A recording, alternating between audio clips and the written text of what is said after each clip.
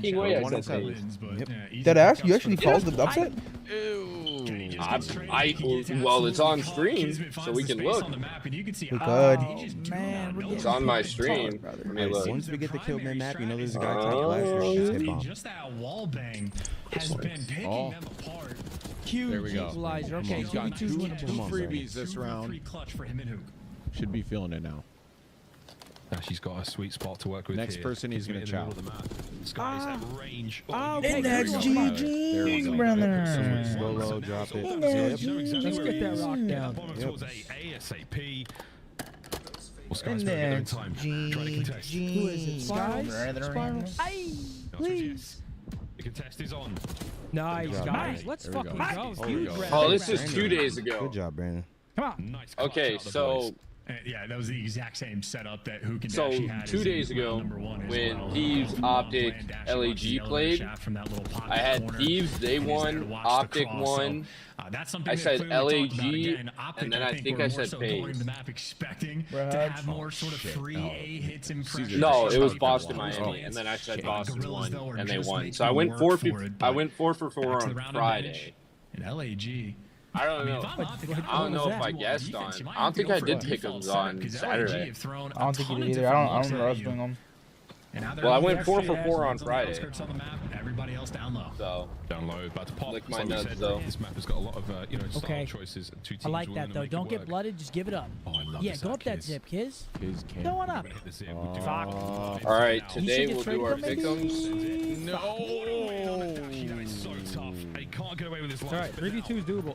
2v1. Advantage seems to evaporate. Come on, It's a Kyler. 2v1 all Here we down go. the hook. All right, so I got Carolina beating New York. He has an aims. Yeah, It's tough he's to a do. I lot. got Toronto beating Miami, Oh my Here we god. go, Take your Kyler. time. This Take is your you. time. and I Yep, think yep. Falcons beat Space. Hey, let's go, Kyler. Kyler, fuck Let's yeah. go. Kyler, fuck yeah. That's a huge 1v2. I think FaZe goes 0-4. And look how hype he They is. get a roster change before the minor tournament, and then they start going crazy. That's right. And I think they're gonna drop. That is a Honestly, I think they're gonna drop huge six. I knew you were coming in for that trade. Yeah, he's hyping as hell Easy right reads now. for the nuke. Let's go, And him and Kyler. Kenny go huge in Is that that a round. crazy Poor Kismet take or couldn't have no? asked for anything more, but Kenny slams Come two on. people, and Hook, well, does the exact same. That is wonderful All work right, out of those fuck you, two players faggot. for Optic. And he's like, I've been here before. This is how we 5-3. run it. It's This a is what I hard would do. I'm just gonna 5-3. gun you. It's hard as Beautiful, shit. Beautiful round from Hook. Let's close this. Opening salvo of fire is significant. Hook at 50%. That pre-fire is serious, dude. Zo. Yep. And Shots looking to make yep. something happen. Anthony. Big door. Oh my God. Yep. Here he Kiz goes. did in the previous Yep. round. How's the timing look? Is he Away Optic through? Yeah, he's playing with a lot through. of Can you hear me? confidence, a lot of wind Is he in gonna these find sails. anything though? Let's go low. Yep. Yep. Yep. Yep. I was just yapping to myself. All right. Yes. Now hit our side. Now come down our side.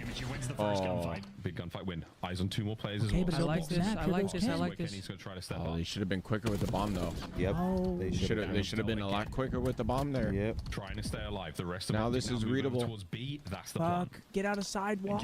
I'm betting all on CT right now. Get out of sidewalk. Drops down just to help, just in case. This is a very tight setup for this 3v9 hold. Oh yeah, you got Kismet come through the middle of the map as well. Yes. What the? Lands it. I didn't even hear the car. My bad. I was. Tyler's earning it. He has slayed his way through this, but it is not over yet. It's now down to the ARs. It's a Priester. Now Bruce wins this. Stay alive. He's got this. You said what, I've seen boy? Brandon win these in ranked. I was trying to figure out my fucking YouTube shit because it's not working. Yep. Let's go, boys. Good job, bro. Did you hear my pick'ems? No. Strike down the So Yeah, baby. I got Tyler, Toronto. Huge map 5. I A got bit of a slow series. Toronto, And Carolina, some of the respawns, but he ended on and the then highest I got the notes we could Falcons ask for upset before the and break. Steve. They Let's needed go. that. They needed that 1v2. They needed that. Yeah, that Big was time.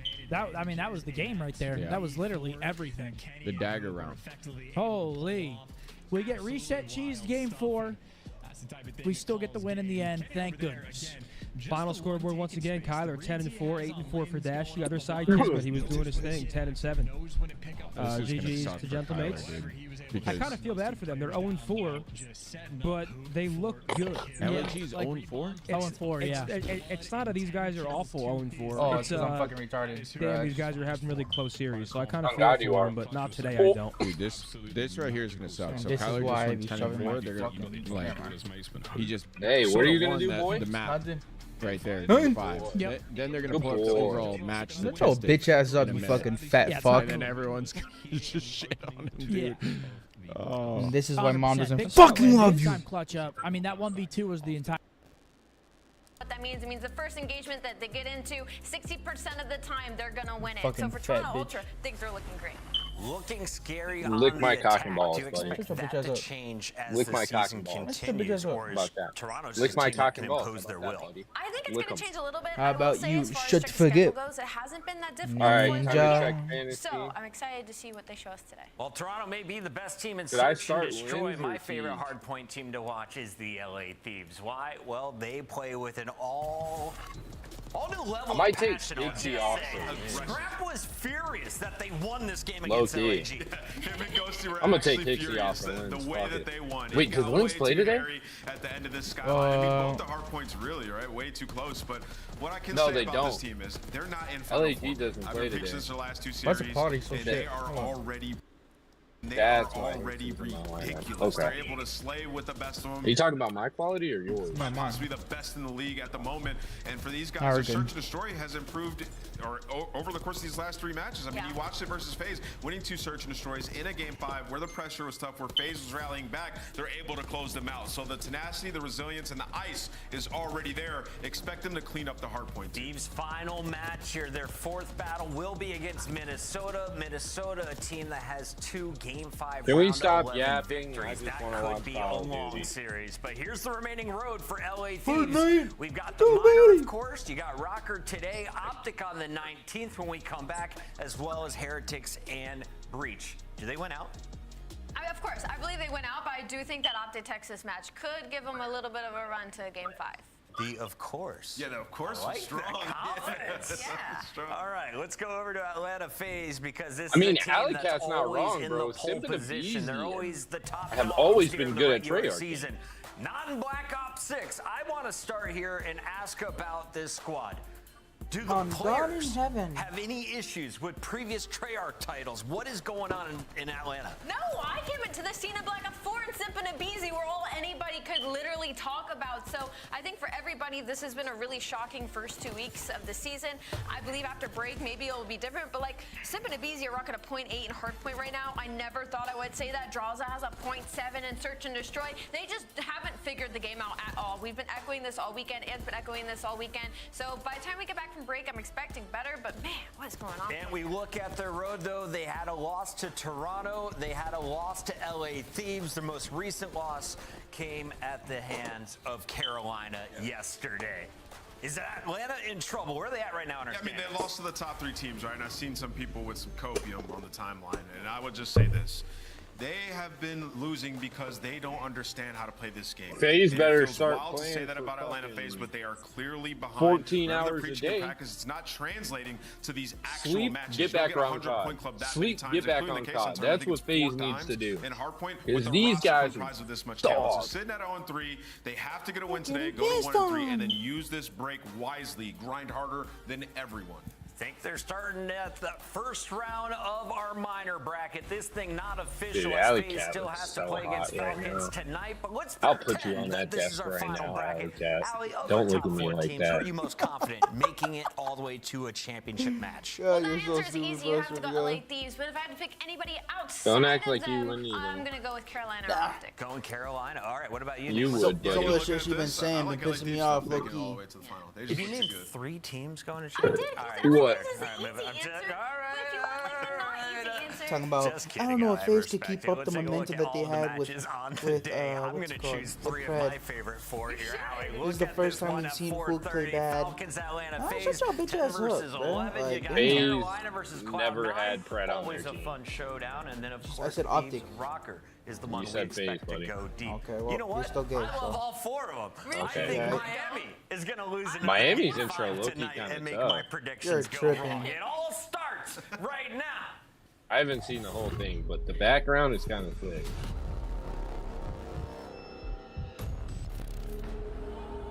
Rancor's an unk, you can tell.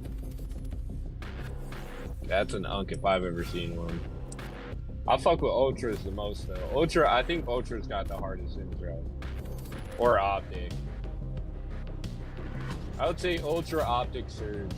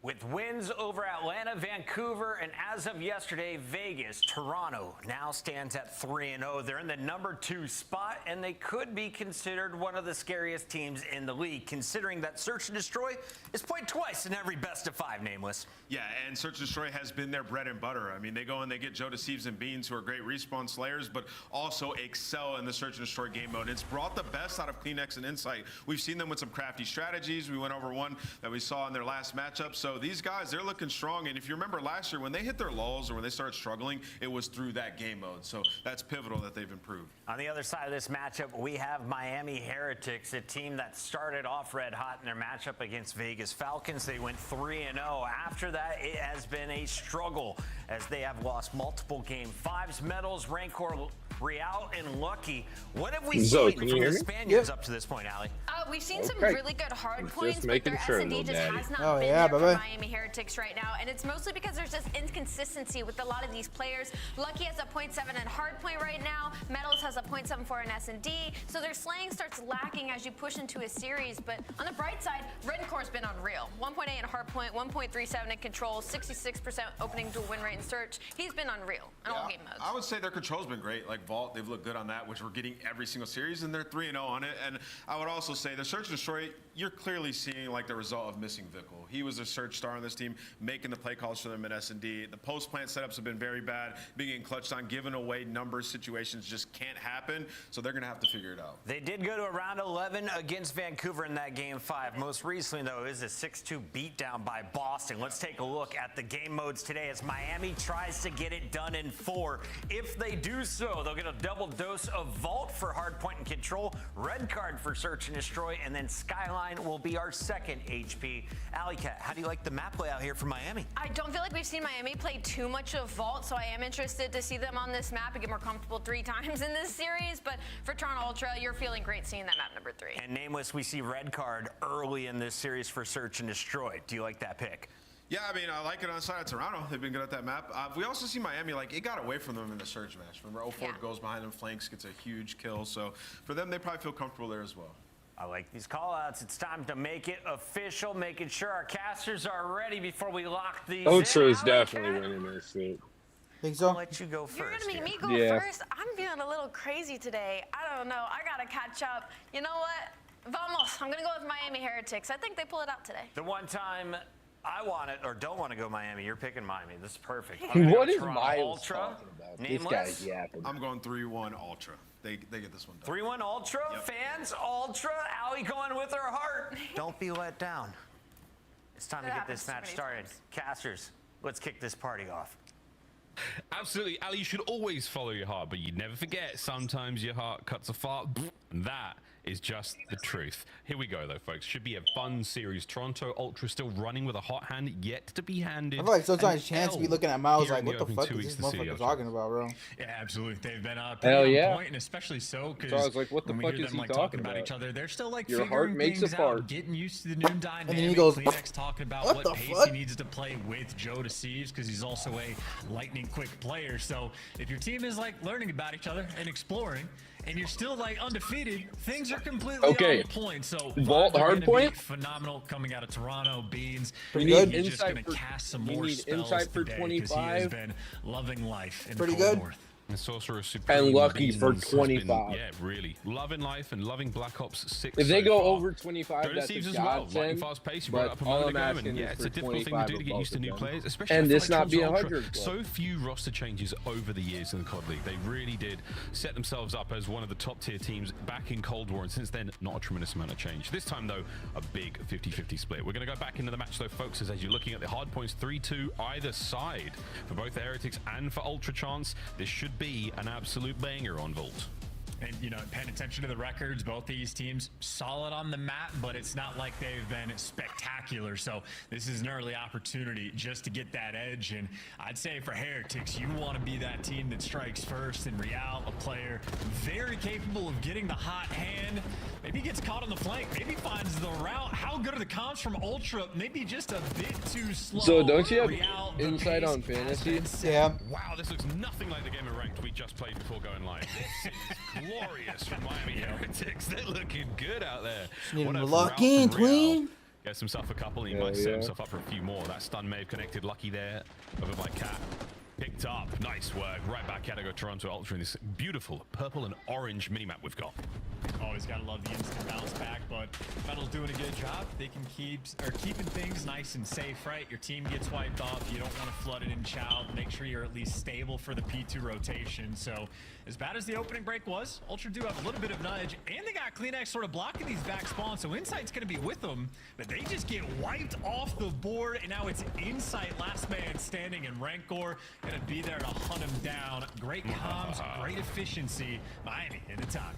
Miami once again, a big wrap here. Oh, from Real, but no, it's Rancor. They need too good, and now this allows the players to make their way through front, and that is Ultra with a break. Oh my Gideon. It was looking so good.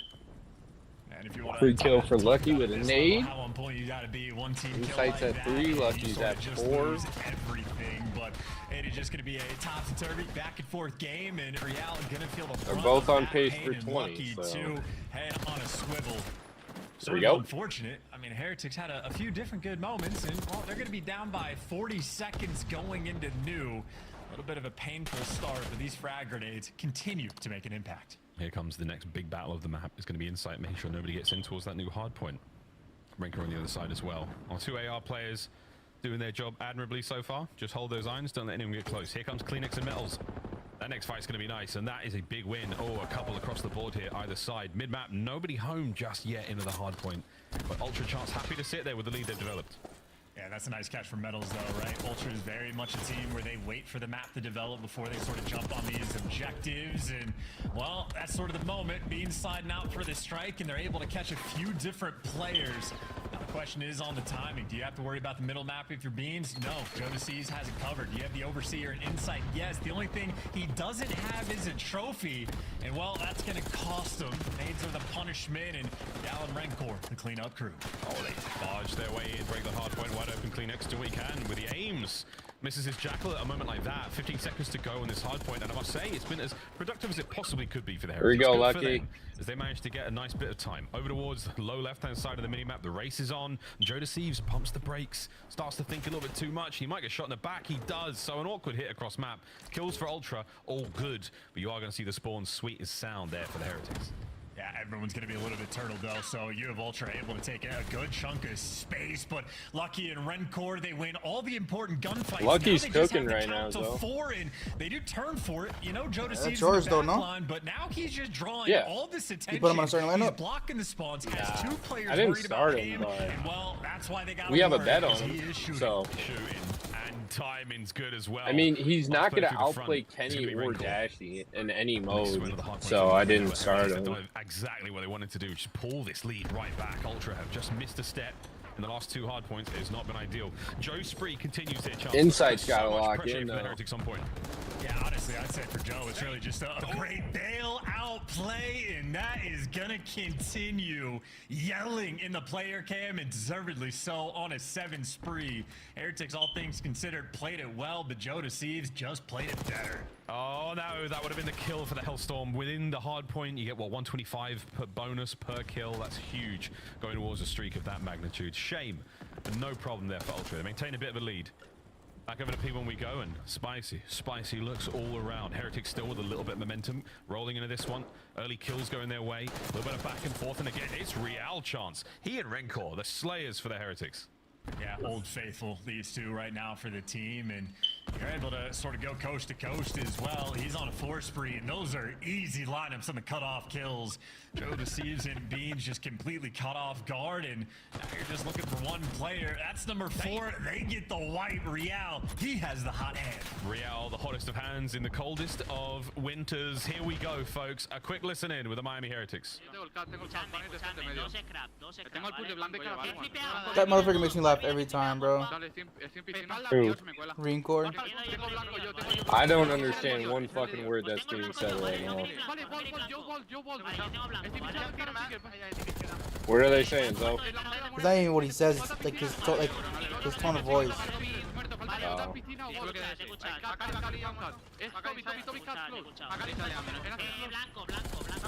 Lucky gets a free too.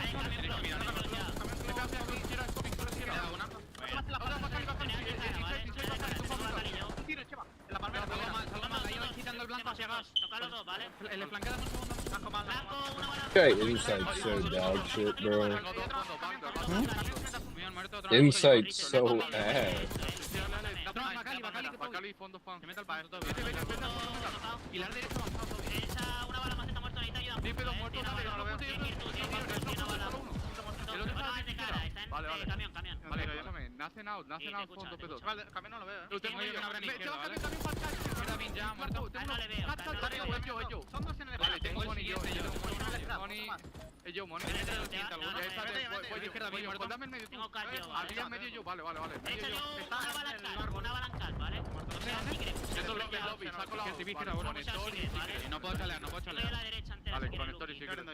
Está por León el pibe, creo,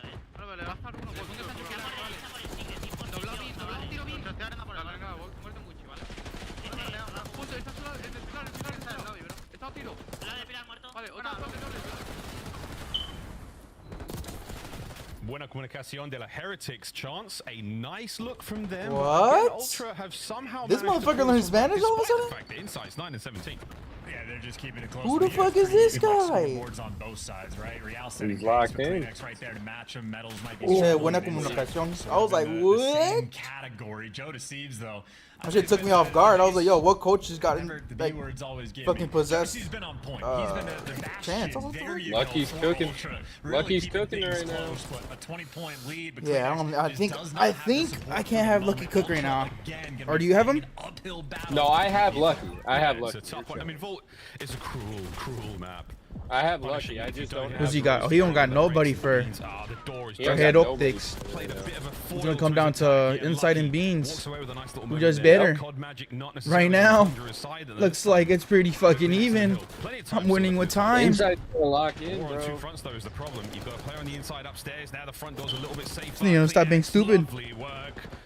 I need Heretics to lock through in the side. for Contest done. Over 20 seconds to go. Lucky's locked, bro. Kleenex is unaware, and despite the fact that Heretics They need have done a Insight pretty to good get job like. of keeping If control Insight of gets all like the different power 8 more kills, that's all I'm asking they for. have Insight, simply 8 just more. been bullied on this money hill, and well, Ultra happy for it. I mean, the first time it was Joe Deceives going on a 7 spree. This time it was Kleenex that just went on a 5. There you go, Insight. Give me one more. Exactly when you need them to. Now Heretics, they just have to dig out of a pretty deep hole. Dig, boys. Wow, Did he just say big dick? What the fuck? Roar across the map. Beating them down. Oh, Joe, there's a guy right behind you. Joe, Joe, they're everywhere. Joe, you walked right in the middle. You broke the setup and didn't shoot a single player. That's unbelievably bad luck. Toronto, another misstep. But is it enough to get themselves back into this hard point? They've got P2. They're starting to fall apart slowly but surely. The Heretics haven't really taken a moment chance with have beaten them down here. But oh dear, Real again finds his 24th kill of the map. Yeah, and Lucky shows up with 2 in the feed as well. That's a big moment to strike. You get a 4-man wipe, force those spawns Dude, out. how the fuck is this guy 13 We're gonna be and 21? effectively tied up going anew, except for they all just collapse immediately. How about that for a retake? And Heretics have completely dropped the ball. Metals needs to be the hero, and he might be able to get it done. Oh my god. Quick dip. Beans baptizes him in the fire of this hard point. Another 2 over the 200-point mark now as well. Can Beans and Joe hold on the hard point? Joe in the cutoff plays. Real making his way through the backline, taken care of as well. Over to Lucky as Beans trying to do it all from inside the point. Another big kill for Beans, and Beans again. Absolute devastation, and the hard point still belongs to Ultra. Oh, such a confident dead call coming out from him as well. Yeah, that is a nice little flow state moment there out of Beans, and this is just a desperation hellstorm. He earned it 7 hills ago, and what impact does it have?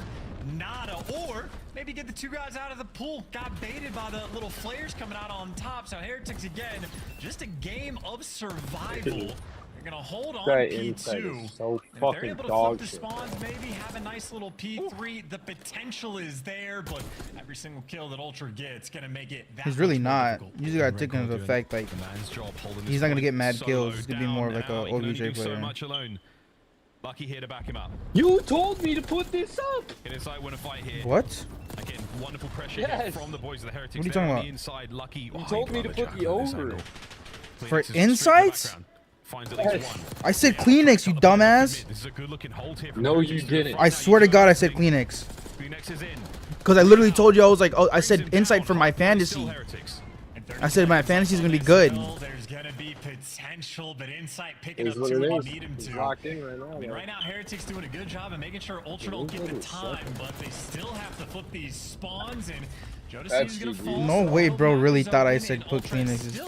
I was just talking about how good he is on just OBJ because he doesn't even do nothing for kills. Oh shit, medals. Don't flip. Heretics just struggling to get past the 50. Crazy work, brother.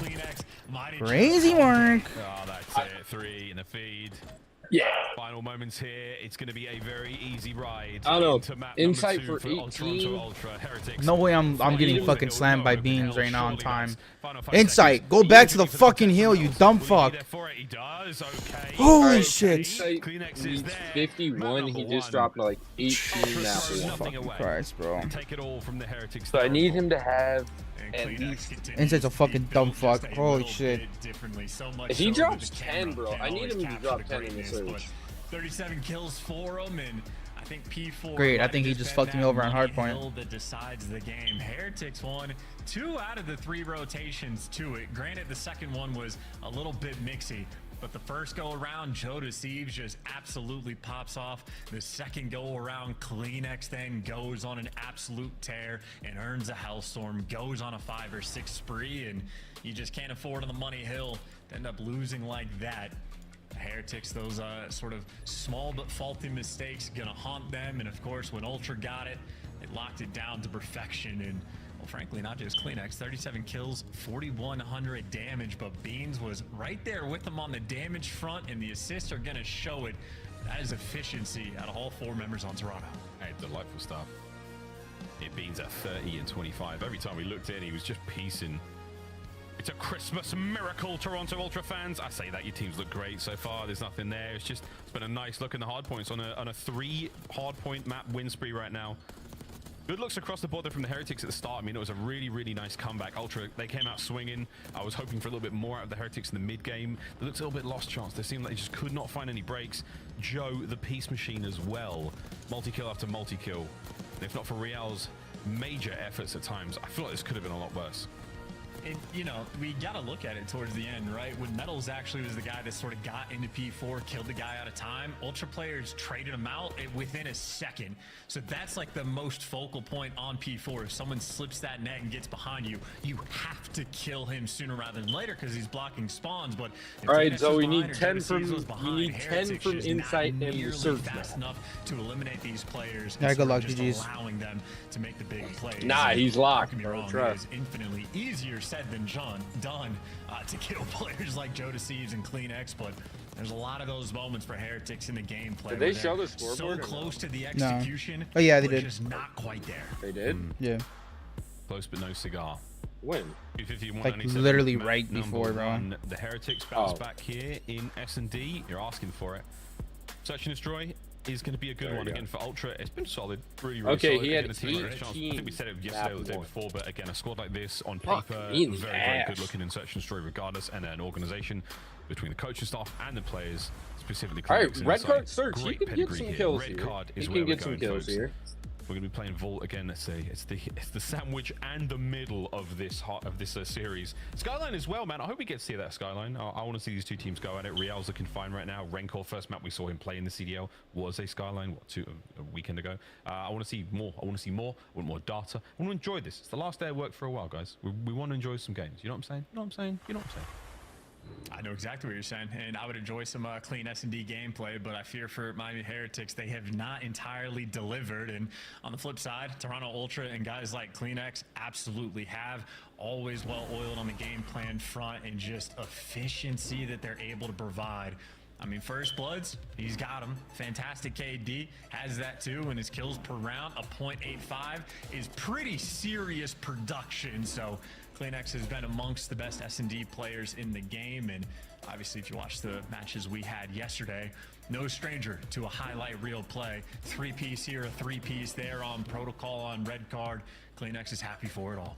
CleanX, I think you might have to speak up, Chance. It doesn't look like he'd hear you back there. It is just asking for a little bit more in the volume department. He. We're not just playing for the run to champs, folks. Minor 1 when we come back after the Christmas breaks. And again, these matches will be seeded out today. So the way things are looking right now, if we started the minor right now, we stop this match immediately and just got on with it, Toronto Ultra would be there in winners round 2, or in round 2, sorry, there's only winners. But this is, very, very interesting stuff. This is the way the seeding sits right now. This can still change, folks. So at the end of today, we will give you a final minor 1 bracket, and we'll see how that all goes. I mean, that is it's harkening back to the old school, man. It's going to be a lot of fun. It's going to be basically it's a one and done, mate. So you just get out there, you give it your best, you see what happens, you get yourself some points. It really does just highlight sort of the elevated importance of these matches. CDL points are going to be a massive talking point as well. So Heretics, you want to dig yourselves out of the hole, but again, their S&D gameplay has been very weak. While Ultra, very consistent, very clean, always a well-executed game plan, post plans on point. Heretics have had many painful rounds and many painful moments where even when they're winning the opening duels, not always able to execute with the man advantage. And I think Skyline was the worst of it, but we've seen some painful looks on red card from this team too. I'm thinking round 11s where guys are getting the kills and then they're just 15 seconds away from being able to fuse the bomb, not putting themselves in good situations. And I don't know if they've had enough time to clean up the gameplay, because a 1-4 record in S&D is simply not a good look. No, especially next to Ultra's 4-0. Goodness gracious me. Will they drop a search and destroy here? Let's go Insight. We'll find out. So far, so good. We're going to be diving into the attacking round for Toronto Ultra first and foremost. Heretics with a 3-1 split, A being the place where to send the bodies.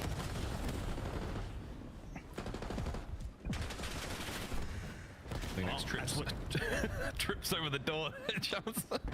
That's exactly how you have to start if you're Miami, though. Like, you're going to need to winning these opening duels to make sure you put yourselves in a decent spot, because Ultra, not a stranger to making plays.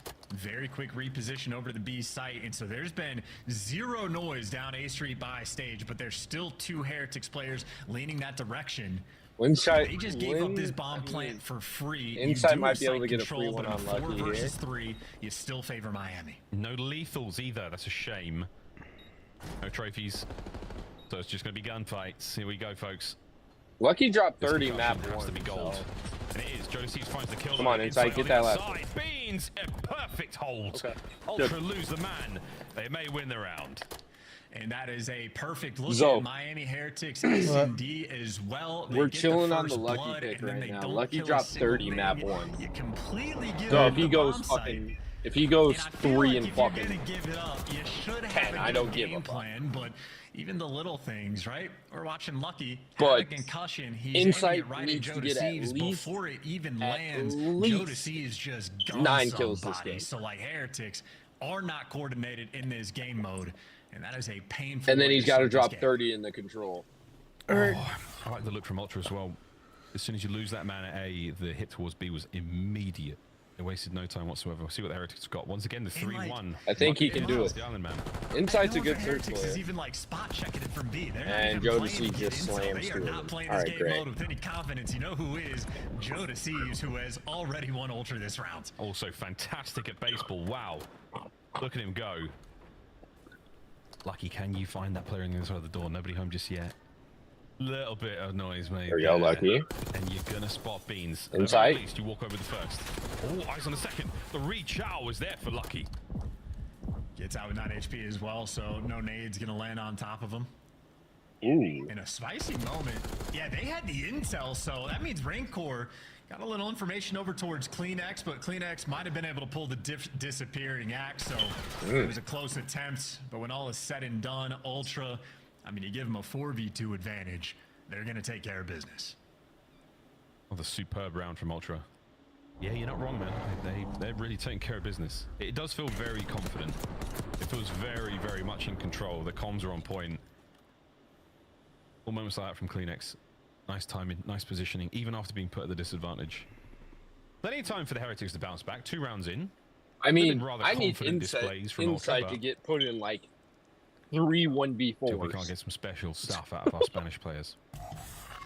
I'm just of the opinion that, like, at the very highest level, which granted this is week 2 of the CDL, it's going to be a long time before these teams really have ironed out every single sort of wrinkle they have in their S&D gameplay. But Ultra, I mean, a perfect record. You can't afford to make mistakes. Round 1 was already a mistake, and you have a round like that, things are just going to get worse and worse and worse.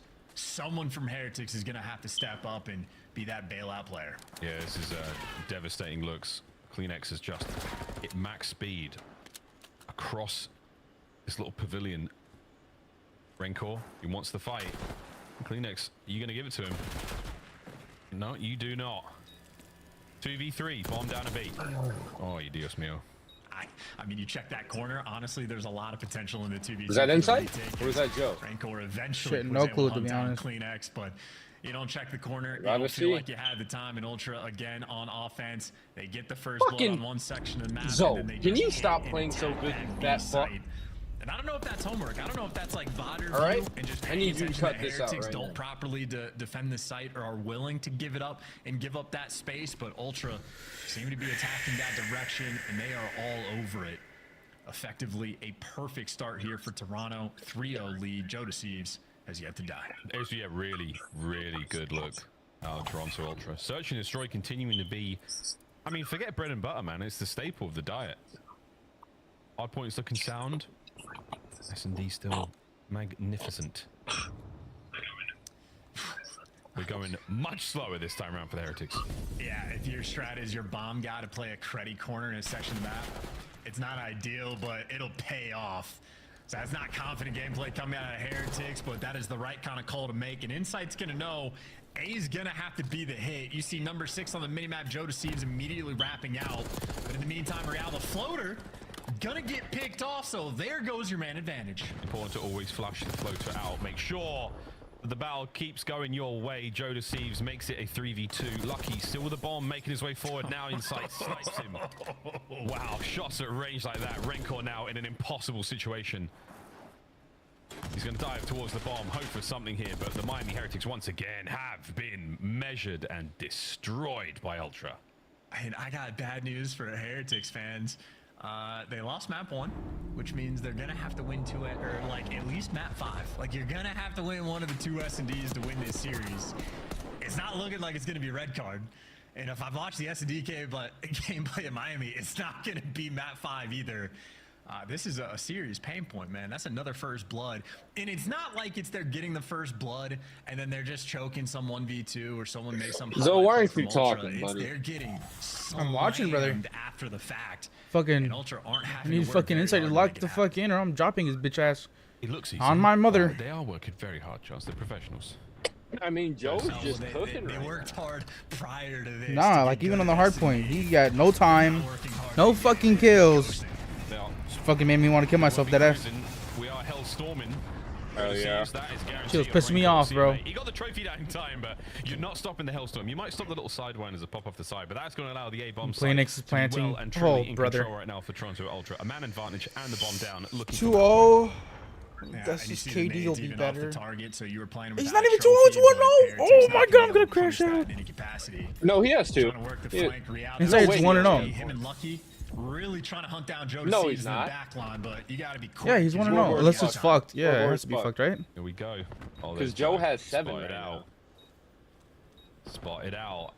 Real's trying to make something of this. Lucky if he does manage to get at least one. So Real will watch the little hunt here, but less than 20 seconds on the clock. And I will say, Heretics players finding kills all over the place. Metal's got to go big against Kleenex to dive on the bomb. Oh my God, Real. what a clutch. Kleenex trying to save it. No! Heretics stay alive and get on the board when they need it at the most. Vamos! Well, actually not Vamos. They were not in a hurry in that round. They really took their time, but they got it done. Unfortunate for Rancor, had to eat a Hellstorm missile there, but everybody else clutching up, and Lucky gives you a few extra in the round. I was very concerned Kleenex was about to just kill this guy off bomb, but Lucky there in the nick of time. So that is on point. Heretics, signs of life. There we go, Heretics. We need a few more of those. We need quite a few. Come on, Harry Dicks. Ultra built a very Come on, comfortable Harry bed. Dicks. Y'all got Nice this. Egyptian cotton I believe sheets. in you. Really heavy thread count, very comfortable with that 4-round advantage they started things off with. This is the beginning of Act 2 for the Heretics, though. And they're dancing. It's a great play, too. This is confidence. This is on getting inside. into the B site. You just had Lucky being a distraction, but look at how quick Ultra are here for the retake. Heretics knew that their plan was to go over towards B, and somehow everyone on Ultra has made it here before Lucky. Oh, inside gets one. So you might have a Here we go. 4v3 retake very quickly. Already the first blood there for Toronto. Give me one more I mean, they are inside. just swarming You know in he's there. position. They're well and truly in position for this one. Lucky could cause some damage, but we have to wait. Clip Real's Down wings. the Come rest on. of the Heretics boys hold them in place and allow I know, Lucky to find you this know he's pinch. there inside. No. I Lucky. believe the RCXD On the was used as flame. well. Here comes Lucky. Timing might be fantastic. Great Oh. timing. No! Great That is timing. a tough one. That would have been a very important moment. However, you push them to the front. It's not over yet. Less than 30 seconds on the clock. Yeah, but look who's got the site control now. Inside gets another one. Himself in. Joe Deceive just gone on a flank. Inside's gonna strike, and Joe Deceive gets a kill before he gets Okay, that's fine. Core, Inside got through that round. Tags up 1 HP. I love it. And Thank God. nada in that round. Ultra. I think he's quick at with 6. it. And that's a round where Heretics, their game plan 5 or worked out 6, I think. super well. Better crash out. Making some noise over by A. I mean, he's 6-0, I think. He hasn't died. Do get that full Dead ass? control. And then even I don't after the think fact, so. even when they lost the first blood, I think he's Lucky died one working the time. flank, got in great position, and they were just not able to execute. Ultra. This KD handles might the be chaos crazy right now. To a T. Big plays being made out of the Toronto boys. Absolutely beautiful. This is Matt Point once again, folks, to take a 2-0 lead in the series so far, and in a very, very dominant display in the S&D. Aside from the one retake we saw from the Heretics, it has been all Ultra. Here we go once again over towards the A side of the map. The aims are ringing out. The Amez, the Aims 85, whatever the hell you want to call it, is making noise. Oh, he's Ultra made 4-1. their noise, and now it's over to B. And Lucky's doing the I'll take spots over that. towards B as well, so that's the big difference What's beans? here. So you see Ultra not able Ah, to go no, for it the hasn't shown wraparound yet. this time. Oh, But if Beans there's is enough silence and Insight doesn't 4-1, see I enough. think. Ultra No, bro. What? could be Oh, no. playing with a couple different options. it says 4-1 on the You can scoreboard, see but stacking I up don't know what towards it is mid. right now. For the moment, Ultra don't really know what to do.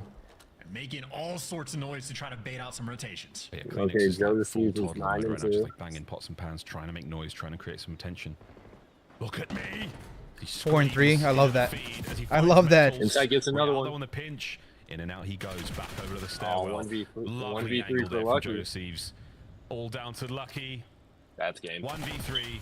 All right. An immaculate We gameplay need like fucking from 40 Toronto. from inside. That is a search and Jesus destroy you can feel Christ. very good about indeed. And they Wait, no, he remain needs like 28. unbeaten on the Inside mode. needs like 28. 28 or 29. And clearly have just done their homework. 30 as well. for him Every to hit. single round, there's some idea. And then even to sort of Because he had sniff out, 18. that was the I need to same see how much setup he as had in the round surge. 1 for Miami, where they got the first blood towards mid steps. The Ultra We playing like that. different, but We even like as that. No, we Ultra don't. getting through No, we finding don't. first We I don't like that. Ultra just repositioning. I like you. And handling it better. So the comms are on point. They know how they want to Still play the even. map. Avec. Is Yeah, that- just making is that W absolute Riz? light work out of that map Yeah, too. honestly. But if you're looking at it on paper, that is exactly how you knew it was going to go down. Yeah, the stats didn't lie in this case. They were very much I was spot about to on. crash. They called their chance. I was about to Really crash. cool. Great calls from Ultra as well. Those search and destroy shots were Why is it still showing fantastic. Abuza's Shout out to stats the B-bomb if side I and have red Paul card. Extra? It'll getcha, won't it, Desk? Good calls right there. And what's going on, Allie? You feeling all right? No, I'm feeling Where's fine. inside It stuff? was a pretty fast game, too. It was a pretty fast game, It's like too. 7 whole rounds. It was 7 whole rounds. They got 1 on the board. They did. Did they show All right, I scoreboard? had a feeling things would go bad for Miami today. You're playing So we're not against showing the the best scoreboard? team in S&D. All right. Your worst game mode is search, but the hard point, that's where we had hope for Miami, right? Yes. Heretics, 190-some points, not close enough today to hang with Toronto. Man, I gassed Rancor up just for him to go 19 and 29. Come on, I get it. I jinxed you. That's something on me. But after this break, when we come back to control, I need you back, Rancor. All right, we're going to dive into how Miami and Rancor are going to be bringing this series back. Before we do, though, let's talk about how Rancor and other friends can make it from the bottom to the top here at the CDL. Shift, tell me all about it.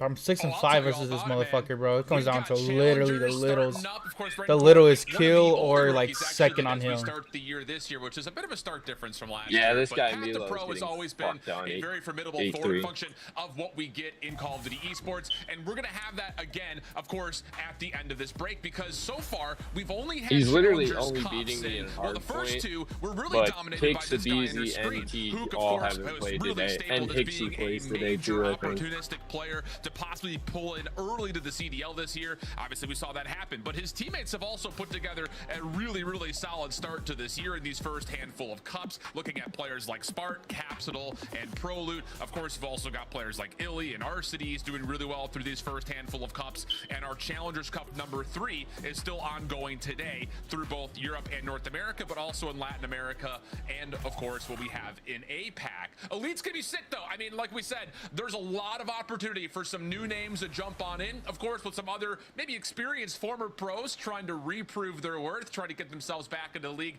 We've seen instances of both over the course of the last handful of years. So Wednesdays and Thursdays when we come back are going to be what you want to watch on youtube.com/COD Challengers to see who the next up-and-coming pro player may be. But if you're someone who may be competing in Challengers, don't need it. or maybe I already looking know. for a different avenue to get to the No, top of it's pro, Elite, don't sleep so on shut college up, bitch. COD. If you're a full-time collegiate student, Okay, you can that's what I was participate gonna in say. the upcoming spring semester where we're going to have No, I 8 wasn't weeks of talking to round-robin you. action. Oh, I was like, damn, Our fuckhead. full Of course season, it's Elite, which you will fucking dumb include fuck. Conference championships for the first time, No, I regional wasn't talking to playoffs for the you. first time, and of course the CCL playoffs where certain names like Dan Ghosty, Kevin Fame, and Noisy have all come through. The season structure will feature 4 geographically set regions. Oh shit, they're actually 8 promoting total it. conferences beyond that, and 16 They're total actually divisions. promoting So we're really Challengers. focusing in on the geographical What? locations For the of these first schools time to make sure in students are getting a forever. really accurate No, for the Somebody first said if time Kleenex- ever. would look like if you were to play things Is Kleenex on a land, things of top nature. So it's gonna 3 be really sub fun. right now? Registration is still Are you open, fucking so retarded? if you're one of those students No, at a he actually full-time might be, university bro. and you've got 3 friends, you He's want to play, carrying you can do hard, so by bro. going He's to carrying collegecod.com hard. for more information. Hydra. That will be open until 11:59 Pacific Shotzi. time on And who else? It's going to be a Envoy. lot of fun, man. I'm excited for the CCL. I'm excited for Challengers. Envoy's The spring playing is always a better good time than for COD. Kleenex. So you got about 20 days to Tell sign me I'm up wrong. your college. Ah, he got me there, brother. How many schools are we expecting to play this time around?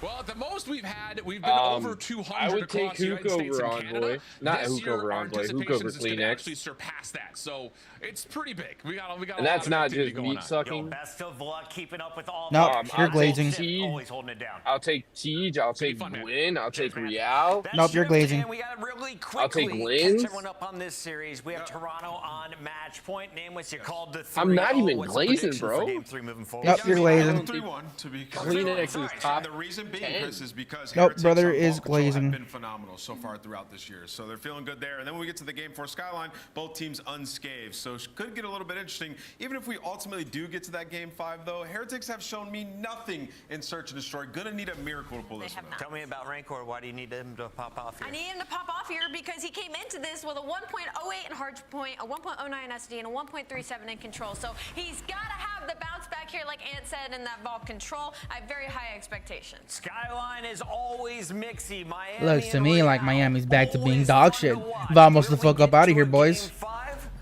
Only time will tell. It's time to send it back over to our casters. Miles, take it away.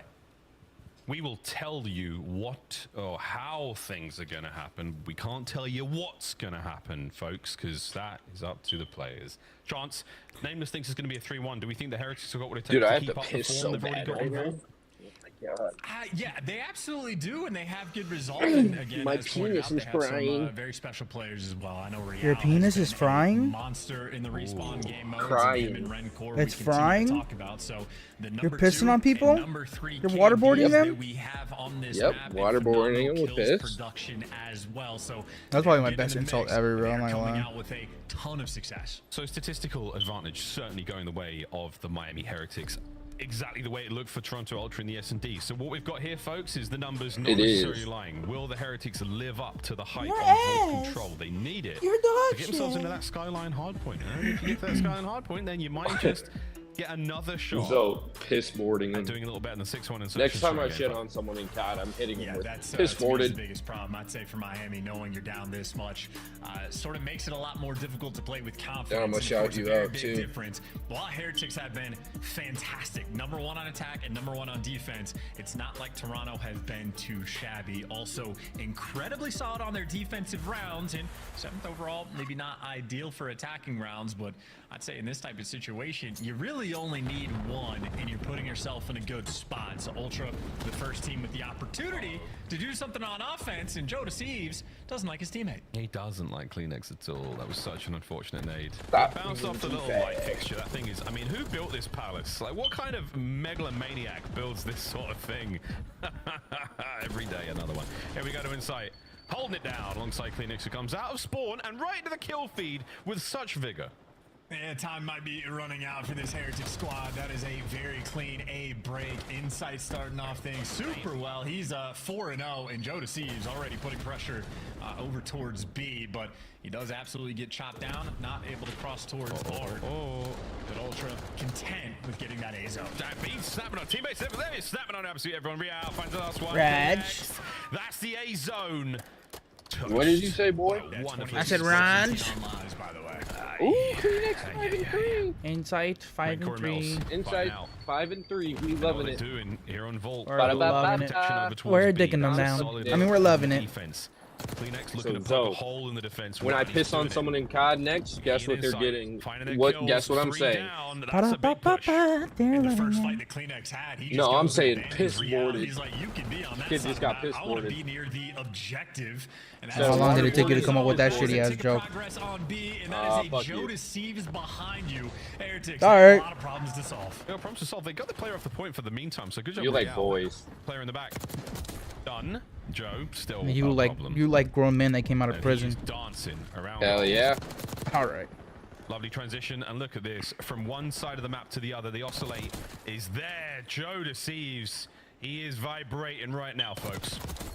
Damn. He's a vibrator. What? He can just He's vibrating? 12 to 8 on lives as well. Doesn't motherfucker just call him a vibrator? A wonderful job of keeping the rest of Ultra tucked in their base, but if Ultra ever get out and can actually help Joe Deceives, might be a problem long term. But with this much time on the game clock, we might also just be playing a little bit of TDM. Every kill matters. Yeah, again, it's that classic situation you find in Vault. Yeah, your boys up front. Okay, I take it back. Your guy up front goes down, but the rest of the enemy team drops as well. So now opportunity to dive in. Here comes the capture. No trophy beans. You got to do what you can to stay alive. Insight's here as well. We're running out of frags to throw, and that's the zone. Good job, Ultra. Yeah, and, I love it. Early enough I love it. That Miami Heretics' #1 defense might have already just faded away with that round. So they're still obviously very, very strong. I love it. Maybe just a little bit stronger. Either way, that is very clean and efficient work. I love the looks from Kleenex as well. I just need Insight to lock in, brother. Insight is locked. Right there for the best play. Stay locked in for the rest of the game, brother.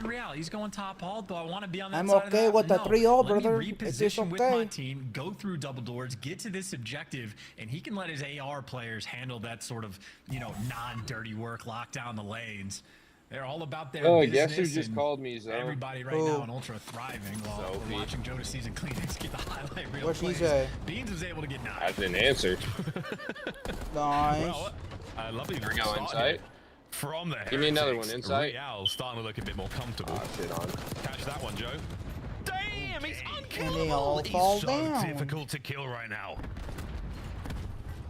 All right, 7 and 8. Your ass. 23 more Dog kills. shit. Pissed on? Dog water? Multi-kill machine. Lucky. Nice Oh, shot. shit, He's on a 4-spot. Lucky, He just dirty assumed he might dog. get traded out, but once again, it's Kleenex. You So dirty, dirty just dig. making moves all over the map. Look at how difficult he could be to hunt down. He just did a 360 as he dropped down. Whoa! Who's he's got lucky? still here. Kleenex. Me, You're bro. so annoying. No, don't. Nice. I didn't start him though. He's a problem. He hit you with a Damn. nade. He's so Bad. slippery. He captured the A zone. 2 minutes now to play. 23 lives on. I mean, he's not going to do more than Brucey. He's not going to do more than Kenny. Right. Hicks is a better slayer than 30 him. seconds to get the best of it, but as soon as he does, Ultra, everybody. My ARs are better than him. He's on my bench.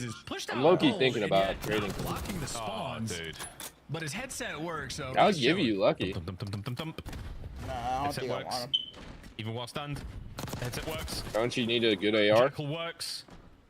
No, I 16 kind of have lives for some the already. Heretics remaining. I just want to get rid of Looking Ghosty, very good honestly. on defense. Why? Cause I mean, I already have a clean King Hill. Root him out. Yeah, 3 finally different players shooting at Joe Deceives before he falls. But Heretics at the very least, they've cleared out their spawn. You can start. All right, pushing inside at forward. 11. Metal certainly has. He's I nearly need towards Heretics to line. win 2 a players fucking down the round, street dude. as well. But Kleenex, unfortunately for Miami, sort of cutting off some of these reinforcements. But Metals is down low in R. Insight's got 3 He's able ticks to for catch you. Bean, Any so this is positive the move for KD. Miami. They got the right players in the right spot. Jump on this B zone. We have a trophy as well. That's the next question. And Insight, my least favorite submachine gun player of all time. What a fantastic AR is now. Damn, that's a stray bullet. One. Wait a minute, the fade away. Oh, Insight, you're just as difficult to kill as Kleenex. Look at this race. Ariel has been this duped, guy and the time Insight ticking is away cooking as are the Rial lives right of the Heretics. Oh, you got him in the end. Finally, yeah. Oh, That's yeah, nice. finally And got as you him. pointed out, 15v10 is a big problem, but that's all the kills flowing their way. Metals once again has made it towards our. This is still. Real's Heretics like, all right, putting that's on enough. A ton of pressure in this round. Oh, this is big. Oh, God. You gotta get the kill though. He does, and the slip slide cross up. No Insight though with the aims up close and Pixel gets it done. If Metals 2 won players that now on a second B. one, I Lucky would've holding came it in my down. DMs, Here we bro. go. Last contest. Lucky's in, and you're good. I can make sure you go. do that. Round. Huh? That's a hell of a round too. That was like a sort of What'd you say? masterclass-esque What? as well. I mean, they You're were gonna in a make me spawn come in my trap, had pants? Joe Deceives What the top fuck, goal, bro? You're Johnny weird, forced bro. back, Yeah. down. Yo, you're Don't weird, threaten bro. me. Clean Don't looks threaten me as with a well, good and plan. nice You're shots from Lucky. weird. What are Getting you the talking headshot, about, but that bro? is You're just a consistent sussy pressure. Baka. They're able to You're a lay down sussy the Yeah, Baka. first sussy three. Baka. Miami You fighting Baka back. sussy. That's a really good fight back as You're well. a baddie, I mean, Baka. start to finish, that felt very You're decisive. Baraka. I mean, the A capture was great. From A Mortal couple of names from the Kombat. Toronto players there. And he's No, starting I'm motor to dick overflow back. with confidence against the Heretics, but 1-1. Motor Heretics back where they want to be on the defensive round. Can Ultra win another attack? Dude, I Not the best just start. spilled coffee Rancor's on able my to give you fucking 2. pants. Inside You just has spilled the too cock many on your directions pants? to look, worried about Hall. Yeah, I about spilled the cock. doors, The flank, Rancor on You want A. cock? He deals with it. He's You- staying mixy you around like with cock? players, and you cover your flank as well. So Ultra, it's all guns. You like cock. That video will never get old, especially since we have Oh, Draven. I like cock. This A zone I like is gonna cock. start to sort I of want the glide cock. its way through a 2-man stack. Yeah, no, that video Go is fucking reasonably quickly. stupid. Especially since we have It's Draven. Oh my one way god, looking it's at it. fucking godlike. Here comes Dude. the counter. Dre is a little chink boy. Bodies are there, but Joe Deceives, perfect time to get involved in the fight. Lovely coverage on the zone. And that's another Nice. piece for Joe. 4 in a row. Second segment at A, evaporating. More players now flooding forward. What is towards inside me. at 13? And Joe Deceives Okay. is just He's another on one of those pace for players that 30 you right can see now. clearly intelligent. Always He's got heads 3 up, nuts has in a your great sort of ass. vision for the game. So it's not just the All right, pace buddy. he plays, but he is very Will you stop aware being a and weenie? it seems to be fitting in quite nicely with the Ultra I'm not even boys. being a Beans, though, weenie. on the cross. You're being a does weenie. get spotted. You like Wayne Reese. Rancor here to at least Oh, how about Oh, yeah, that one, bro? baby. I mean, he hits the You strong got side, my he ass goes that down, time. He manages to make it in. Surely. get in This is your a problem. ass. You can see the arrows on the minimap there for the Heretics. Have And I'm to being a identify dumbass? Beans, have You're to deal with gay. him. He's going to be a problem. Okay, For and how you got a long? problem with gay people, Pinch bro? on the far right hand side of the minimap. That's huge from Real. Now Only the when their pressure names is are back Zay. on Ultra. So good work from the Heretics. Faggot. And Rancor is going to get him as well. Just wins the gunfight. That is efficiency. That is making sure Heretics stay on top of watching this front pressure. And that is a great look at the, again, best. Please team tell on me what the defense. fuck is Not lost the Insight first looking at one, right but there. Clean work so far. What the Very fuck are you well doing? Orchestrated, easy. Flank, I would have thought. Joe Deceives, hyper aware. Damn. Minute to go. Only 2 lives. Lucky, separate you're our so teams. dog shit, buddy. Contest. Uh-oh. Kleenex manages to sneak through, and there's a two-man you're stack literally a right piece now of for shit. Ultra on B. Here comes Renkor. You've got to go big And here, you mate. like boys. That's number one. And That's you like- large enough. you Real's like here to girls, back you him up. fucking Kleenex, weirdo. the last man alive. You like Oh, booties. yeah, bro. Team do the capture. Yeah, I do. Everyone falls up. He gets cleaned up, and Yeah, I so like does Joe booties, Deceive. too. So again, Heretics making sure that like their game. You know what plan I on, like, though? The vault Booties. control. I like you. very on point. Oh, They I just like need to you play too. their P4s and hard point like they do. Bro, stop being fucking weird, bro. Man, that'd be dangerous. Joe Deceives continues to be a slippery customer. Lucky. Strange that ass, battling B. his insight out by Palms. Pressure there still. As the Heretics are doing a lovely job of pushing Ultra away from the zone. Kleenex dancing around. Real should have him here. Uh-oh, we've just let it rip. Fights on. Ultra on the outside. A big win from Kleenex now. Oh, no. Metals, you should be able to get this on an insight as well. You've stopped the clock. Another moment. But it's not over yet. Oh, take it back. Renkor peels the top of Beans away. Yeah, no one from Heretics in this moment, though, can overchow. You're not worried about the ticks rolling Okay. through. 2 ticks of progress are necessary. You let Ultra come to If the we point, go to round and 5, then he's you gonna gun hit them 30. down, Beans has and three, then you 5 go to round captures, five, bro. only 3 lives remaining. and Inside it has does 30. not last. 3. Rancor, Yeah, but he's not it's playing with literally names. He's right now. It's playing with the Beans delete versus button. He just had himself a monster round. inside. Deep breath. Heretics take the lead. They continue to look the business on Vault Control. You're not wrong, man. The defensive rounds, I mean, the numbers do not lie so far in Black Ops 6. Real also having a game. As Joe Deceives, we've seen him in the bottom sides of these buildings time and time again. A real nuisance. Heretics unfazed by the shenanigans. Yeah, that's a good value as well. Real making sure he switches the class depending Oh my on what God, you did want he to do just on the say defensive phase? end. So if he is the Jackal, Joe Deceives might be able to square up, but again, part of the reason why they have been so clean. I think Lucky's hit already. I think Lucky already has game plan. fucking 50 Don't look at that plus. 2 and 9 for Metals. I think he might have had a 10 Yeah? kill, Yeah, you dumb bitch, round yeah. Too, so his stats Yeah. are back in the mix as well. Right now, Ultra just looking to clutch up. Well, I'm on still getting defense. You fucked. can see Ultra. It's a 4-tick advantage. Well, yeah, so Lucky Heretics definitely has need more at than least 50. 4 to match it and then force it to kills. Although, admittedly, maybe they can just win another offensive round. Yeah, it's definitely. Let's bring Kleenex now, starting to get roaring. Nice timing, nice shots. The second, oh my! Real was a single Oh my bullet. God, That's all he Kleenex. needed. Oh, the Great Dane. That's a lovely moment. Joseph! Ah, you couldn't do the same. Lucky at full HP. Kleenex is back in the spawn, and this is a problem for the Heretics. Yeah, I mean, where do you spawn in these moments? I don't even know if I mean, Kleenex Inside has the it's same like, KD okay, as you're Beans. standing in absolute depths. Not It's anymore. gonna be on one side. And Ultra playing with some serious pace, but Heretics have been able to battle out. Metals is there to give you Dude. 2, and you get more pressure on this A zone. Again, 4 ticks is Oh, shit. necessary right Scoreboard's now from fucked. Heretics. That's God what they're damn it. gunning for. What? Can't get the ticks without the Heretics. Kleenex trying to stop it. Catches a sleepy Renkor. Dancing. Joe Deceives from downstairs. He and Beans clearing house. Still up on the catwalk. That's where Kleenex finds his kills. Oh, and they've done it. They've saved the second segment of B. Real fighting for it, though.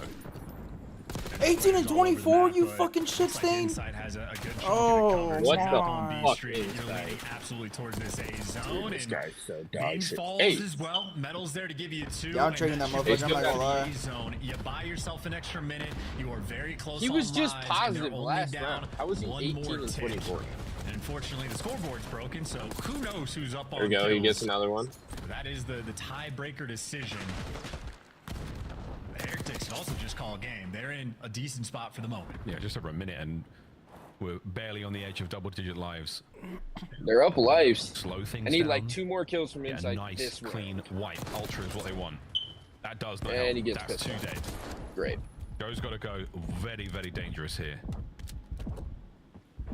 Knows that player off spawn isn't going to be anywhere near him for a minute. Insight now trying to provide a bit of intel. Sending Joe for the kills. Here comes Alright, he's Ultra at into 19. the jaws of the Heretics. Oh, and it's nearly a perfect run. Insight. 20. Last man up. Less than a minute to go. Why That are is you game, peeking folks. that? See you later. Miami Heretics. You Stay alive fucking in the series. They do it exactly the way I'm done you watching hope. this trash Full ass team. control. And this might actually be the team to learn from of how you play your offensive rounds, right? Because, like, if they have the opportunity, dude, this guy to go for inside the is spawn so kills, fucking they're dog taking shit. them. But, like, I swear we're to watching God, teams bro. like, you know, Gorillas, mate, where it's just an endless flood, just desperation to get to the spawns. Play I without got this our sort of motherfucker pressure, thinking, but yo, Heretics it's are gonna pretty help me consistent out, about you know. just working B Street, like getting guys in the right spots. He's a solid pick. It's someone insight. like over down Mr. the Do It street, All. making sure you're More like playing Mr. top Doesn't art. do You just shit. need one guy on the zone, have him cover one Holy thing, like fuck. watch your own vault flank, and I mean, you just play for the kills around it. You set up a little mini round of S&D. Bro, I'm gonna break my Molotov, off swear. on this strat, so Heretics really Yeah, showing I off had the to turn goods football on, in dude. that game. I'm tired of that. Super fucking efficient game. 3-1 win. It's the Heretics. You see Covington lost yesterday? That game of control. Yeah, he's a We're giving a bum. lot of love to Joe and He's Beans getting with damn whooped. good reason. Again, absolute pandemonium. He's lucky running around that causing it issues, was a but darkness kudos to offense, the bro. You Heretics, would've a got team effort, fucking bench a very over. sound team effort, and the 1v1 wins. I mean, Yeah, they're yeah. great examples of how to maintain certain positions and how to cause problems, be those big, you know, attention-seeking plays, those distraction moments. But at the end of the day, Heretics, they're playing vault control better than anyone. Yeah, and this is sort of what I can't remember the name, the drawing conclusions. That's the type of thing I would love for Ali or Namus to like break down, of like showing the setups that the Heretics are able to create before those like big moments happen when they're working on B Street. And don't get me wrong, it's like a multi-step process. You have to win 1 or 2 waves of gunfights and sort of work yourself up to get in Holy those brother. spots. But Heretics may be showing off some of the goods, and yeah, clearly We're showing gonna get off broken down. just be the best vault control team in the game. And obviously when you're shooting like this, it doesn't hurt. Metal started to turn into just a multi-kill machine as well. So again, we kept seeing it. Started off 2-9 in round 1, but after that, he was absolute class. Pure class. Our first 2 maps all ultra now. Heretics, they're back on the menu and they're eating. We'll all be eating in a moment when Skyline rolls around, because this is going to be fast, exciting hardpoint map. No doubt about it. High engagements, folks. Absolute cinema potential. The question is, though, is can the Heretics find the win? Is the Game 5 looking good? No. But they can get there. It is possible for them to get there. But if they get their chance, no. Yeah, just so much more to prove in search and All right, destroy. bro, I'm That is about my to big get off fear. work. And, obviously, if they pull this off, I mean, maybe I'll just join get some back. extra confidence Come on. before you go into the break. But I would say maybe good news for this team. The respawn does Love you, look cutie. super solid. Love you more, across the buddy. board. Obviously, have a handle on control. And you get those extra few weeks to really hammer out S&D. But that's obviously a long-term talking point. Short-term, it's Skyline, and it's guys like Lucky and Metals getting ready to fry. Oh yeah, baby. Miami have had a tough road so far in Black Ops 6. Signs of tremendous life. Again, a big old 3 over the Falcons to start things off, and then 2 Game 5 losses against Surge and Boston. Tough one. We'll see if they can, I hate to say it, but if they win the Skyline, it does look like another Game 5 loss here against Ultra. That's just pure speculation based on the way that Surge has gone so far, and against a team like Ultra. Cloud9, Thieves, and the indomitable Royal Ravens is the end to their road of Major 1. And for the Heretics, we get to go home. We get to go back to, you know, Spain. It's going to be a lot of fun. Get to see some friends and family back there. But you don't want to go that way after a tough loss against, you know, some of the best teams in the world. Going into the Major with a lot of confidence, absolutely key. We'll see how they fare in Minor 1 as well. From the Minor to the Major, oh boy, it's going to be tough. And honestly, maybe one of the most confusing things is that the road to the Major, the one that's going to be in Spain, isn't the Heretics Major. It's actually Toronto's. So it's a weird battle that we're going to have. But if I had to take a guess of who the fans are going to be rooting for. Yes, I would also be very surprised indeed. Skyline, here we go, Heretics. Give the people what they want. I mean, that's what I want, is a fantastic game, and I think we're going to get it.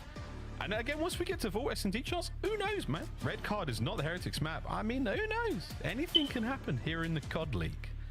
And it tends to do so. Skyline, hardpoint, map 4, here we go. You know, if we're really paying attention as well, Vault is a very straight up map of S&D. So like Red Card is one where you have to be making plays. Even for like Skyline, you have to be on point with like your post plants and whatnot. Vault's straight up enough that maybe Heretics actually do have a pretty good opportunity to pull off this reverse sweep, but we have still yet to see one in the CDL. But with an opening break like that, vamos, Miami might be on their way. Who knows, man? We're still thinking about the next map, but you could be hitting headbutts over towards the A-bomb site on Vault. Why not, baby? Rencor. His debut on this map. Turn heads, cause a lot of problems for the Vegas Falcons. Can he do the same right now for Toronto Ultra? The answer is absolutely. Look at the shots. Nice start here from the Heretics Ultra. Right back in it, though. Oh, it's 4 down. Spawns are great, though. How many of these spawns are going to be great? That's 2 players from Miami in and 2 players out, and one of the 2 players that spawned new. Well, both of them gone. That is Ultra just jumping all over the moment. That is Beans racking up extra kills from time, and maybe sort of shades of what we saw on the first hard point as well. Heretics might have started strong, but Ultra just come away with it with the lead and the advantage on the map. Yeah, the split spawn certainly helps, and then after that, the immediate answer under all those kills. Fantastic work, Joe. Yeah, your instincts are right, Joe. There's a guy down there. Will you get... Oh, that's tough. Metals is in. I love the opportunity for the break here. Can you get a few more kills? 2 Ultra members left. CleanX traded out inside towards the back line. Oh, plays it safe, plays it steady, and gets his 5th kill in a row. Slammed. Yeah, well, yeah, very quickly falls away, and actually everybody does. Beans, last man standing, trying to hold the fort. In a good position to do it and able to give you a little bit extra. That is beautiful comms from Toronto. It's known that player's one shot, but if you lose the back spawns, you lose the time as well. Heretics, nice little battle on P2. They are keeping this game nice and close going into the new time, but that's a 1v2 sort of moment for CleanX. That is a 15-point sort of shift in the score. Yeah, it's nice. Scrap time goes a long way in BO6, it feels like early on. The pistol from Beans not quite enough there as he gets opened like a can in kitchen, and now over to Insight behind that lovely island. Although I've got a gripe to pick with the position of the wine rack, but that's for another stream. CleanX's multi-kills continuing, 5 now in a row. Hardpoint still in the hands of Insight before Metals steals it from him. What a 2-piece that is. A 3! No, it was lucky, but man alive, Heretics are back in. Yeah, maybe Metals is the true sommelier in the lobby, handling on this section of the map, and why not give him a little bit extra. CleanX had a hot start, but Metals is here to match him and then some. So 12 kills already. Heretics have the right side spawns, and it'll be an interesting question if they can actually take the lead on this time. It looks like Ultra are going to overwhelm, and Miles, as you pointed out, I mean, that's scrap time. That's 15 seconds. That is a good chunk of time, and Metals has to hold the line, able to give you an extra one, and at least sets himself up. It is only CleanX now, and he gets caught. Metals has delivered his team this P4 time. Beautiful from the Heretics. Real, what a hop. Can he... Oh, he does. He gets the 2nd as well. Real, beautiful shots. 5 and 11 overall, but that's not a problem, man. You hold down point. There's number 6. We're starting to cook things up, get things rolling. Toronto Ultra, they don't know where he is. They're not looking the right way. You're getting shot in the back nearly every single time. Real dancing and diving around Skyline. You are a pain in the ass, my friend. And he doesn't even have to overcommit to any one of these chows. He can just tag these guys up, be a nuisance, be annoying. And he's on a 5 spree as well, but you don't want to let him cross for free.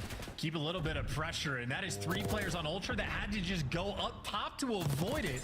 So Metals is reading it, knows where they're going to be coming from, and Ultra, they finally get the back spawns, but that does not mean they're going to get this time. This is a wonderfully played P4. Heretics have a lead and then some. Wait a minute. Real back and forth. Wow, Heretics, beautiful stuff. Ultra fighting tooth and nail, but it doesn't seem to amount to a whole lot. Real on the vent play. He's going to be in P2 in a moment. Meanwhile, P1 vacant, nobody home just yet, as big kills across the board there for the Heretics. Poor Beans feeling the heat as well. 8 and 15. He's everywhere. His teammates are everywhere. Once again, great comms, great read. Metals last man standing, dropped, and Ultra may be able to stabilize, trying to fight back. They got the P1 time, and Miles, they get the left side spawns too. They got the left side spawns, got the P1 time, they got 30 seconds to go. I think it's about time we go for a listening with Toronto Ultra. I'm holding on to now. I do have an arrow. I can need it, guys. I'm down. Let me know if you see Metals. One of their side. Right. Nothing low. Low, dead. Low, dead. I hear. Really top below. I'm on my top bridge. Gen weak. I don't see where he's Don't time, man, you weak. Don't time, yep. Operate on one shot. Operate on one shot. I have. He's still laying up top bridge. He's laying up top bridge. I have piano right now. Close left, Ben. Could be under. He's not hit it. Low, weak. He's in the corner. One at a time. Back. He went time. Good. Hold tiles. I spawn here. I think we're good. Shot time. Behind you, bro. Dead. I'm so one shot. Piano. Piano. They're gonna be close to shit already. I'm gonna spawn out. Kitchen.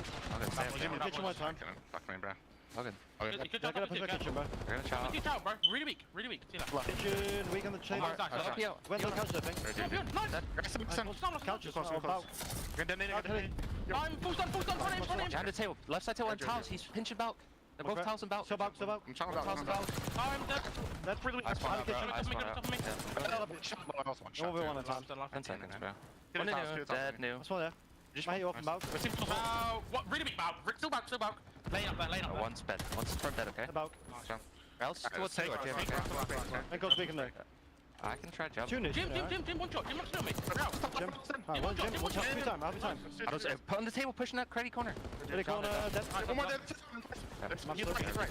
Three edges, three boys. He left the shot. Run me. I can't, I don't see him, bro. Child dead. Left side now. Left hand. Shot right. Stay down. Right down, dead. I don't see it. Left. What? Dead. Wait, one shot. I'm one shot, bro. Absolute what? Dead. Right kitchen now. Right left now. Right side. Nice. Lucky. Nice. Smells. Big time. I press it, John. It's 1 piano now. I'm trying to hold mid, bro. At the gym. Dead. Nice shot. Lead change. Ultra now in charge. Dude, that was what a wild sequence, man. Bean's doing a great job staying alive on the desk. Metal's doing a great job just finding the route to get a 2-piece, and he's got another one as well. 29 kills right now. Again, the multi-kill machine. He's been frying. Brian, Metal's going to fry so much. Real picks up a few once again back over towards the bathroom. This has been a great hard point for the Heretics. Oh, up close and personal. Rencor and Real. What a duo that is. Pushing the lead forward. Big hit now from Ultra. Most of them up high. Metals might be eating good in a moment. This has just been a P4 blunder, though. They got a near full 60 the last go around, and it's not looking like it's going to be the same. They didn't have the pressure up on the map. They were forced to have a bit of a turtled setup in Ultra. This time, able to get through. Now we get to see if they can actually hold on to it, because it's not like they have a ton of space on the map as well.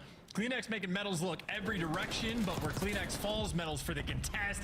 Nice shots, good read. Pick a corner, see if you can stay alive or if the lack of trophies is going to cost you. It has been a mixy P4 and a very tight game. Still good. Whoa, Rencor in and out he goes. With a hop, shoot, and a jump. Hard point back in the hands of Ultra. They're not going to be able to change the lead here, but they do have a bit of P1 love now for the Heretics. Rencor. Clean up kills on the way out of the hard point. Insight still with the high ground. Do what you can to keep those boys down and out. Kleenex and Bean, so they wipe the board. They force the Heretics to spawn towards P2. Now, can you get any more out of this life, Beans? Massive opportunity here for both teams. Got everything covered. There's another 2K. It doesn't quite give you the third, but he was close to spinning on it. But Insight, he's got the trophy in the right spot at the right time. He has been able to just be a statue in the hill, but where his teammates fall, the play has collapsed, and Heretics are now back in the driver's seat. We're driving. They're roaring. Joe, you are fighting for your life here. His teammates are backing him up as best they can, and he's looking for spawns as well. A major 20-second hardpoint opportunity here at P1, though, still for the Heretics. Spawns good for Ultra. Hardpoint good for the Heretics. And this is great soak time as well for Heretics to be able to collect. They have two players that have been just running in circles trying to find Joe deceives, and Rancor is able to collect a decent bit of time at Old, but the two players trying to hunt down Joe could not find him, so Ultra will have spawns and the time it knew. Joe wins a massive gunfight as well and stays alive. That is tremendous.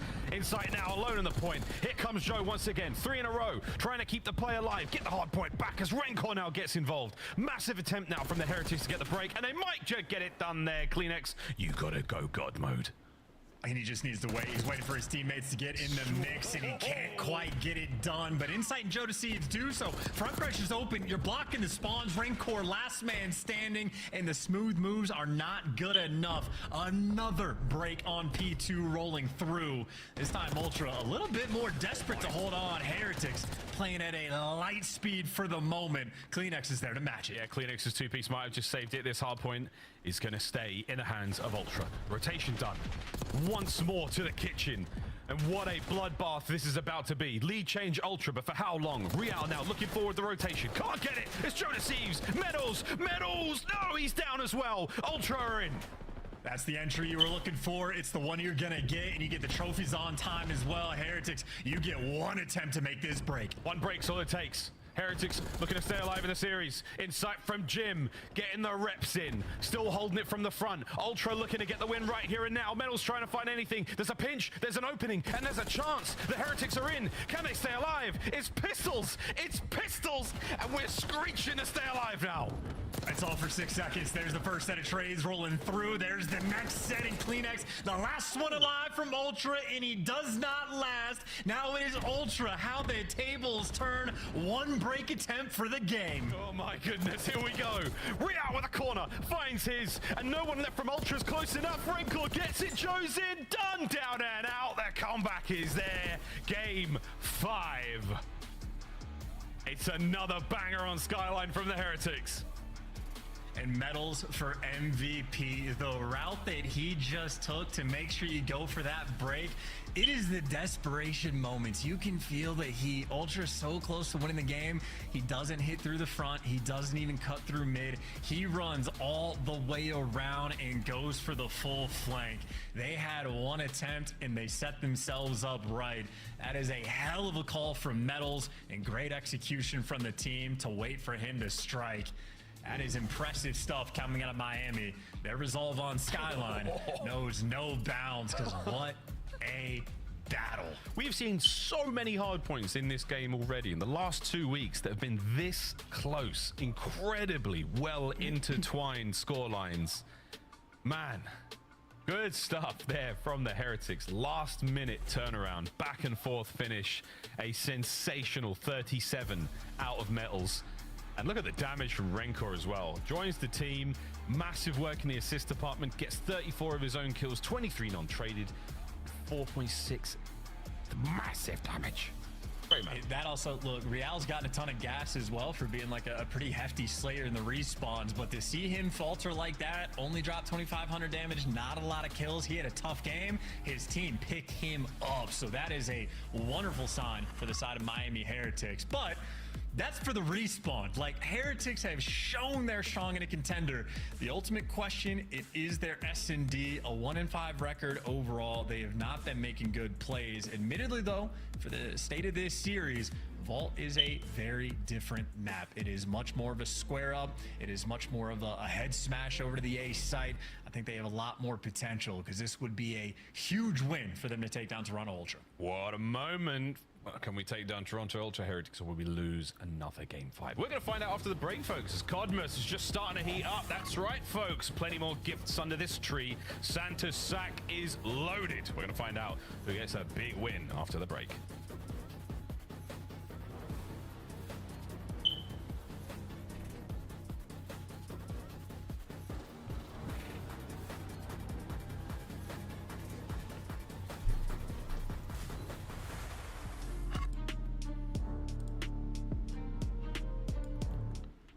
What the fuck?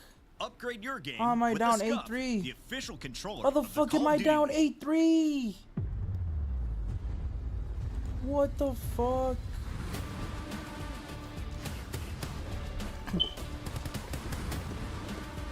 Inside, you fucking dumb fuck.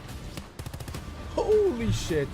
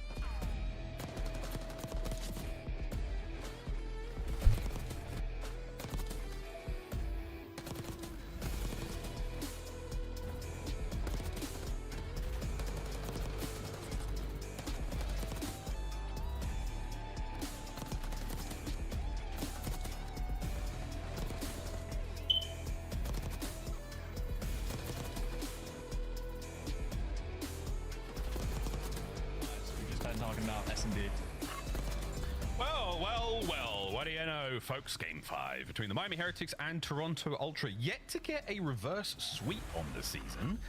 This could be it. If Vault is continued to be so friendly to the Miami Heretics outside of Hardpoint, this could be it, Chance. Because you're not wrong. It's a very different search and destroy map. And yeah, Ultra, they're great at search. They haven't lost one yet. This could be it.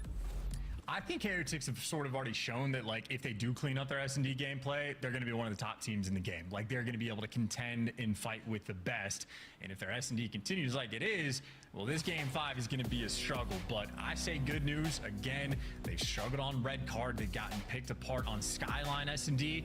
Vault is very different. It is much more of a square-up map, and maybe that's more of the theme for Miami. Maybe it's just a good map, bad map situation for them, where they're not having the advantage in the pick and ban. So I think the potential for the reverse sweep is absolutely here.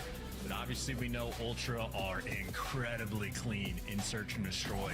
They're going to bring their A game as well. Oh man, this is a big one for both teams. A real big one. And don't forget, folks, we're still seeding -1. A massively important matchup for both of our teams. Let's see how we rock and roll. Oh, Real, you are so unlucky. That is a freebie for Kleenex up first. Call of Duty timing at its finest, not an ideal start. You certainly need a little bit of luck on your side, but get a try their hand at a 3v4 hold. Rancor has every single flank, but you can still go pull effectively for free. So those two players down low, they're going to be surrounded. Yeah, Kleenex is going to check this out. He doesn't have a huge amount of time to do so, and now you know Rancor's there. Nothing left to throw. It's a gunfight. And it's over. Ultra 20 seconds. 20 seconds. Beans through the front side as well. Oh boy, okay, Lucky. Last man up. Last man up, Lucky. Woo, good shots. Joe's on the bomb. There's the defuse. Are we able to get something here? Nice shots from Lucky, but too many mans down low on the bomb. Ultra retake. Yeah, and how about that for a retake as well? Just sending everybody towards the back spawn to take care of Rancor. So again, on the game plan front, Toronto are completely on point. Because it wasn't just like 1 or 2 players. They sent 3 there to make sure Rancor isn't able to make a huge play. So Ultra doing the little things, right? Beautiful way to start it. And again, a little bit of help for that free first blood. You know, if the timing goes a little bit differently, Heretics might have been okay for that round, but Ultra will take it and they will capitalize. See what happens in round number 2. Ultra on the attack, and that bomb is actually leaning towards B, and this is one of those sites, man. Like, A is always the favored because it's so easy to get the plant down, but if you successfully get a B plant off, the retakes on this site, in my opinion, are very close to impossible. Let's find out. Joe's covering that door with his life. Hadouken, they fly through. Metals actually gets first blood. Crazy, crazy opener. Over to the P3 side door. Rancor's still trying to keep a presence here on the bomb. If he pokes this at the right time, he's going to be able to catch a few out here. Oh, the stun is going to absolutely sing. My man might have streaks after that. He's on the defuse. And that is it. Gone. Toronto Ultra. You gamble on the B-bomb site plant and it pays off. And listen, the reason why the retakes on that side are so difficult, depending on the plant spot you get, you can check it from Art, you can check it from P4, you can check it from like Gold or Useless Street, you can watch it from anywhere, from like Vault, and of course, there's a giant exploding van right next to it. So not ideal. Plants on the B site are very, very scary, and Ultra on their first offensive round, they have already planted that seed in the back of Heretics' mind. Ultra looking good so far in search. Yeah, 2 rounds. At least with good looks out of the Heretics, they're still fighting. We'll see if they can make something of it. Oh, that's a frag that hits Metals. So he's a little bit banged up. He's still going to get the plant down. 2-2 split here from Ultra. Joe's gone down low. He versus Real. Nice. Got clean. Easy first blood. 4v3 bomb down. This is Heretics round to lose. Full sides now to go open it up. Lucky. Time this right. You're all good. Maybe not. Check the back end. The battle's still going downstairs. So the vault is full of bodies right now. Inside is about to get a free one. Now it's a 2v2. Kleenex. Check the corners. Metals wins another. Nice win. Another for Metals. No. Inside. Oh! Jamie Craven. Retake complete. Oh, and a 3v4. That is brutal. Insight and CleanX, the longtime duo, able to get it done. I mean, they were crossing paths in the depths of Heretic spawn, and by the time they cleaned it out, there was only 20 seconds left. But the coordination on point. Oh, man. Well, Rancor, welcome to the league. Insight has done that to many a pro player. You know, after he's like, yeah, nice, got him, yeah, nice, yeah.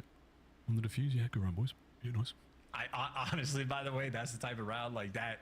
That's kind of GG, right? Yeah, that like Heretics needed that. I think Rancor had a Jackal as well, so he was absolutely ready for that fight. 3-0. Ultra.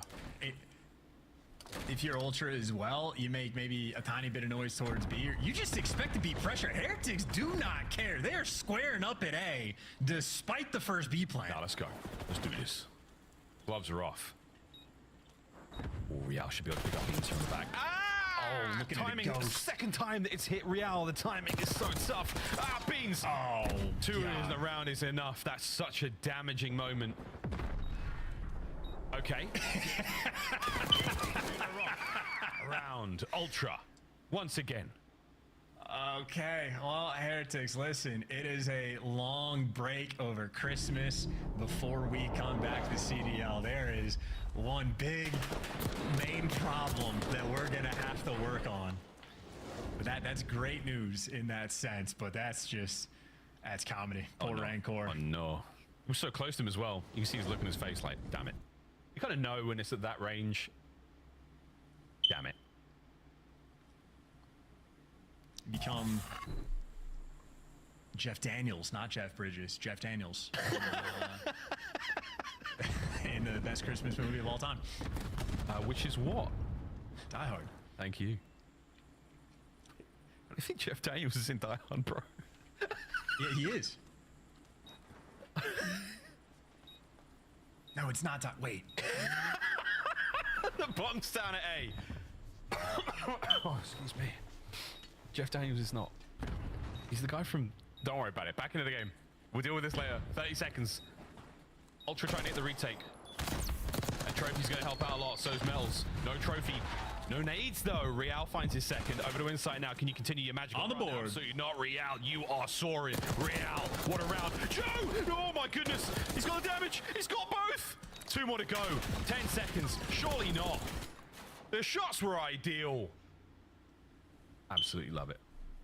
Beautiful round. I mean, you bang out the A site, get the bomb planted, get the first blood, and the second blood. That's all you need. First blood's not good enough for Miami and Search, but if you get the first 2, they clutch their 4v2s. It is Jeff Daniels, where he's a SWAT guy, where he just knows that he's going to die. He accepts his fate, and his face just drops. It's an iconic scene. Jeff Daniels does a great job. I know he's the guy from Dumb and Dumber, and that was Rencor when the RC car got too close. You're just like, damn, like that's it. That's my life. I think you're talking about the movie Speed. Yes, Speed. Thank you. Love Keanu Reeves. You're so much smarter than I am, Miles. So, I also have Google next to me because I was like, Jeff Daniels was never in Die Hard. I've seen that film a million times. Anyway, you're my favorite person. You are my favorite person. You have a wife. Shh, she's not watching right now. She can't hear this. Just take it. Heretics on the board. A little bit of magic like that. Stacking up. I mean, not even Joe on an absolute heater can change it. Rancor! Oh, he gets at least 1 damage in. Lucky could save it. He does. Stops the bumper. This is such an awkward round. This is a 2v2 where they know that Joe is just trapped over towards B, but I think Lucky might have let him out. And this is plenty of time for Ultra to work with, and it looks like the idea, Joe's getting back towards his boy. And they're going to be working it together. Insight 8-2, by the way, having a great game, and you have intel. 1 player is over by P2. The other guy's double door. So Ultra, they found every man. What's the call gonna be? Towards this A site they go, and keep in mind for Insight, he had a Jackal in hand as well. They isolated Lucky. Metals needs this 1v2. I mean, this is the most important part of the map, the vault itself. Whoa, okay.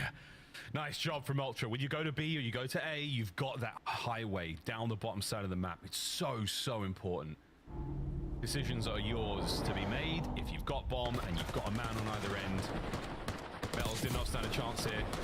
Go to Sieves, instant plant, instant kill, all good for Ultra, and they are happy. 1 round away. And just a sort of textbook way is how you want to play these, like 2v2 or any kind of situation really in S&D. Joe Deceives and Insight showing off the goods. If you're playing split, try to group up together, get the intel on the opposing players, and then figure out a plan. And they just snapped into position, no time wasted. Those are comms flowing, and it's a middle map square of beans. Bodies re-out for that first blood. Yes, I do. Ooh. Metals doesn't want to take this fight, but he kind of has to. Look at the deep setup here from Ultra. Come to us, Heretics. Come. Take the fight. This is what they want. You've got eyes on the B-bomb site at the very least, and you can retake A with the numbers. Yeah, Heretics, though, is a team that needs to play at pace. If you keep the buffs above 55, you're going to be okay. But when the rounds slow down, Ultra, they'll just blow it up. They'll blow it up. Speed is of the essence. Here we go, Kleenex. Oh dear.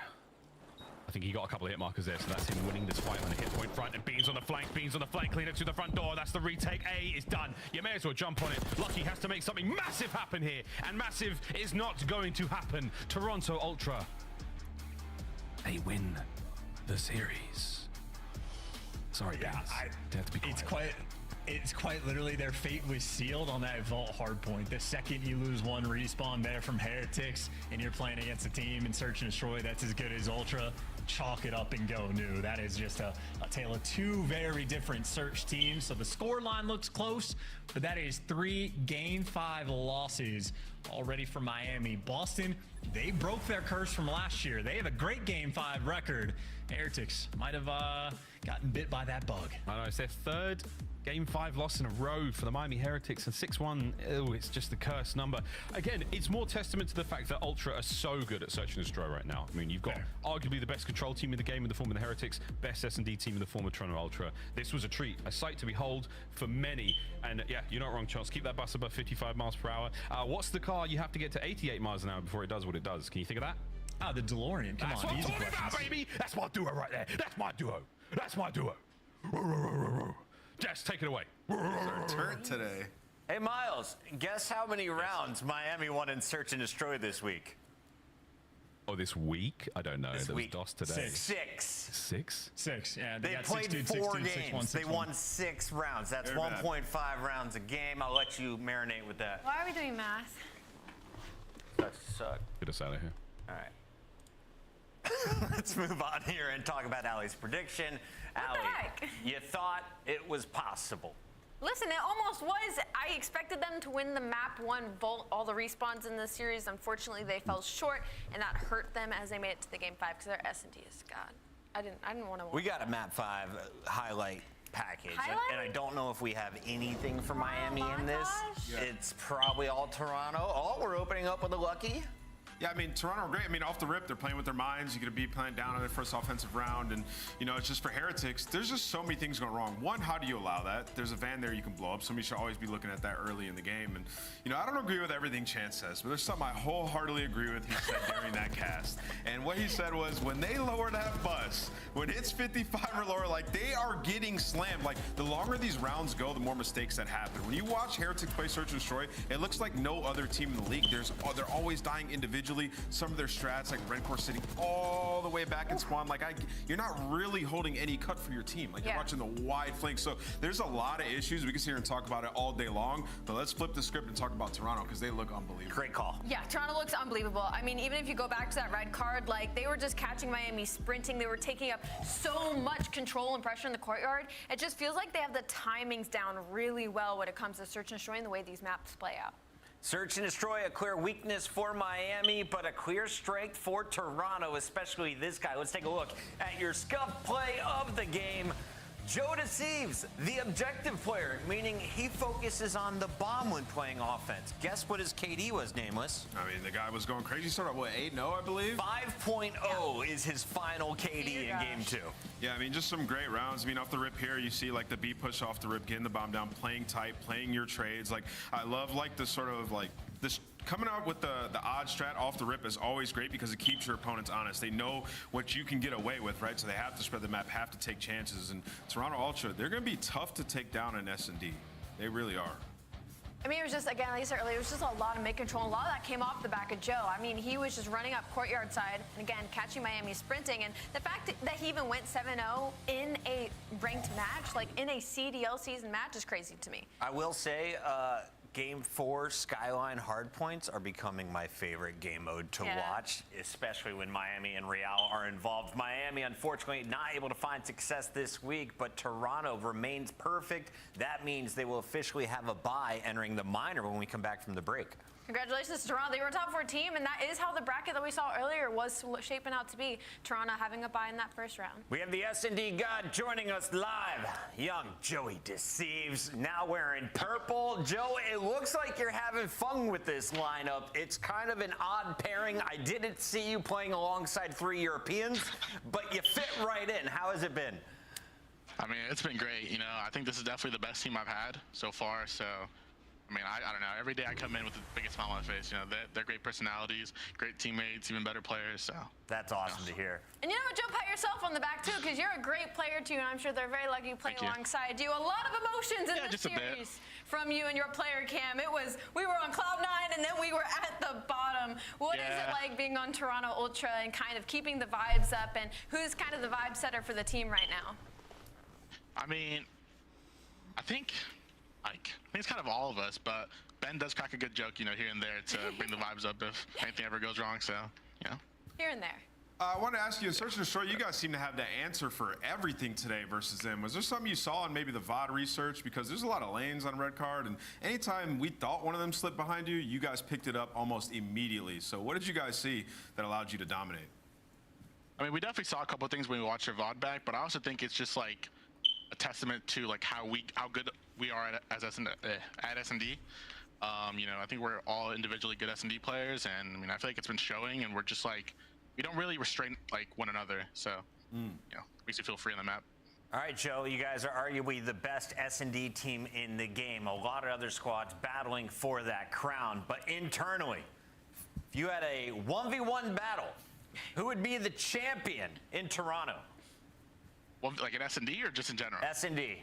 Who do you trust with round 11, game 5? I'd say Jamie. Jamie?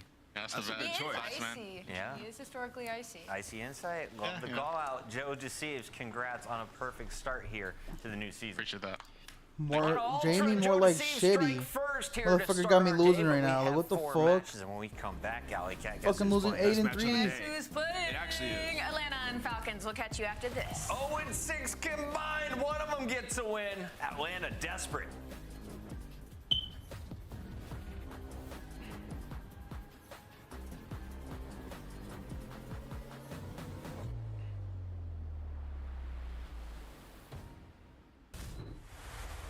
The Esports World Cup is an official partner of the Call of Duty League.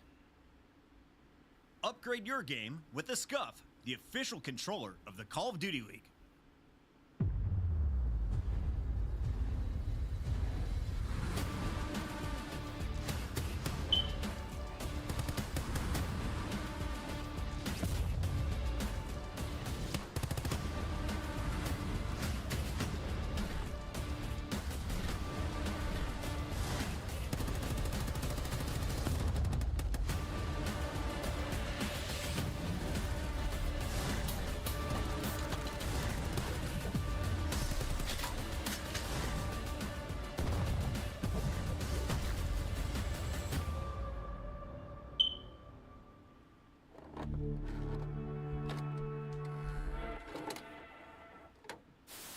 In honor of our Father's Day, we're going to have a friendly competition amongst the dads on this show. How many dad jokes can we fit in? Well, I have the opportunity to go first, so Allie, let's take the lead right now. Why can't bikes stand up on their own? Why? Because they're too tired. Got her! All right, let's keep this moving, Nameless, because we got a lot to talk about starting here with the standings. Here comes Scrap! We got Envoy!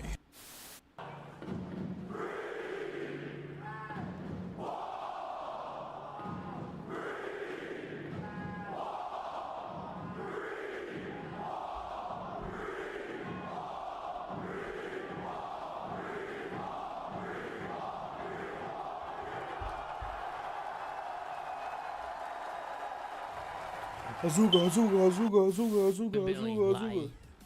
But what the hell? What the hell is that? Wait, that guy's bowling. Wait, he's watching bowling. Look, look. You see, he's watching bowling. Yeah, what the fuck? I gotta throw, bro. Wait, is he trolling? Wait, is he trolling? Wait, he has to be trolling. Wait, is he trolling? He's gotta be trolling, right? Wait, he's gotta be trolling, right? No. That's not right. That's an Easter egg from the CDL.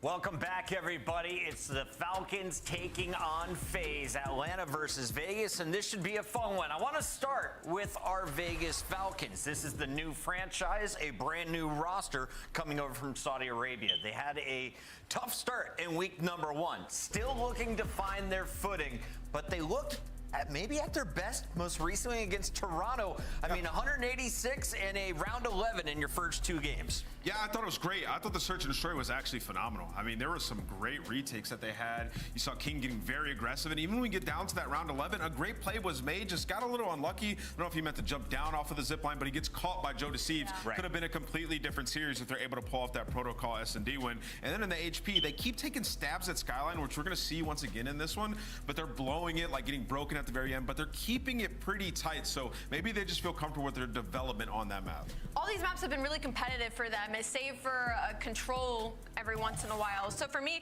we just watched Toronto Ultra. They just 6-1 one of our middle-of-the-pack top teams in S&D. You take that, they went to round 11 with Falcons. You take Atlanta FaZe, who's been terrible at S&D, and you think, well, maybe this is finally the opportunity for Falcons to get a map. On the other side of this matchup, you have a squad that has their worst start in CDL history. This franchise is always dominant, the top-ranked team at the end of every regular season.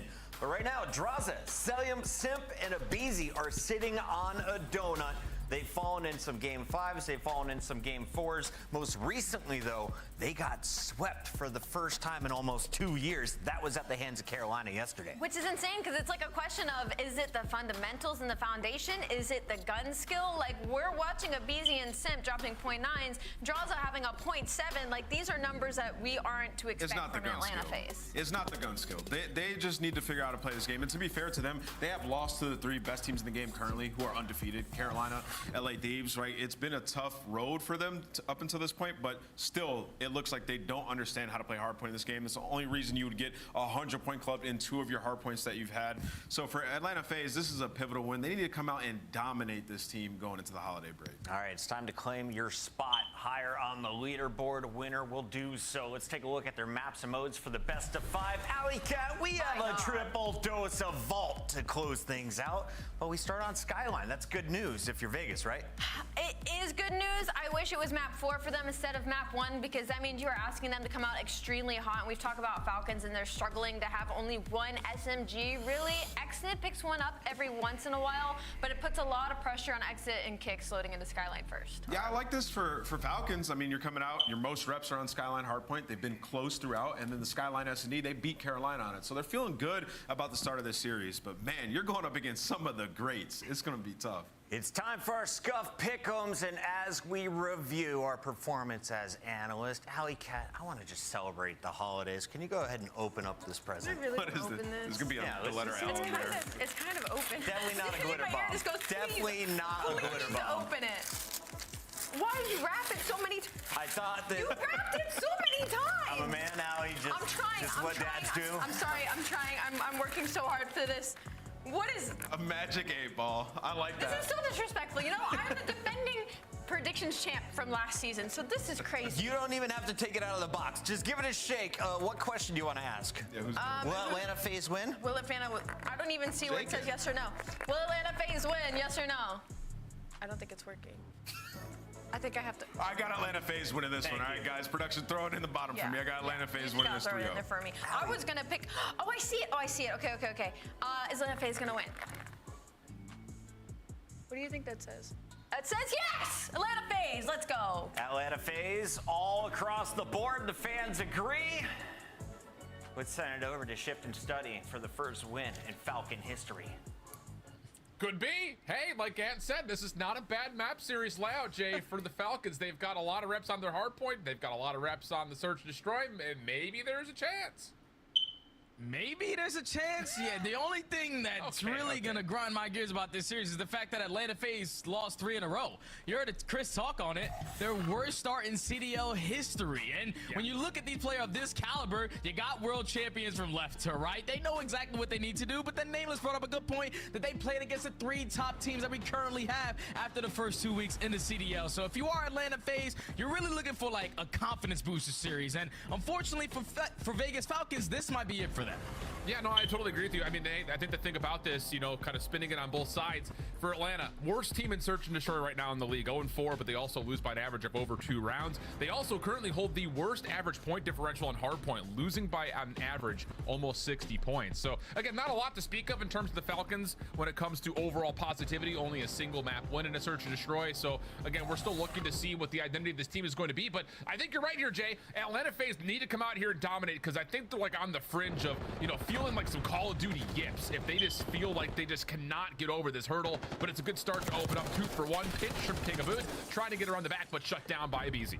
And what I mean by dominate is not really everyone go out there and get 30 kills. I'm talking about you can get a bare minimum, everyone around 20 to 25, but you're blowing the game out by 150. That means you're doing the fundamental part correctly, but so far not off to a great start as Exit is able to catch that double. You got Vegas currently soaking up this P1 time, but with only 25 seconds, you see the rest of Atlanta FaZe all sitting comfortably around that P2 area. Clean 4 dead now.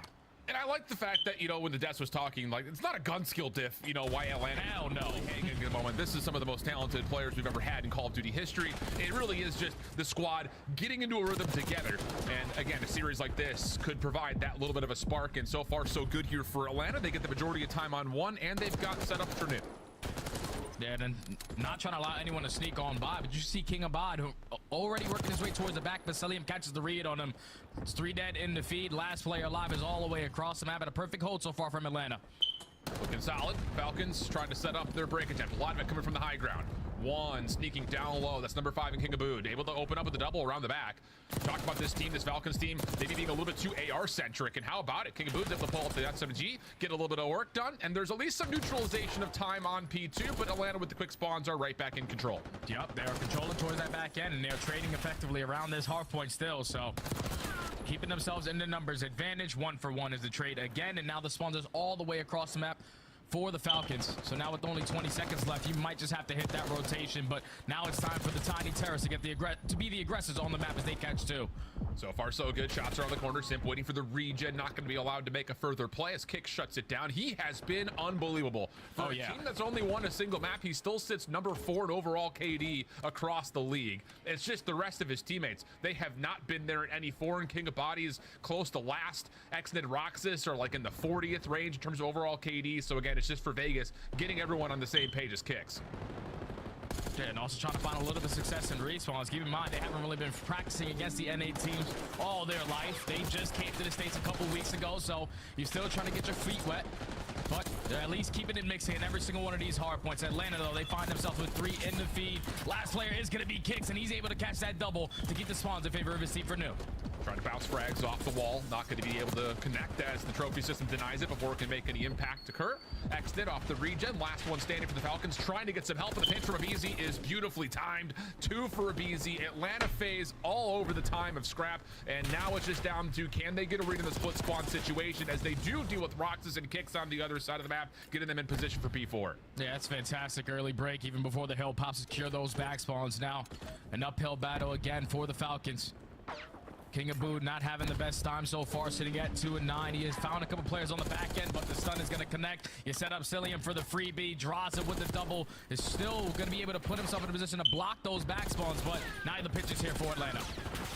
Good damage being tallied by Kicks, but again, there's just no other help nearby. So Atlanta will eventually deal with Kicks, get into the hard point, and 35 seconds to fight. Kikabuti looking to get himself in as an entry. Already tagged up, and Sip says, all right, fine.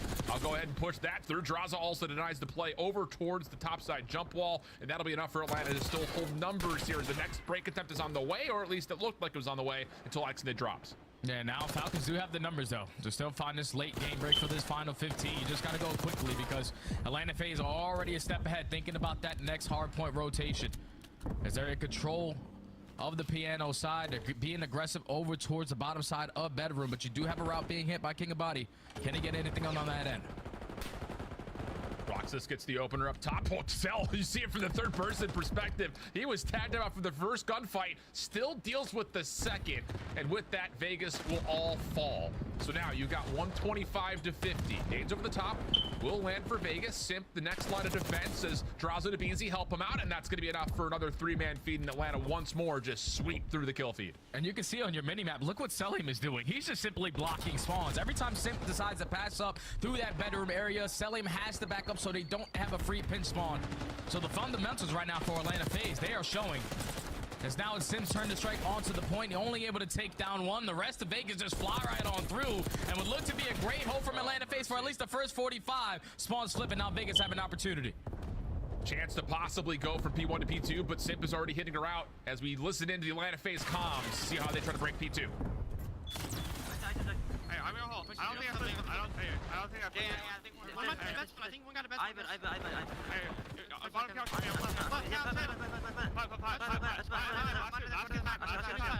Full flip. I'm gonna play for spawn. I see my plot. Still missing one. Oh, one shot. I see him in the back. Still missing him though. Can't see one. Everyone can't see one. How much? I spawned out. Right at me. Right. I'm repitching left. I'm repitching my steps out. In the back, a body, one shot. Body.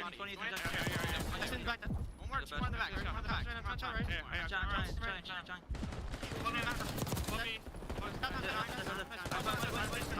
Nice. I got time. Good time. I got time. Respawn? That's my low left. I'm trying to the drop deck. I'm trying to No. Shit, 3. Nice, 20 best one, the best one. Yeah, they're all spawning back. You. Close you, left. I'm trying to get you fast, guys. I just want to get you. Yeah, good play. NC, I'm wrapping you. You, bottom bed. Bottom bed, body. You, once you, bottom bed. Bottom bed, body that. Nice. What's you stuff? Deep right, box. One shot. One shot, Roxas. I'm trying. Myself up the other side. I'm pushing. I got time. I'm pushing. Well, Jay, FaZe have turned it up. 21 and 14 for Sip. Cell still on 5 in a row, and you said not everyone needs to drop 30, but they might, depending on how this game continues to go. Yeah, because they're winning some insane gunfights. You saw Selim with that double on the bottom side of Kitchen. They are making it look easy with either AR or the Jacko in hand, but you see Kex, he's also doing it on the opposing end. The only player currently positive for the Falcons. Trying to give this team a little bit of life to potentially fight their way back into this game, but Atlanta FaZe way too much pressure around the map. Another 3 make it all 4. Dead spawn secured for the next. They're going to be rotated and set up at new. Yeah, Kix is going to need some help, man. He is throwing in the full effort, tell you that much. 21 and 20. winning a lot of key gunfights, but his teammates just not there to follow up behind it. And now as they get wiped on the rotation over towards New, Atlanta has a chance to win the game here. This comes down to if Vegas can touch and contest enough to try to force another hard point. Draza picking up in the play over through Old at Kitchen. Has an SMG in hand and kicks. Okay, just enough for at least the first blood. Sent behind it, looking to follow up, and he will get the double, leaving just now Vegas trying to hit from the front, and that has also been met with resistance from Atlanta. Yeah, they're all just getting cut down one by one. Abadi's able to win at least the gunfight in towards the hill, but Atlanta still with those back zones, able to instantly put themselves back in position to close out the game here at P4. Final push gonna come in for the Falcons. They opened up with a double. Now the pressure's gonna be here at Bedroom. Sip off another 5 spree. Also gets a read onto kicks on the rotation through Wardrobe. Can't quite collect, but it does at least force Atlanta off the hard point time, leading to what will be a hot tub hill. Abizi Draza opened things up nicely, and this looks like it should be the finish line here for Atlanta. A team that, you know, on social media is starting to get a lot of criticism out of, you know, since all the Black Ops 6 events have happened, including the preseason events. 4 hard points that they had been a 100-point club, and now they're looking to kind of return to sender here as they have a chance to put this one away with 10 more seconds of time, Jay. Yeah, it's gonna be over here. Atlanta FaZe trying to right the wrong so far in their season, finally dominating in an opening hard point. Only need 4 to close it out. CDO, watch party. For it, although King Abadi up top, that's nicely done with kicks for support. Celia right over the top of this, trying to get the trade.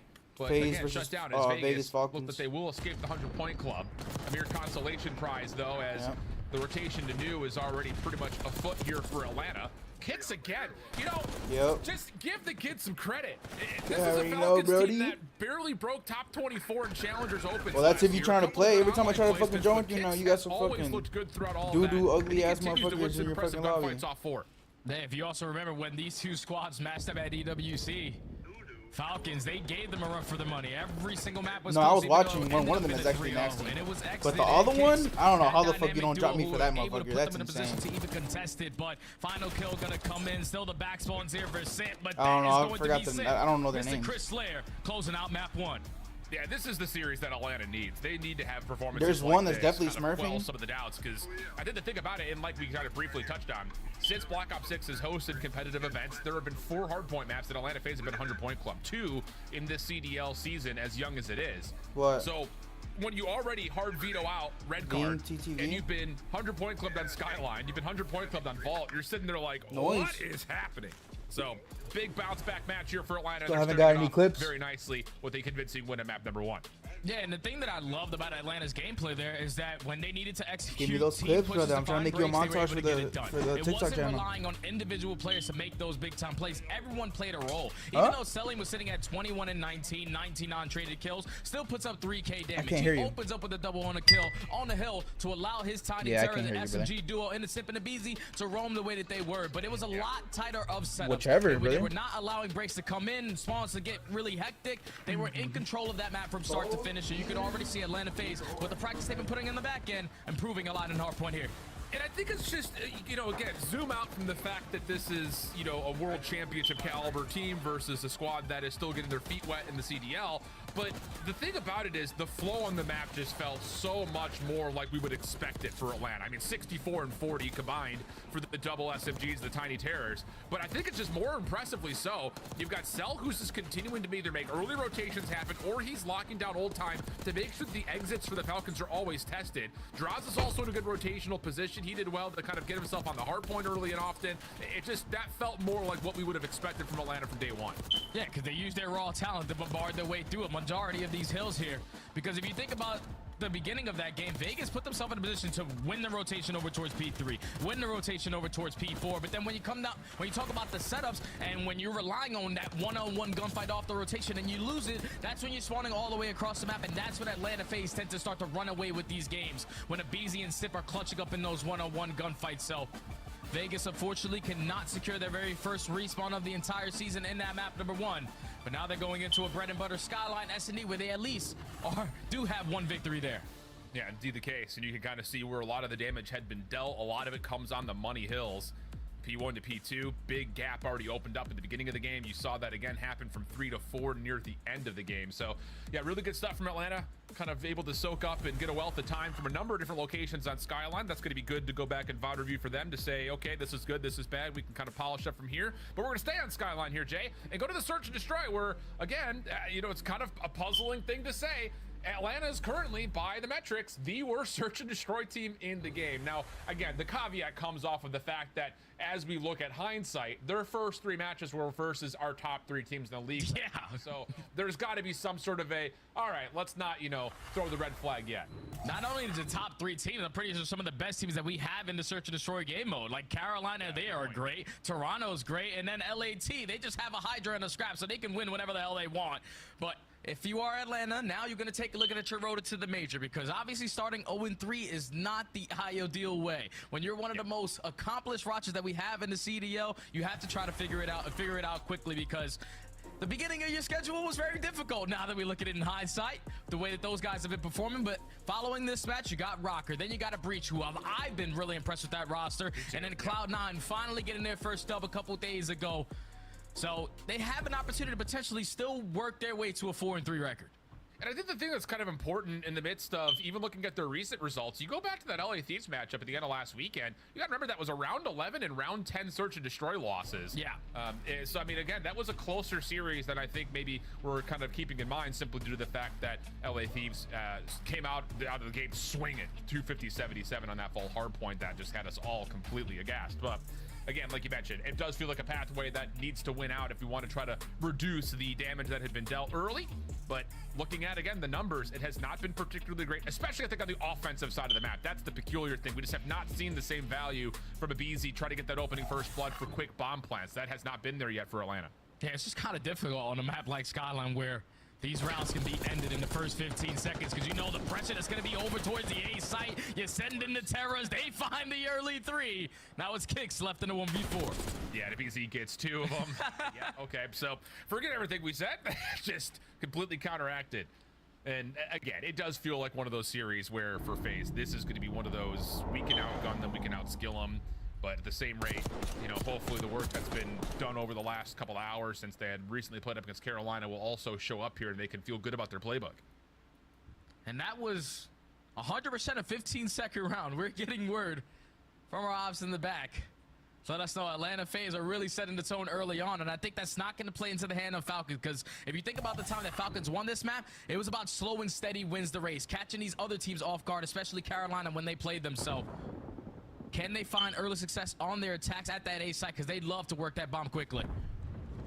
Well, Vegas are going to take a bit of a beat here, trying to see if they can maybe bait FaZe in. It comes out nicely. Kikabooty able to find the first blood. Knows he's got a second nearby and elects to challenge. Simp right there at full HP, happy to follow up for the trade, and we'll go 3v3 early. And Simp is going to just get out, regroup with his teammates to rotate their way on back. Selling him somehow, some ways, they better at least get one before falling. Instantly going to turn it into a 2v2, and look at how fast Simp and Draws are on the map already. Excellent, gets the read. Oh no, not really an opportunity to play through Kitchen. And that's actually enough for Exon and Roxas both kind of together to start taking their attention back over towards the hot tub side of the map. This is a difficult cross. You want to try to get the B in a 2v2. You don't have any presence towards Kitchen. It'd be difficult. Oh, how about this? Some initiation here from Atlanta. Exon, good read. Heads to the prone position. Roxas with them, and Roxas will take both. Okay, solid read there. And that'll get an opportunity for a 1-1 count. And that's a slow and steady wins the race. You can see Atlanta FaZe, they were not prepared for it, but they still got to laugh those kinds of rounds off. It was a perfect maiden switch out of Exton and Roxas. The setup to double from Roxas to clutch up in that round. Tie the game up at 1, but you can already see on the side of Atlanta FaZe how they are deciding to play this with the aggression. They're sending in the tiny turrets to find early success, but that time they just get a little bit too impatient there, and Vegas are able to compromise that. Seen a number of teams try to pull that same kind of strategy off of, let's just hold back, we don't have trophies, it's going to be difficult for us to make initiation across the map. Not enough though for Simp and Easy, who are all over this play. Last player left is Roxas over towards the A defense. That will not work out. And it's just down to Kicks. He will be likely stunned. Actually avoids it, but has to force to take a challenge as he's being hunted. And it's a flawless offensive round again for Atlanta. All right, so opening attacking round for Atlanta took 15 seconds. Second opening attacking round took about 22 seconds. Since the SMG is being super aggressive over towards A again, you're finding the early success. You're putting yourself in the early man advantage. And then in the 4v1, you simply stand no chance when you have full bar control. So if you are Vegas, you probably want to change up your defensive strat a little bit. Try to apply a little bit of pressure around that mid P1 pool area because Atlanta are dominating over towards bar. Yeah, it's been a little too easy, it feels like, for sure. But we'll see what they can try to do as they modify with trophy systems coming close to being earned. Oh, Nix, nice opening nade with a little bit of pre-fire over towards Draza's direction. That connects for an opening first blood. And this is where you need to see the Vegas Falcons show us something out of their playbook. 4v3 in search destroying this game, you just cannot afford to lose rounds like this. Just gotta play your numbers advantage. Try to isolate the player, at least get early info on to how Atlanta FaZe are looking on their defensive setup. Roxas gonna be laying down towards the top plat, still just waiting for one player from Atlanta FaZe to be a little bit more aggressive than they want to, but it's already been 40 seconds, and look at the repositioning out of Abizi. Looking to get aggressive with this. King of Booty's able to get a couple of opening shots in, tracks him over towards the pool. Semtex deep, a little bit of pre-fire with it. We need to finish to get this kill. Abizi's just hanging out. Finally, he gets finished off. Cell trying to provide some support, but now he's caught over by Piano, or is he? Nice win from Cell, but it will come at the cost of a post-plant situation for Vegas in this 3v2. And Simp is hitting the on-the-ground route. Oh, or at least working his way through top hallway, so both players with ARs trying to clutch up into 3v2. They isolate onto kicks 2v2 now.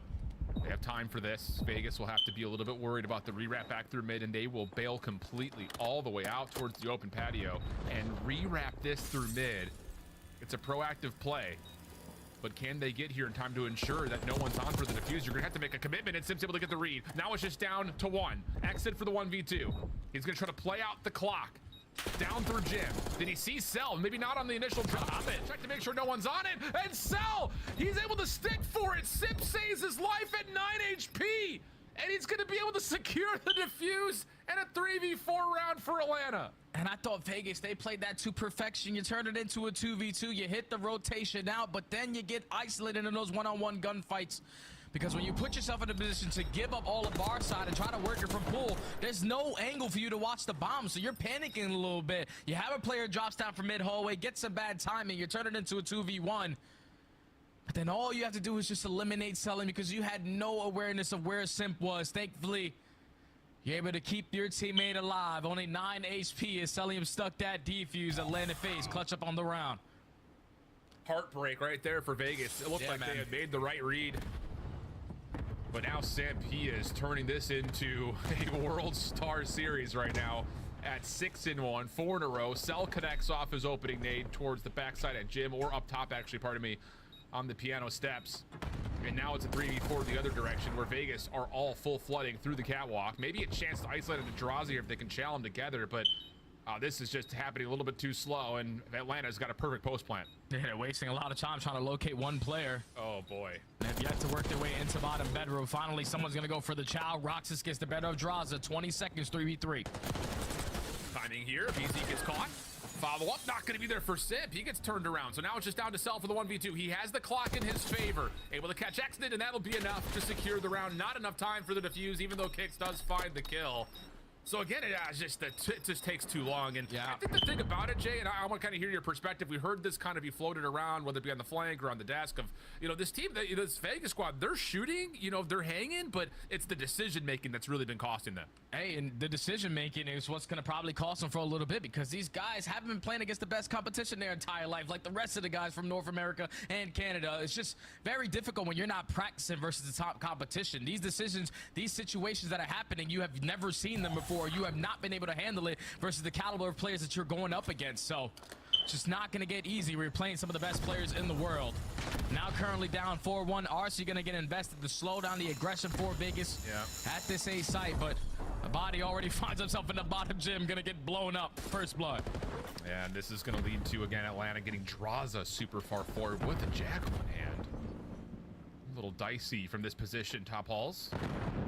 Vegas, did they have an idea that he's here? Oh, they did, but can't quite find the first. Draza nearly slips away, but Roxas kicks, able to cut a couple. That will put us to a 2v2, but a easy, sneaky. Through secret.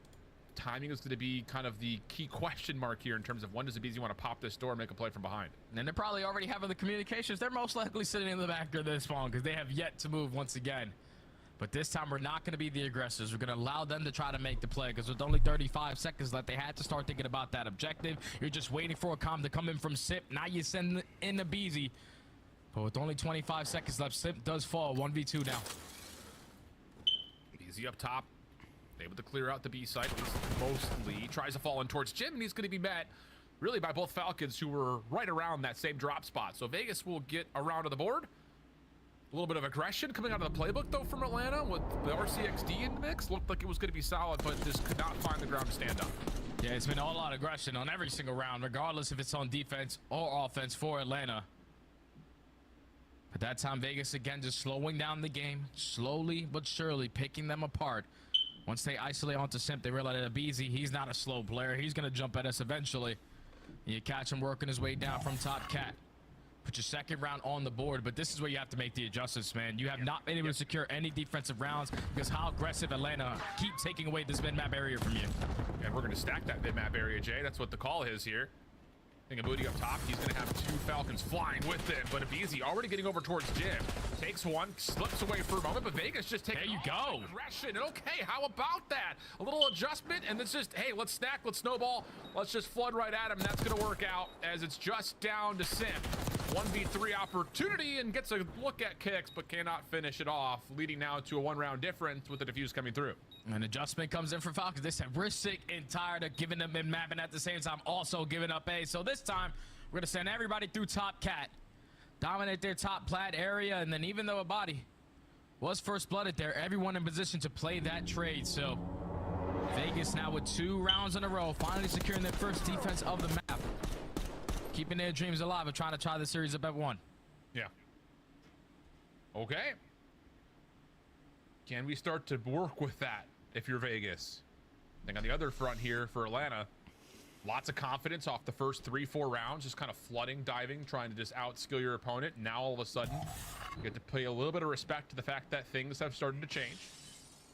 And in a series where the SMGs have dominated, Draws is just at 1-5 right now. He's been kind of flexing around a little bit, though. We saw him with an SMG last round. This time he's playing top piano stairs, and it looks like there's going to be a little bit of exchange of gunfire between both sides, and none will be worse for wear as we stay 4v4.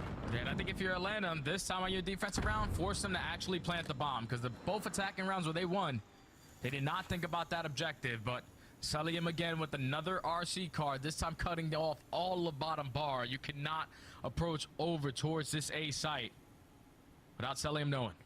Yeah, Kix has one of his own. I'd be curious to see if he tries to use that as a way to kind of use a bit of a forward scout.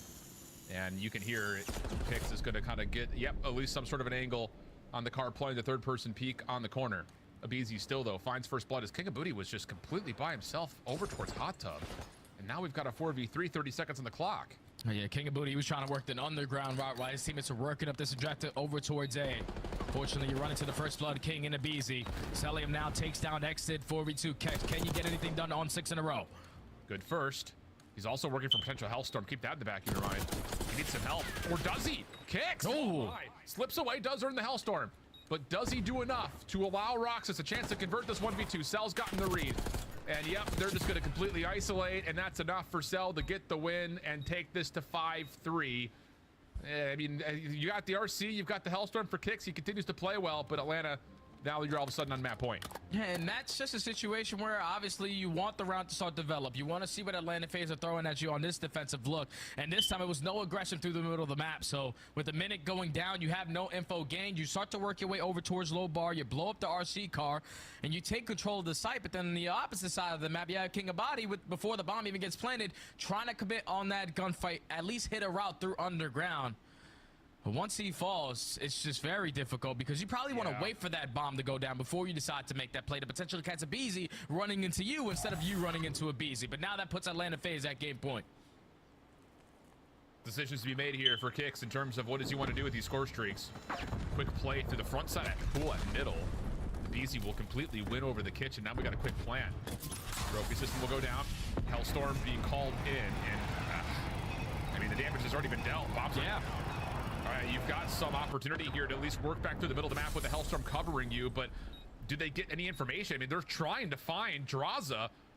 Does Roxas get the timing? Sure does. Careful. Almost loses the gunfight. But now 3v2. Got to find a way to retake. 25 seconds. Still a lot of time to work with, but you're trying to isolate onto Sip. He is going to act King of Body one shot as well. 42 HP, Descended, and Atlanta FaZe on the attacking round with the aggression basically every single time. Secure their first S&D of the season. It was only a matter of time. Well, a little moment in the middle of that map, though, where you start to look at Vegas and say, okay, the mines are working, the gears are churning, able to put together a couple of adjustments, but the hot start from Atlanta, a little bit too much of a gap to come back into the mix, even with Kicks still putting himself, I think of what, he finished on like 7 in a row, 8 in a row to get the RC and the Hellstorm. Don't really find the full value with it there at the end.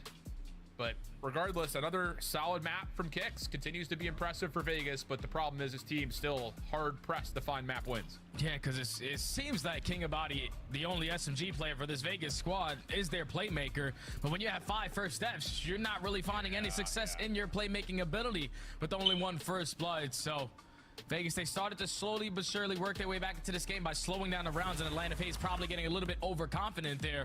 But Atlanta FaZe did not let their foot off the gas since that map number 1. They take over the search and destroy, and now they're up 2-0 in the series, looking for their first victory of the entire season.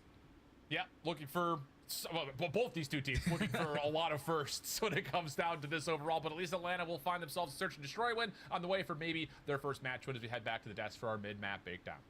This is the bounce back they were waiting for. And what's up, Nameless? I'm just saying Atlanta's back. Atlanta's back? They're back. 100%.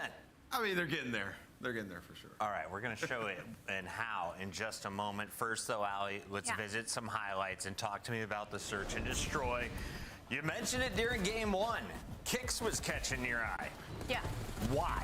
I mean, he's just gross. I mean, even when his teammates were struggling to put numbers on the board, Kicks ended up doing what he could, going 29 and 28 in that map number 1. And then we come into map number 2. Guy goes on an 8 spree out of nowhere, trying to pull themselves back in the game. Unfortunately, a one-man army is not enough to take down Atlanta FaZe. Things were trading back and forth early, but unfortunately, Vegas Falcons just didn't really change their approach. They very much invested tax often when it came to these defensive strategies to try and catch Atlanta FaZe, slow them down. But once they did that, they didn't really take a whole lot of space on the map, and I feel like Atlanta FaZe got used to that and was able to counter them fairly easily. Yeah, they're gelling well today, Atlanta FaZe. Working together well. Tiny Terrors, we've seen a lot of situations, even in that hard point, which we'll go over here in a second. This is how you want to play this game. Utilize the Omni movement, play aggressive for Atlanta FaZe. You can tell today they wanted to make a statement. They're taking these guys super serious, and they've been dominating so far. Got to bring it to control, though.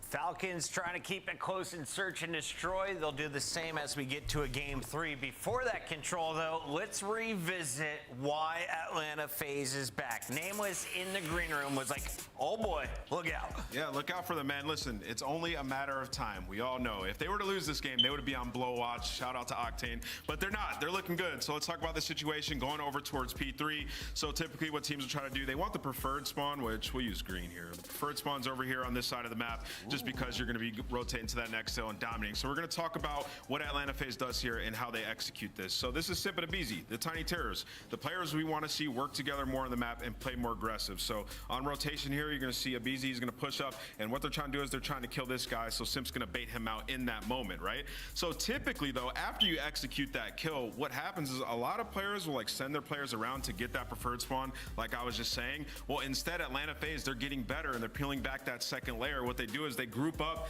and they adjust and they come to fight over here through the mid gap to help their teammates so they can secure time here and also flip out the Falcons players to get the bad spawn back piano. So I love how they play this, the adjustments that they make. We'll come back to the mini map here in a moment, but let's just sort of watch this rotation. Celium, big kill on rotation. You look at your mini map, you see Simp and Abizi working through mid, they get that kill, and this is where they play it masterfully. Once again, like I said, if they were to just try to push around for these spawns, these players would then be able to push up and make it a 2 versus 2 versus Draza and Celium, right? And really it's not a terrible play, but you don't want that happening. You want to utilize your numbers. So you see all the Atlanta FaZe members sort of grouping around the hill to push out these spawns together. And then if you do successfully get these 2 kills, which they do, some of them can peek the back to make sure nobody's quick pinching. And then you secure these spawns and spawn them all here, where you can basically chain 2 big hills together, which is exactly what FaZe does. And this is high level hardpoint, right? So this is what we were asking from them versus the top teams. Can they process? Can they execute this fast enough versus the top team? They're getting there, and you see this is exactly what they push through. They play these kills, Celium picks up the time, and they ultimately secure these spawns and then go on to win. That was awesome. Incredible drawn conclusion there by Nameless. I have a follow-up question, though. Do they finish top 4 in our minor tournament when we come back in January? I actually think so, yeah. Yeah? Really? I think they're going to make huge improvements in this month off that we have before the minor. I think they're going to come back stronger than ever. All right, Falcons looking to win 3 doses of Vault as we have the games coming up. In fact, Game 3 is ready right now. Let's send it over. Shift and Study, take it away. Yeah, I'm really glad that Ant got a chance to do that breakdown in particular, because those are the moments that we really hadn't seen from Atlanta in the respawn in particular, where it just looked like everyone was kind of doing their own thing. But yeah, the teamwork element really come to light on the opening hardpoint. And now we're looking to see if that can be replicated here, Jay, on the Vault control. I think they can definitely do it, because right now you can see Vegas Falcons, they are just simply struggling in the slaying department. The playmakers are making the plays. The only one finding success in that slaying department is Kick. So someone needs to try to assist them, because you're going up against some of the best players in the world. You need to be able to kill them.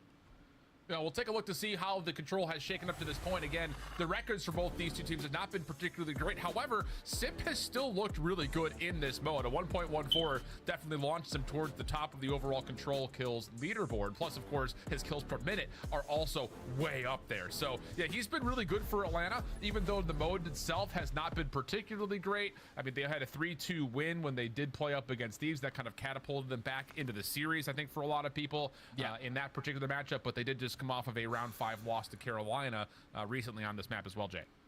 And I think I want to put a lot more focus on a player like Draza, who we thought is the perfect fit for this core 3 of Atlanta FaZe. But so far since the beginning of the season, a guy who basically never gets off the game hasn't really been able to find a lot of success in Search and Destroy alongside Control. And we're talking about maps playing like Protocol, like Vault, where your ARs need to be felt. He's sitting at a 0.7. So even with Sip at a 1.18, you need one of your ARs to at least perform a little bit better. So I'm really looking at Draza trying to step up here. I like the call. I think a lot of it could be just down to finding the right tempo as well. And in a map where we've seen a lot of AR presence really kind of turn the tides in terms of tight moments, both offensively and defensively, could be a player to look out for. Here are, again, the overall records. Not bad. For a 1-2 record, again, Atlanta's been in a lot of the matches that they've played so far. Good win percentages across both the offense and the defense. It'll be Vegas starting off on the attack first and foremost. And it's going to be a hard, heavy hit up top, and Easy is right there waiting for it. I don't even know if they stunned or naded it at all. Roxas will get one, but the offense has to wait for respawns. Yeah, that's not the ideal break off that you want there. For both of the players to get taken down over towards Top Cat, but they have them now. The rest of Vegas just back up, stabilize the map a little bit to allow their teammates to work their way back on out. But effective trades around that middle of the map. You have Xnid already pushed up towards Top Cat, trying to catch another spawner as that leads to 2 dead, and now Vegas with a little bit of mid-map control. Yeah, good top balls control. Xnid now turns that into a little bit of a pinch around the back. This will work out to get on and stop the clock with a couple of members already stacked up on towards A. Atlanta off their respawn, down towards the bottom left of the minimap, looking like they're trying to recover through balcony side. Kicks, clears out B Street, and now all of a sudden FaZe need to make a bit of a decision of, are we really going to go for this? And Sim says, sure we are. If not with that, I mean, able to get himself 2. Abizi following behind. Roxas' double will keep Vegas' offense in contest. Yeah, Vegas still have a couple players around this minimap ready to contest it, but Celium is able to get the better of Kicks for that final player. So now with only 30 seconds left, 1 segment to their name. Have a route being hit, but Sip with the perfect read onto King a body, puts him down with ease with that dragon hand. Now with only 23 seconds left, 3 down in the feed. Farthest player is going to be Roxas. He has to get a couple more if he wants to make a play happen. And Abizi's on the hunt for the trade, and we'll catch him. No worries over towards Zuka. Now a full-fledged defensive front starting to amass here for Atlanta. Cell on the inside. A bit worried about the catwalk play with 5 seconds on the clock. He just needs to make sure no one touches the zone, and that's going to work out beautifully. Last attempt here for Vegas to try to get on and stop, but Simp right here around it, and they will clear off the last contestant on the zone, and the defense will only give away, I think, a single tick of progress there, Jay. Yeah, single segment in favor of Falcons. And you would take that if you are Atlanta, because when they initially got those 3 kills and they were stacking on that 8-point, Atlanta were really slow on their re-break attempt. But when you allow Simp to just walk right on in through mid-connector and find that double to start off those traded fights, and then they maintain the rest of the map control the entire time, Falcons just didn't have any breathing room to even think about their second objective play. So now they go on the defensive end. Just got to try to keep Atlanta trapped in the back of this one as long as you can. You can even see again just the emotions of Atlanta, still very lighthearted, smiles and laughter all over. Again, a series that you put the names against each other on paper. This should be a blowout, and so far it has been. Vegas, nice nades, bounced off the wall through Marble. That's going to work out to clear the top walls. Now the focus for Vegas can start to be working forward, and that's nicely done. Okay, good break off here for the defense of Vegas. They find 3D initial kills. They also take care of Simp. Now you know that everybody else off of Atlanta FaZe are off the respawn. You have Kicks already pushing out towards gold as well, so gonna isolate all of Atlanta to force them to work this overextension, and Vegas are ready for it. Good opener from Xnid. King of Booty, though, cannot take care of Draza, who was caught with the pistol out. Trade is good. Xnid, a little bit more. Okay, this is what we need to see. Someone with an SMG starting to step up. And Xnid has provided so far. 7-4 off 3 in a row. But can he keep up with the likes of Simp and Beasley throughout the entirety of the map? Because Simp is doing stuff like this. A little dash, a little style. But Xnid does chase him down to find the trade, and Vegas will hold a 4-life advantage. Yeah, and there's only 30 seconds left, and Atlanta do not have a single segment in the game. Now Beasley trying to open up a route through this OE. Finds that first go onto King of Body. The rest of the Falcons players working their way over towards B Street, but Atlanta have worked their way into A. But you see the route being hit by Kicks over through top cat. Can he find anything? Taking his time, waiting for a little bit of help. Able to clear off Celium. Clock will still stay paused as more FaZe members are here. And what are we waiting for? If you're Vegas, we got the full surround. Let's just hit the go call, and eventually they will. Kicks able to continue his little spree at the moment. Eventually shut down, but the clock will continue to tick. Atlanta now gonna be hard pressed, trying to work their way back in, especially with Xnid. 10-5. Really doing a nice job just kind of floating around the zone. He's going to have a couple of FaZe members in front. He still deals with one of them. Last player left is a Beezy. He has to jump on into the zone. King of Booty able to get us a little bit of help from Roxas, plus the follow-up is good. And we're just at a one-tick affair for the first 2 attacking efforts. Great defenses from both teams. Just a lot of mid-map control on both ends. That time it was Xnid and Kicks. Just hitting those routes, finding a 2-piece after 2-piece, but every time you thought that they were going to work their way over towards Cat, that's what you had the AR player, the Roxas, finding a couple of those clutch kills as well. Atlanta FaZe still have yet to try to figure out this control map, but Vegas finally showing a little bit of life in this series, securing that round, tying it up at 1. And I was about to ask you at a certain moment, like, if this continues to be one of those kind of 3 ARs setups for Vegas where, you know, King of Body's just not really hanging, do you look to a player like Kicks and be like, yo, you're talented enough, you're obviously gunning with the best of them, do you try to maybe push him onto an SMG and see if he can maybe run that rogue SMG slaying role that we're so familiar with seeing with our top teams? If it continues to not work, then hell yeah, why not? Because the guy obviously has the gunny in the back pocket, but yeah, he's able to get it done with both. He's just hoping that King of Body can find a little bit of success with his SMG, because right now Xnid, he's also setting that tone with the Jacko in hand, as the first segment is already in. A clean break off right there from Falcons, as now Atlanta FaZe working their way over through Cat. Second tick as well. Will be locked on in. Draza trying to challenge. Xnid floating just right in and out, but Cell, Draza combined for the damage. King of Booty trying to work his way in to keep this offensive play. Here's a moment. Huge double for him. Knows he's got Simp on the corner. The pre-fire was well provided, just could not quite connect. Oh, Xnid trying to follow up. Can he take this into a double? Loses track of Simp for a moment, but the Falcons have numbers, and they're still trying to get this extra 60 seconds by finishing the zone. But you just got to be prepared for all these pitches that are bound, because Atlanta FaZe are attacking from every single angle. Now you just got to take care of Beezy and Simp. Simp falls, a Beezy falls, and Kicks with the turn and burn on the Celium. Leads to the A capture being complete. Now 1:45 to work you with. Work your way over towards B, up by 4 lives. Telling you, man, Khalid, he can hang. 14 and 7. Little hot swap to the pistol works out. Stunned in place is exited though as the damage starts to get mitigated. 2 life advantage. Minute 30 on the clock. What can Vegas do with this remaining time? Abizi's been stunned, but does back away to keep himself safe. Kingabooty up top. Red. Shots go out his direction. Abizi trying to finesse, but Kicks will find the kill. Trying to follow on a second, and Roxas will provide. Draza in trouble. Deals at least with 1 Falcon member, but the hit towards B's on the way. They're on B. Now you're just hoping that Draza can find a little bit of something over from gold area. Gonna put himself towards the top. Roxas knows that he's on the pinch, but Draza's able to get the better of him. Now you're just gonna slide away if you are a Kick, because you don't want to die at this B point in the positioning that you're currently in. But that first segment is almost gonna be there complete. Kingabooty just gonna watch on this cross, playing bottom side art. Now he's gonna make a move. Timing could be decent here. He's gonna be able to catch out Cell, completely unbeknownst to the play very quickly underneath art. You know Simp is above.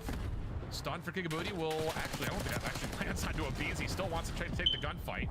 Simp off spawn, able to make sure the zone stays relatively clear of Vegas members, but now all of a sudden, Kingabooty's in a really good spot with the Jackal. Gets a bit, the help over the top is beautiful. And here comes Vegas, 12v5, Stack is in. Trophy system down, keeps them safe, and they will convert the offense and go up 2-1. Whoa, you see, then they're starting to roar. They're trying to find a little bit of energy. And that's when everyone just has a piece of the pie right there. All had their moments of body. Once he get pushed up in towards bottom art, he went on 3-0-4 in a row. Just slaying with the Jackal. And also that aim is in hand, but it was all came down to the initial breakoff. You get clean forward dead, you find an early 2 segments, and then you close out and extend that time with Kicks finding that triple. And then at that point, Atlanta FaZe, they were on the back hill the entire time. They could not work out of their space. Every time you saw Celium or working his way up through B Street, someone was watching that overextension. Atlanta simply did not have any map control on that round, and now they're down 2-1. Another wake-up call here for Atlanta. Hello, get it together. Yeah, I'm saying.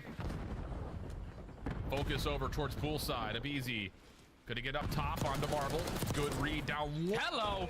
But Roxas responds beautifully. Sif draws us, tries to keep the offensive play alive on towards A, but here comes the reattempt from Vegas. Roxas gets 1.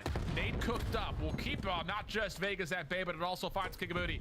And now it's just down to what does Exton want to try to do from above. He's able to clear at least one of the FaZe members off the zone for now, but with the trophy system in, Vegas will still have to break this again. Yeah, Vegas got to work their way on in. You have a route being hit from Kish, playing it super patient, knowing that Celium is coming off the respawn, but should have managed to play his life.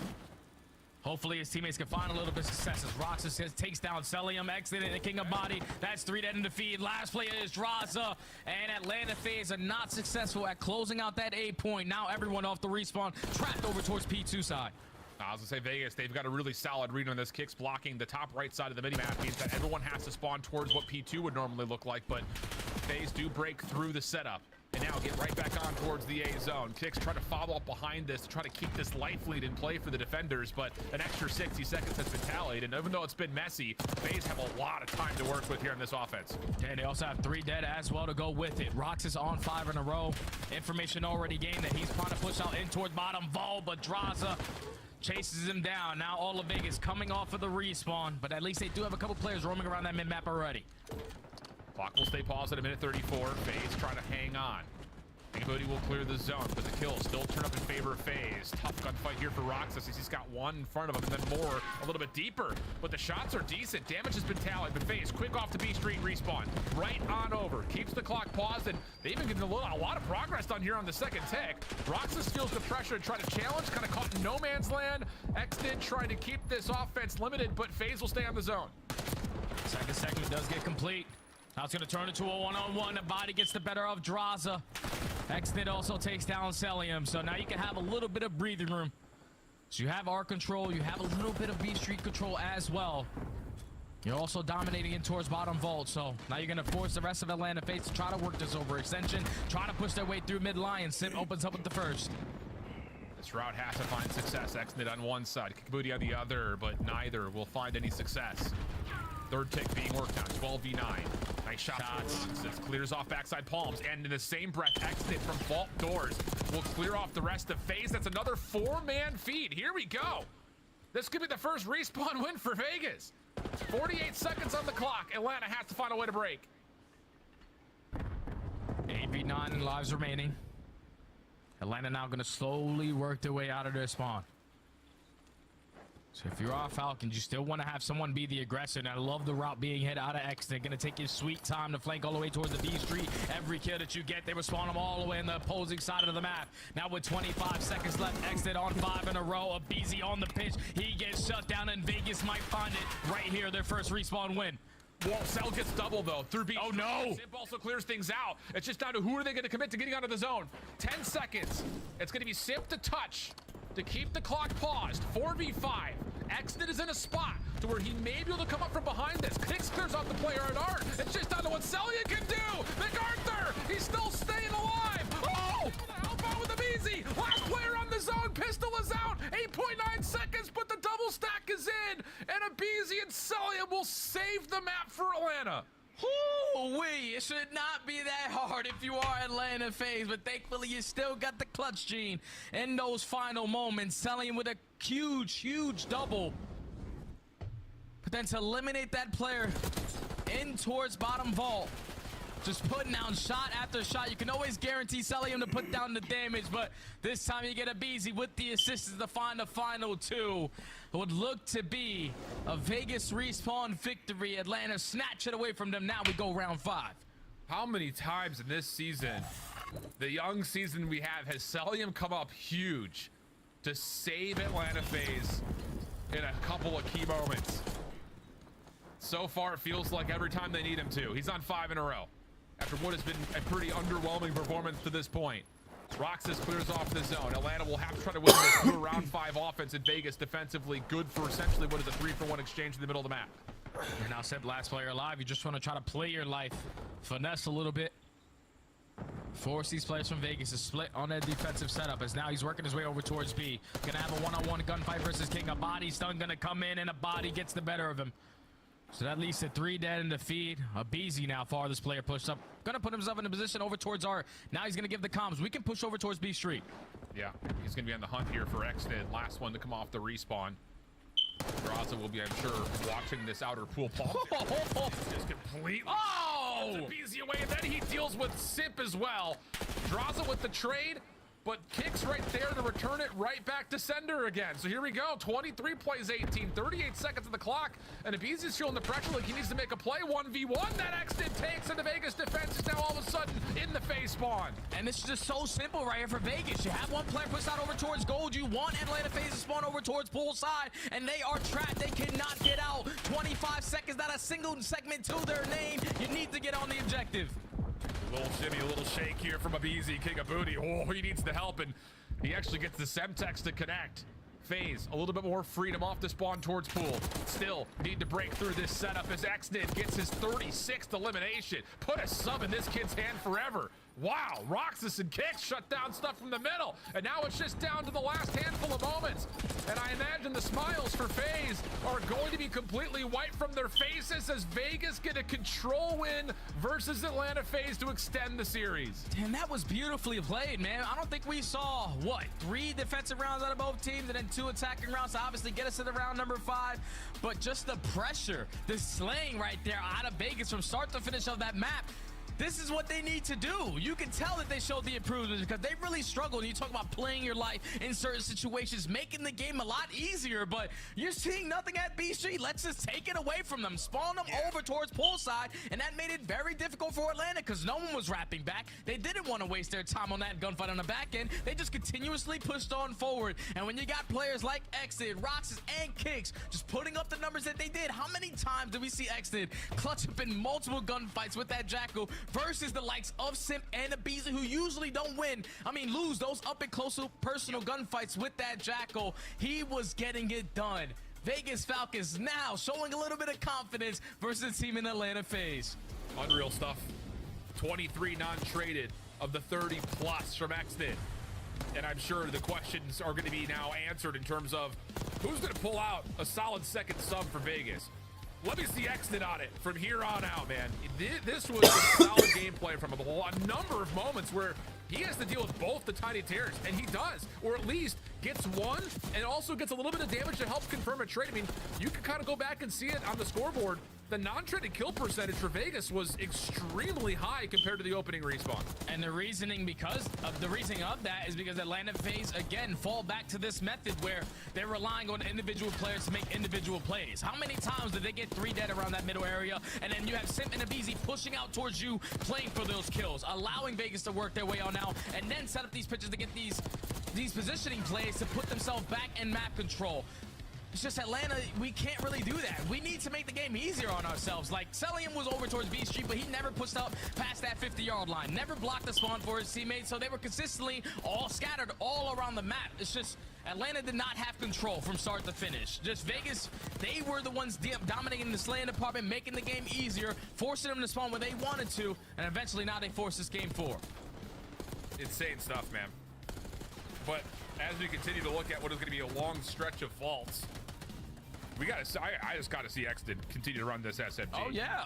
I mean, without question. He able to put up a monumental performance, one of the top overall control kills rounds that we've seen so far this year. And just another note that we kind of have done from production is that is not the first time that FaZe have allowed a team to essentially fringe upon record-breaking moments against them. They did it earlier versus Carolina as well. They're just not finding the same kind of slaying presence that we saw, you know, I think especially from last year. Yeah, the slaying presence obviously isn't there, but the game plan isn't there right now for them in control. Hopefully, when we add a third control map into the mix, they can potentially find a little bit of success in this mode because Vault has not been treating them nicely. The ARs aren't finding their kills, map control is not in their favor, and they continuously are running out one by one and getting picked apart and always coming off the respawn just trapped in their base. Not easy to win like that.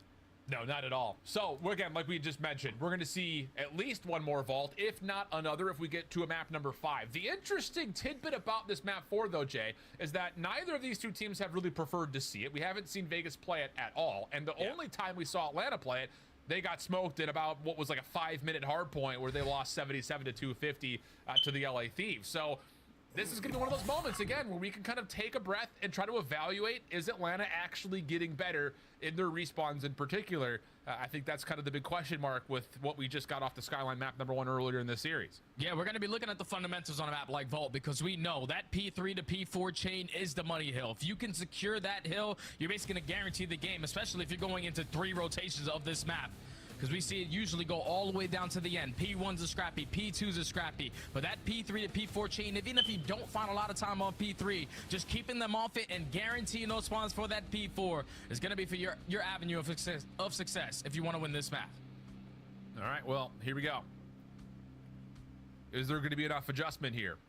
Who's going to run the second SMG for Vegas? Handful of questions as we're learning about 2 of our squads that find themselves at the bottom of the standings early on in the 2024-2025 year.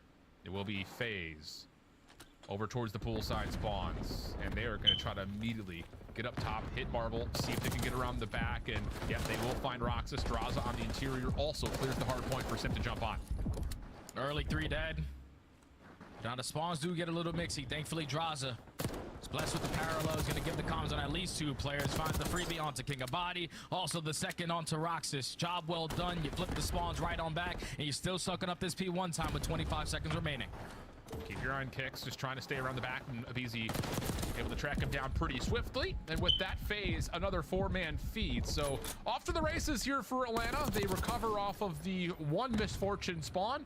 And now all of a sudden, lots of focus towards what Vegas can do, trying to rotate through that top Palm Street.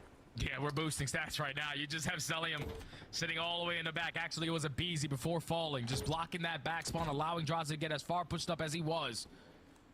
And off the rotation, Atlanta FaZe are going to win it towards P2. Draza's now set to strike. Finds another double through the front end. Now you know the pressure's going to be on the backside. Still going to be a split spawn, but here comes Celium.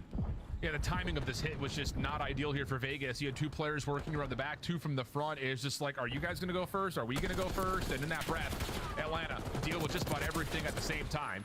Kicks trying to salvage, and he does well, catches a couple. Draza still trying to lock down at least a block of the spawns, but that backside patio spawn will still be available for a moment for Vegas. Abizi working on it. Lots of damage towards Exton, and the pre-fire will get him a second, leaving Kicks by himself. Spawn still closed for Vegas, but Atlanta have cleanly broken from the front. Yeah, you don't really want this to have those back spawns for that next hill because there's only 10 seconds left. You want to try to fight this all the way to the very end. But to try to get a little bit of time now off towards P3 without having art spawns is not going to be easy, but Now, if you are Simp, you want to try to back your way on up. Make sure you account for everyone, because King of Body is going to be blessed with a spawn over towards the backside of this hard point. Just going to wait for his teammates to try to find a little bit of success from the front end, but Simp shuts it all down. And King of Booty just needs to get involved. He's still over towards the backside, looking to see if he can catch people off spawn. And he gets eliminated. Okay, so 74 plays 5. Draza around the back, good pinch. And also getting the read that the spawns for Vegas will still be in front of him. So Irons will stay up for him. Nice little turnaround as he's able to connect on the kicks, but Vegas will break out and have a chance to get a little bit of time here on 3. Yeah, they need this time because it's going to be very difficult to try to break in towards P4. Thankfully, one player in Celium is going to spawn all the way across the map, and Simp now should spawn alongside with him. With Celium finding that kill, you're just going to take him off of this hard point time. You know that your teammates have this money ill off the rotation over towards New. I just hope you can find every single kill from the front end instead of for full 60 at next. There we go. A chance maybe flood through the old time in towards Art. You got Celium up top trying to hold off the Vegas Falcons, but Accident actually wins a really tough gunfight from right in front of him. So now you've got a wrap around the back here for Vegas. FaZe will spawn out. But the timing of them trying to make their way back through the street is working out pretty darn nicely. Draws is still holding a position over the top of P4. Now it's just down to can they isolate? A couple of key eliminations coming through, and now we're going to finally get a status of the spawns where Atlanta could spawn close. Yeah, Atlanta at least going to get one player to spawn in from the back, and now you have Simp set up for a free pinch through that front end. Nabizi just throwing shoulders left and right, slide, slippery slide. Trying to stall time for your teammates to get into the play. You get into the hill, but you get taken down by Kicks. Again, another masterful two-piece out of him, giving his team moments, and now finally secure this final 25. I mean, it's not even just the fact that Kix is dealing with, you know, a couple of 1v2 moments. He's valuing his life really nicely. I mean, everything you want in terms of checking individual boxes, Kix has provided. Tough gunfight there for Abizi. He tried to push forward to King of Booty's direction. Trade from Draza, but with only 5 seconds remaining, Atlanta's not really interested on the old time. They're more just trying to put together an aggressive zone around P1. And Celium working over towards the front side of Lion has done well to at least get a read on where this exit is occurring. Just comes down to can he deal with it? And no, because again, Kix is in his way. Yeah, he's on 4 in a row as well. So now you have the numbers if you are Falcons. Try to apply pressure in towards mid-map, but Abizi gets the better of King of Body. Draza finds a double. Last player mid-lobby is also going to forward. Clean forward dead. And you see Simp on your mini-map? I'm chilling. I'm just a chill guy blocking the spawn. You guys can have some fun. Keep soaking up that B1 time. So far, so good. Abizi off of his own stun, just pushing forward, trying to make sure Vegas do not get entry from the front. A chance to possibly work over to the hole in the wall here as Xned will jump through vault side. Roxas with him. Sip now has to come forward to the play, and as he does, almost takes down the triple. Kix shuts him down because of course he does. He's been there for pretty much every single moment that the Falcons need him, but not enough to hold on to the scrap time. Just comes down to can they battle for P2 spawns. Now off the rotation, people are dropping like flies. Last player alive is going to be Roxas, but you see that trophy, you get the info. Someone's got to be in the back. Celium, are you blind? Unbelievable. Doesn't find that kill, but thankfully Simp is there for the trade. Back spawn secured. Atlanta FaZe are in. I mean, I get it. They're in bright white outlines for us, but still, it's right in front of you. Abizi over the top. Okay, that will reduce the hit for Vegas and kind of save the hard point here for Atlanta. And yep, there's an extra one for Abizi. 18 and 11, having the best SMG map to this point. And he's got more in front of him. Concussion difference. Xnid will drop, and now Abizi is looking for more even further towards the Vegas spawns. This is just so annoying. Look at Simp, calm, cool, and collected on the back, just blocking that back spawn, allowing Abizi to roam the way that he is. He knows that they have to apply the pressure through the front end. Finally, he is gonna fall. And if you're Vegas, you're like, please, somebody get this guy. It's now Atlanta with a flawless 60 hold. They're at P2. Already having a couple players sneak on by to work their way over towards Art. Simp, his turn to catch a double, secure these backstones for his team. They are dominating right now. Yeah, absolutely. I think the thing that kind of keep in your mind here is like how the individual skill, which we're seeing time and time again, but the baton passing between Simp and Abizi has looked much better today than in their first 3 games, where Abizi's hitting around, Simp's holding the back like you mentioned, and then as soon as Abizi falls, Simp says, all right, my turn, and then he makes the play forward to hit the route. So again, better macro gameplay here from FaZe as they enjoy a 120-point game right over the top of our Mixius hard point on the map at P3. 25 seconds still to fight for here, though, if you are Falcons. Last time around, you were able to work your way with a bunch of kills in your favor up through that B street to keep that P4 a little bit scrappy, but you can already see Atlanta FaZe starting to play it a little bit safe. Back on up. Make sure they secure the spawns over towards next. But Falcons might have just stripped that away from them. Can you find anything more? They got at least one player towards the back in King of Body. Yeah, indeed the case. 2 players now here. Exit and King of Body both. Opening shots from Exit. Knows that there's a threat nearby. King of Booty nicely done as he finds Sip trying to break through the front, and that's going to be enough for now the Vegas Falcons to spawn immediately right behind the hard point. Big win for Roxas. Not having a great map, but that's a key elimination to try to help Vegas get back into this game. The back spawn's now here for Atlanta. 3 go dead in the feed for Falcons. King of Body. Can he get anything done? At least takes down one before falling, but still a lot of time to fight for here if you are Atlanta. You got all your bases being watched. Draws are watching the cross. And the rest of Atlanta just waiting for the pressure to develop for this final 25. Nice angle here from Abizi. Knows he's got players over towards Art. Doesn't quite catch the timing on the Exit's challenge. Draza following up. Simply go 1 for 1. Leaving Celium to try to fight as much as he can for this scrap time. 1v2 moment, and he will eventually be overwhelmed. But again, that's fine for FaZe. They stay just short of the 200-point threshold, but they are fully set up and ready to go for the new hill. Bro, Falcons, you need to find a break and find it quickly. Atlanta going to be able to breach that 200-point mark. You know the SMGs are going to be right in your face, ready for these gunfights. As soon as you work your way out of that old hard point, but Kex gets the better of Rabizi. Sip strikes for 2. Now this is going to slow down the rest of Falcons because you cannot clutch up in a 2v3. Yeah, Sip knows that there's a player towards bottom vault. Trying to calm that out, but I don't think they realized that that player was Exnit who tried to go over towards poolside. Yeah, Draza gets caught by surprise. That's a fully healthy Vegas Falcons member up top, and now here comes the hit from the front. Simp dealing with the initial. Where's the follow-up here for Vegas? Timing of these breaks are just not coordinated. Not at all. Roxas seen up top. Simp now on 4 in a row. 24 and 16 as FaZe have well and truly put this map out of reach. Yeah, they could not win it here at P1, but it's basically a GG if they continue to hold down the Swans the way that they have been. It's been this P1 to P2 chain for Atlanta that has blown this game wide open. Abizi still not slowing down. Hey, buddy, I see you over towards pool, and I also see your teammate. I'm picking up, switching left and right. He's going to commit on the gunfight, and he's able to get the better of him. Atlanta FaZe going to get their first dub of the season. You could just see Abizi like, give me that, give me that.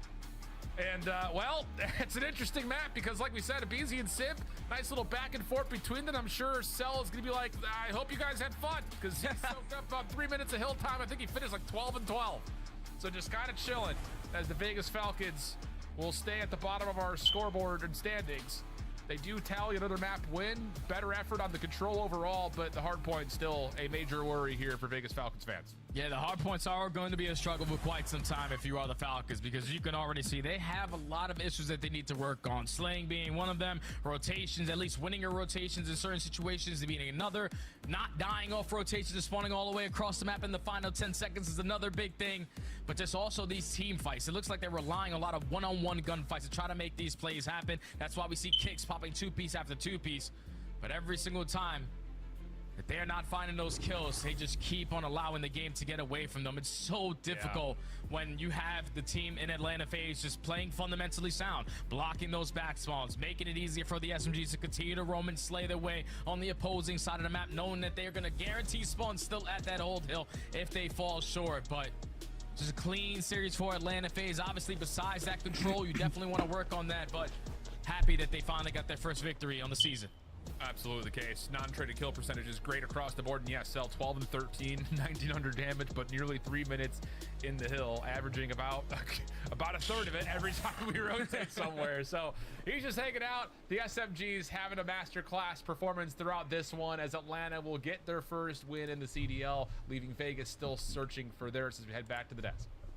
500 to 202 points. That is the hard point differential. Atlanta FaZe dominant when it came to HP. But my question is, what did we see in game 3? Control went to the Falcons. They take their first control. I mean, the slaying just completely turned over for the side of Falcons. Not only was Kicks and Exnid doing what we've kind of seen them do in previous weeks, but even Roxas got into the building, 25 and 19. So they finally get a respawn win. They get it on control.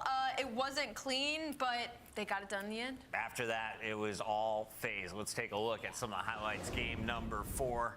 Walk me through what you saw from the front line here, Nameless. Yeah, I just want to touch on that control for a second, just for the Vegas fans who might be a little down on themselves right now. When they had a good thesis on how to play the defense on that map, like pushing out gold and just slamming them coming out of P2, like these guys are talented, so when they play the right way, they're able to find the kills, right? So there's not like a huge gap in terms of skill from them and the rest of the league. They just need to figure out their hard point. They're getting broken a little bit too easy, leaving gaps wide open, and when it's their turn to try and break, they got players who are sometimes they're not on the same pace, right? And what that means is like they got a guy who'll be hard ironing a cut, and then another one who just wants to slam and play for the spawns, right? So they have to get on the same page. That's going to come with the coaching staff in time.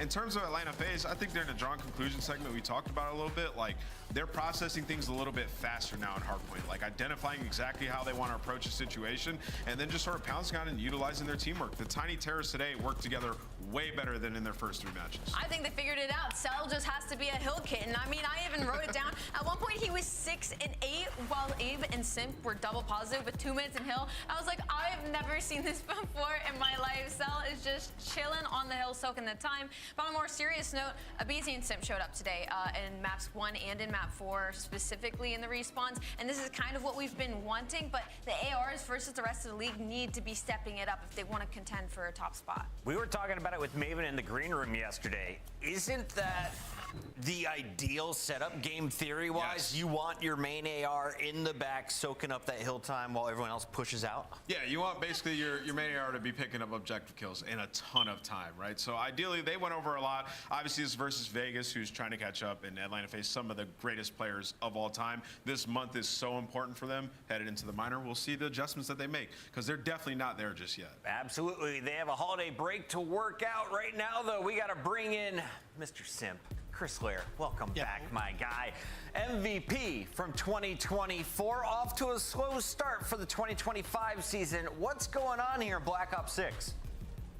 I mean, I feel like honestly, the biggest thing is our scrims haven't translated to matches. I feel like we've looked a lot better in scrims generally, but, you know, we still have a lot to work on. I mean, we've been 100 points level more times than I can count in my career, so definitely got to work on some things. Yeah, it is a rough start, but I don't think anybody doesn't expect you guys have it figured out by the time we get back. Simp, I want to ask, though, as we do head into this break, you know, there's been some struggle in every game mode. What do you think is going to be y'all's main focus while we take a couple weeks off? Just general teamwork stuff. I feel like I said, I feel like in scrims, we look a lot better than we have in matches so far, and I feel like part of that's teamwork, but part of that's just translating, so I feel like just trusting our process and just keep it going and just play with more confidence. Simp, I want to ask you, you know, we got a lot of talking heads in the community, and myself included, wondering why you guys don't push the limit and see what you can get away with in hardpoint. Like, we see all these other SMGs, you and Abizi, you guys aren't pushing out to that second layer in hardpoint. What has been the issue there, and why do you think your practice hasn't translated to the matches? I think it's partly just playing with a little more confidence. I think today we did a good job of just challenging anything we wanted, feeling like we were on top of the world. Right. And I feel like we can do a way better job of that just in matches in general. And so I feel like today was a good start. Love it. I have a super fan who would like to come cheerlead for Atlanta FaZe. Can we make that happen in 2025? I mean, we'll have to see. We'll have to see. All right, they may be in my family. We'll talk about it later, Chris. I promise they're safe. Or Maven. I'll hit you up later. I'll hit you up later. It might be Maven. All right, thank you very much, Chris. Congrats on your winning ways after a tough loss to Carolina. You guys bounced back with a 3-0. All right, I appreciate it, guys. That is Simp. Atlanta FaZe gets the job done with a 3-1 over Vegas. Let's take a look at our Scuff play of the game. We couldn't pick one from Simp, so we just got a little montage here. Let's take a look, Alley Cat. I love when we just have a montage of a player going off in a series, because you're right, there isn't just one play that he made that was detrimental. It was the entirety of this series. This is a Chris Lair that we're kind of more used to seeing take over the maps. I literally wrote down in my notes that Abizi and Simp were putting him on a mixtape. Yeah, you know, we asked him about it in the interview just now. He said he wants to play more free, and in practice, it's not translating over to matches. Maybe they were just overthinking situations in hardpoint. You have to be almost instant. In this series, that's what they did, playing with confidence. So look for that to be the solve for them going forward. Atlanta starts in the first round of the minor. They will have to work their way all the way through to the grand finals. Amos says they're getting at least to the top 4, right? Yeah, I believe so. I think this month is huge, man. They're going to improve rapidly. When we come back, we have 2 other teams we expect to be fighting for top 4. Carolina Royal Ravens put their undefeated record on the line against New York Cloud9. Mac has been surging. Stay tuned for that one.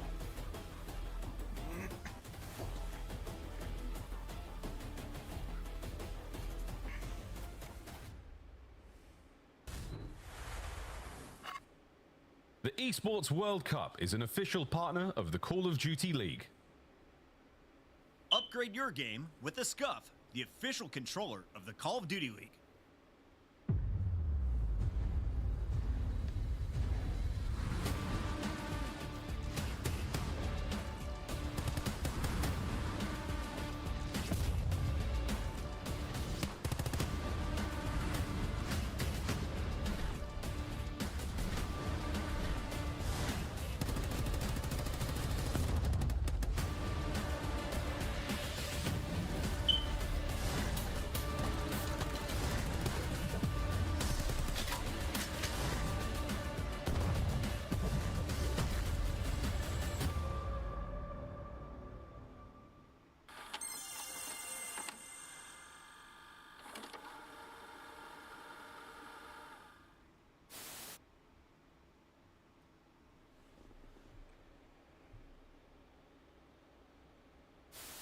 Steals the record for most kills dropped in a single match. It's 115, and it's Gwyn. On the collapse, he gets the angle, he gets the kill. His series continues. Gwyn's here. And yeah, this is his place. A double headshot, 7 in a row. He is taken over. Maybe just trying to end the Rookie of the Year conversation.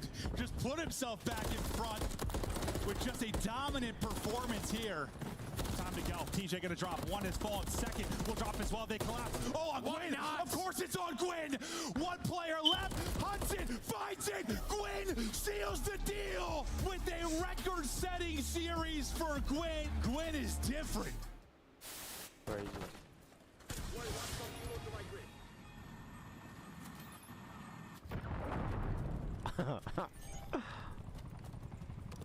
I suck with this.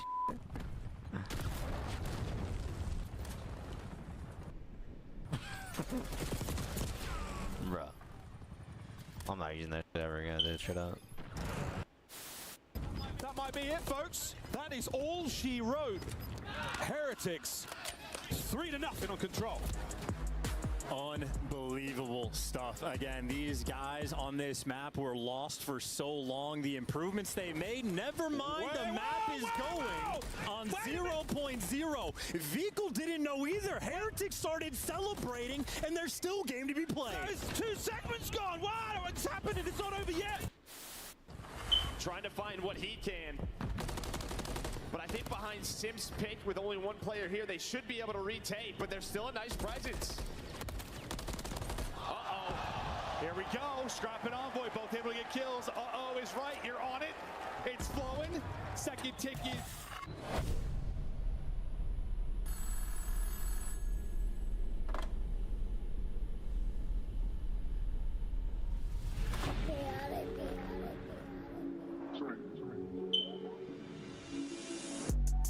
Nah, for real. They be talking tough, but they won't get up in that field. ARPs and 223s get hit up in your grill. Iron on me like I'm Tony, like an orange eye pill. Come and get your shorty, cause she tryna cop a feel. She know look chaotic, even hot before the deal. And you steady talking out your neck, it's never real. So I say not for real. So I say not for real. Not for real. Yeah.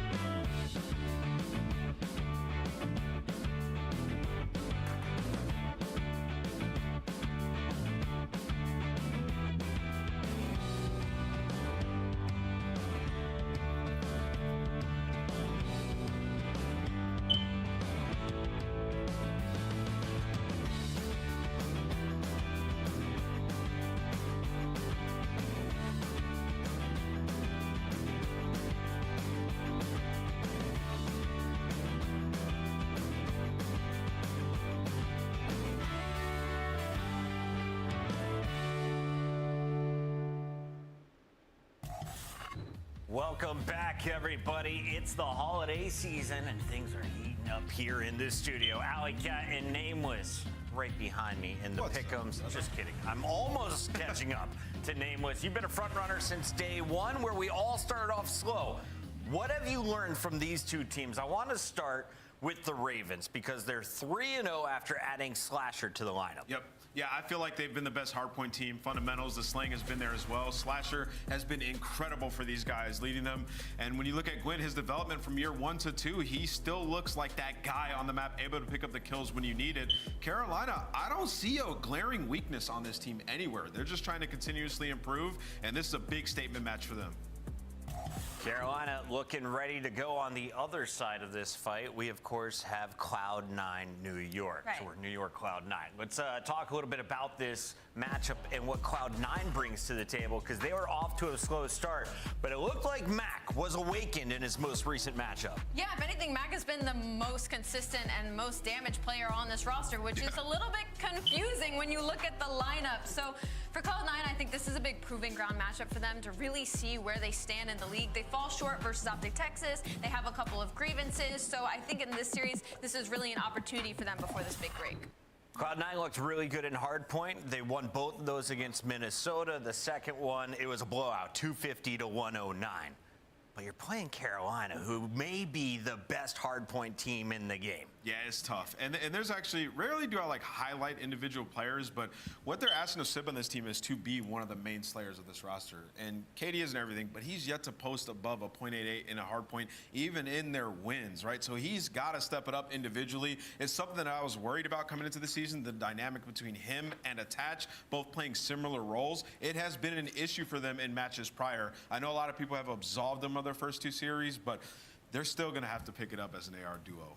Carolina definitely playing for something. Tonight, they're playing for the #1 seed after Toronto dropped a game earlier to Miami. It definitely opens the door. I believe all they have to do is win. We'll talk about it more at halftime, but let's take a look at our maps and modes. Can they finish 4-0? Looking at Skyline, Rewind, and Vault as our opening 3 maps. I think we're going to go 5 in this series. To be honest, I think these teams will match up incredibly well. I like the Skyline for Carolina Royal Ravens. I think this gives them an opportunity to open up extremely hot in this series. On the side of Carolina Royal Ravens, I don't know if I see anything landing for them. Yeah, I mean, I look at the vault control. It's been bad for C9 coming into this one. I know that Carolina likes Skyline hardpoint, but it's still very early. But if we're just looking at their matches to start, then yes, Carolina feel very good about maps 1 and 3. I have a special request. In games 1 and 2, can you keep your eyes on Crimp? When we were at EWC, he was the reason LA Thieves made their run to the podium. I haven't really said his name a lot yet here at the CDL this season. I want to see what he's doing for Cloud9. Those were our maps and modes. I'm told we got to get our Scuff Pick'ems in, so let's make them official. Alley Cat, you don't need the 8-ball for this one. Kick us off. I don't need it. I don't know. I feel like I kind of do. This one's hard. I'm going to go to safe bet Carolina Royal Ravens, but my heart wants to say Cloud9. I'm going to go Ravens, though. Smart. Use your brain, not your heart sometimes. We're also going to go with the Royal Ravens over here. Nameless? Dang, I don't want it to be a clean sweep, man. I'll just go C9. I'll have my first trolley pick of the year. I said I wasn't going to do this year, but I'm doing it. I'm going C9. You sure? Yeah, why not? All right, he's making it fun. I mean, I think it's going game 5, so C9 is going to have to clutch up. Sometimes you got to throw an S&D round just to make it more exciting. If they win. I'm going to be so salty. We got our casters ready to go. Miles, Chance, take it away. It could be a game 5, I'm feeling it, but we'll find out if your crystal balls are so crystal clear as we get into this banger of a series. Chance Slasher comes back after getting dropped horribly off of Boston and puts the league on notice. Daddy's home. Well, and we're going to find out, right? Because to me, this is like a dust-settling sort of series, right? Obviously, Carolina, 5-0. They look incredible, as mentioned on the desk. One of the best, if not the best, hardpoint team in the game. And, of course, for C9, it hasn't been ideal for the start, but they played against Thieves. They mentally checked themselves out before they played against Optic. Then they got on the board. So I have a lot of faith. I think this is going to be a very competitive series, but you got to tip the respect to Slasher. He has been completely on point, but I think we're going to be in for an absolute grueler between these two teams. What a better place to start it than Skyline, you know what I'm saying? And we're already in. And TJ, another player who's been sensationally let's say, consistent and enjoyed himself so far in the game, is on a 3 spree when all the odds were against him. Yeah, TJ's been he's been one of my favorite players to watch for the past 2 years. He's sort of like evolved, and maybe evolved in just death from Vivid, but has been quite a bit of fun. So check the cookie order, place your bets, do what you got to do as C9 just collecting all the time. Got the left side spawns, and Mac starts off 4-0, so anything Teej can do, Mac can do better. We're staying on board with Teej, though, as he goes deep undercover behind it. Enemy lines. Mac is absolutely cooking, by the way. 6-1 now. Finally gets brought down. Okay, Teej, that's gross. So we're going to see that P2 break on its way. Have we got full control, though? No, not just yet, but Teej feeling pretty solid here. Love this. Whoa, nearly gets one of them at the very least. That'd have been ideal. Gwyn up next. Another superb addition to the Ravens roster. With shots like that, you see why. Yeah, poor Sib on that one. That's like a post patch, it feels like, with the headshot rolling through. That was nuts, but either way, Gwyn might be in the time. And I was going to say you don't actually have the back spawns cleared out just yet, but Carolina Ravens are going to be able to take that in. Always fun when the Carolina Blue, actually the white team. So home versus away. I'm from Charlotte. I'm a little salty. That's all. You can, yeah, that's all good, man. C9 up, though, so far. Here on Skyline. Mac has 10. Yeah, Mac's having a superb game. He's keeping his boys alive and kicking. Teej! Ooh, attaches there to hold down the hard point. Another big one there from TJ. Rotation of the kitchen is going to be there, and your man Slasher is in position. And again, everyone's calling for this one to be an absolute banger of a hard point. And Mac again and again in the feed. Disgusting stuff. P3's up and it's ready to go, and so far it's the Carolina boys in control. I mean, you know, obviously this is incredibly early in this game, but if Mac kind of like continues this pace and we have like a super close hard point, maybe able to toy with the kill record, because certainly lighting up for the moment. There's Sib striking in his moment as well. That's a 4 spree he goes on. Vivid though, correcting his frag grenades, this time on the enemy, not your teammates in Carolina, swarming in for the break. Very efficient, able to sneak those frags around the trophies, and now you get one out there of your own. We've seen this before, though. We've seen these solid breaks and you immediately get broken following it. A moment like this. Good job staying alive. No, it's Mac. It's Mac with his 14th kill of the game, and my word, again, blistering pace. I could barely finish the sentence before it happened, before another break befell us, and that's Cloud9 coming to play today. Really, really hot start here on Skyline. Well, here's maybe Carolina trying to get the little bounce back, though, right? Trying to set up around P4. Up top, those going to be attached. And Vivid maybe has him in his sights, but Vivid is also surrounded. So brand new to running an AR, and it does not last because Mac is on a 5.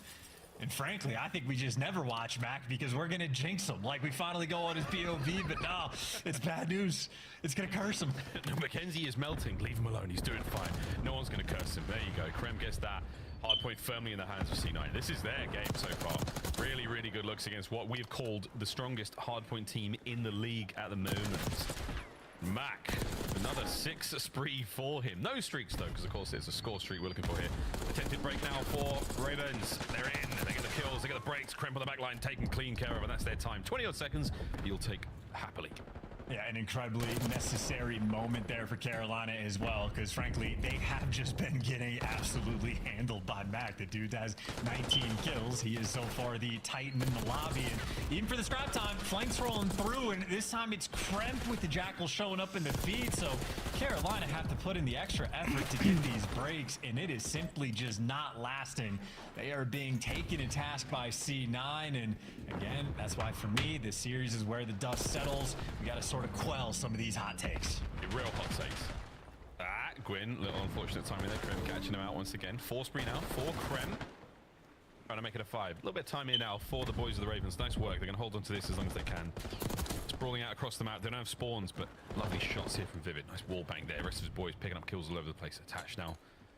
Nading either side of the hard point. Lovely synergy. A little bit of nice coordination there from the C9 boys. It does help break that point for now. And now we're taking the old cookie flank, trying to see if you can flip those spawns for new. But while he's taking all this time to do that, a lot of his teammates have fallen, but that is the perfect timing for TJ to hit that flank. He gets his teammates to spawn on the left side, and that is a beautiful play coming out of TJ, trying to set up his team long term. But obviously, Miles, they have a long way to go. It is a 70-point game. C9 still have the lead. Yeah, C9 with the lead now. C9 on the attempted break. Let's go for a listen in and hear how it goes out. On time, Reese. One shot. Time is dead. Oh, yeah.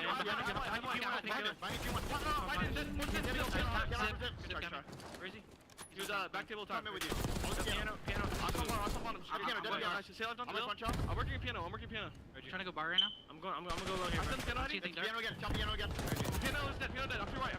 Back left. I'm going zip. One shot. Got one in the back. I'm going there. Austin chase me. Hit zip on front. Yeah, you can back. Zip again. Zip. Back door. Zip is weak. Zip and back there. Nice. Killer, Mac. Play new on spawn as well. Get top mid. I spawned deep right. Still hitting. They're grimming in. Win all dead. On you. Vivid. There's two old. Austin's going white to new. White to new. I'm top mid. I'm top mid. I'm waiting for you guys. I'm at jacuzzi. Fireplace. I'm sending you one stop off this. Let's do it. One shot. Top mid. Let's go. Yeah, he's not going for you. One shot down. I'll do. Hot one shot. He's outer still, Dill. 1+3 mid. You done? Stun you. And small, close small. Close small. There's short. I'm gonna play. I'm getting a white pin. Yeah. Slow play front. Block us one inner and outer. I'm waiting you still. Spawn white. I'm gonna flip. Jump, no show. Good news, C9 still have the lead and the comms sound good. Bad news, Gwyn is starting to heat up slowly, Chance. That's a bad thing. The lead is trickling away. Great 20 seconds, though. Like a wonderful scrap to be able to bait in Carolina. Maybe a little bit fearful. They do not want to overcommit. So you're happy for this scrap, but maybe long-term, Carolina just wants a strong P4 hold, and they're hoping they'll be right back into this game, and that is the wipe that Carolina we're looking for. Kremp, though, opportunity to make an impact. Gwyn handles him. How do you win a fight like that? Good stuff, Gwyn. Mac. Man has been winning fights all map long. Can he win this one? Get his boys access through the roof. Teacher's holding downstairs. Mac loses another one. There we go. Gwyn holding down with an iron fist. Trey's there. Slasher appears from bottom bed. Lovely shots. Still, the hard point in the hands of the Ravens. A Sib nearly able to pick up another one there. Mac again the roof. We're not stopping hitting the roof for Gwyn. He must have been asleep or something. And that is a huge opener from Mackenzie Melts. There you go. You get it. Just overwhelming pressure through the top. Carolina never able to push anything out. And that is exactly what Kremp is able to do. On this hill, you get someone towards the hot tub. You are just able to fry. So 20 seconds left on P4. And I'm going to go ahead and make a guess. Carolina, it's going to be tough for them to actually drop them. But as I do it, it's just a caster curse. They walk on through and keep it to about a 40-point difference between these two teams. C9, though, they have been holding on. But Gwyn is still alive. Finally, Sib finds him. Bedroom to the jacuzzi. We now go. The game calls it gym, but that's just wrong, let's face it. Vivid, soaking time in the sun here on Skyline. Lovely work there from Carolina. 3 in the feed. This is what you're looking at for the comeback, folks. Slasher watching the flank diligently. That is a vet play. Don't let Kremp through. That's a problem for the next hard point. And now we get to test his instincts as well. As soon as Kremp shows up in the feed, you think Slasher's going to turn and move towards the hill. And Kremp, the man that Slasher was watching the entire time, now just plays with them. That is a masterful break in a moment where C9 certainly needed it, and players are starting to push out towards new. Carolina catches them, and the spawn's maybe going to get a little bit weird. Back to slow down just a touch. Carolina, I mean, this was like a 70-point deficit they're working from. They continue to make it close, but they are not there yet. Oof, not yet. Spawns are bad now. Tej is not going to be involved in this hard point defense for a while. Nor will Vivid. 2 key pieces of the Ravens puzzle. Slasher holding it down, though, on the back line alone. There's Gwyn, help him out also. My good God, what a work from the Ravens. Sib has got a lot to do now alone. Banged up, down and out. Next wave of attacks going to be Kremp. Ravens holding still. C9 looking for the break. It's just so hard to hold this hill.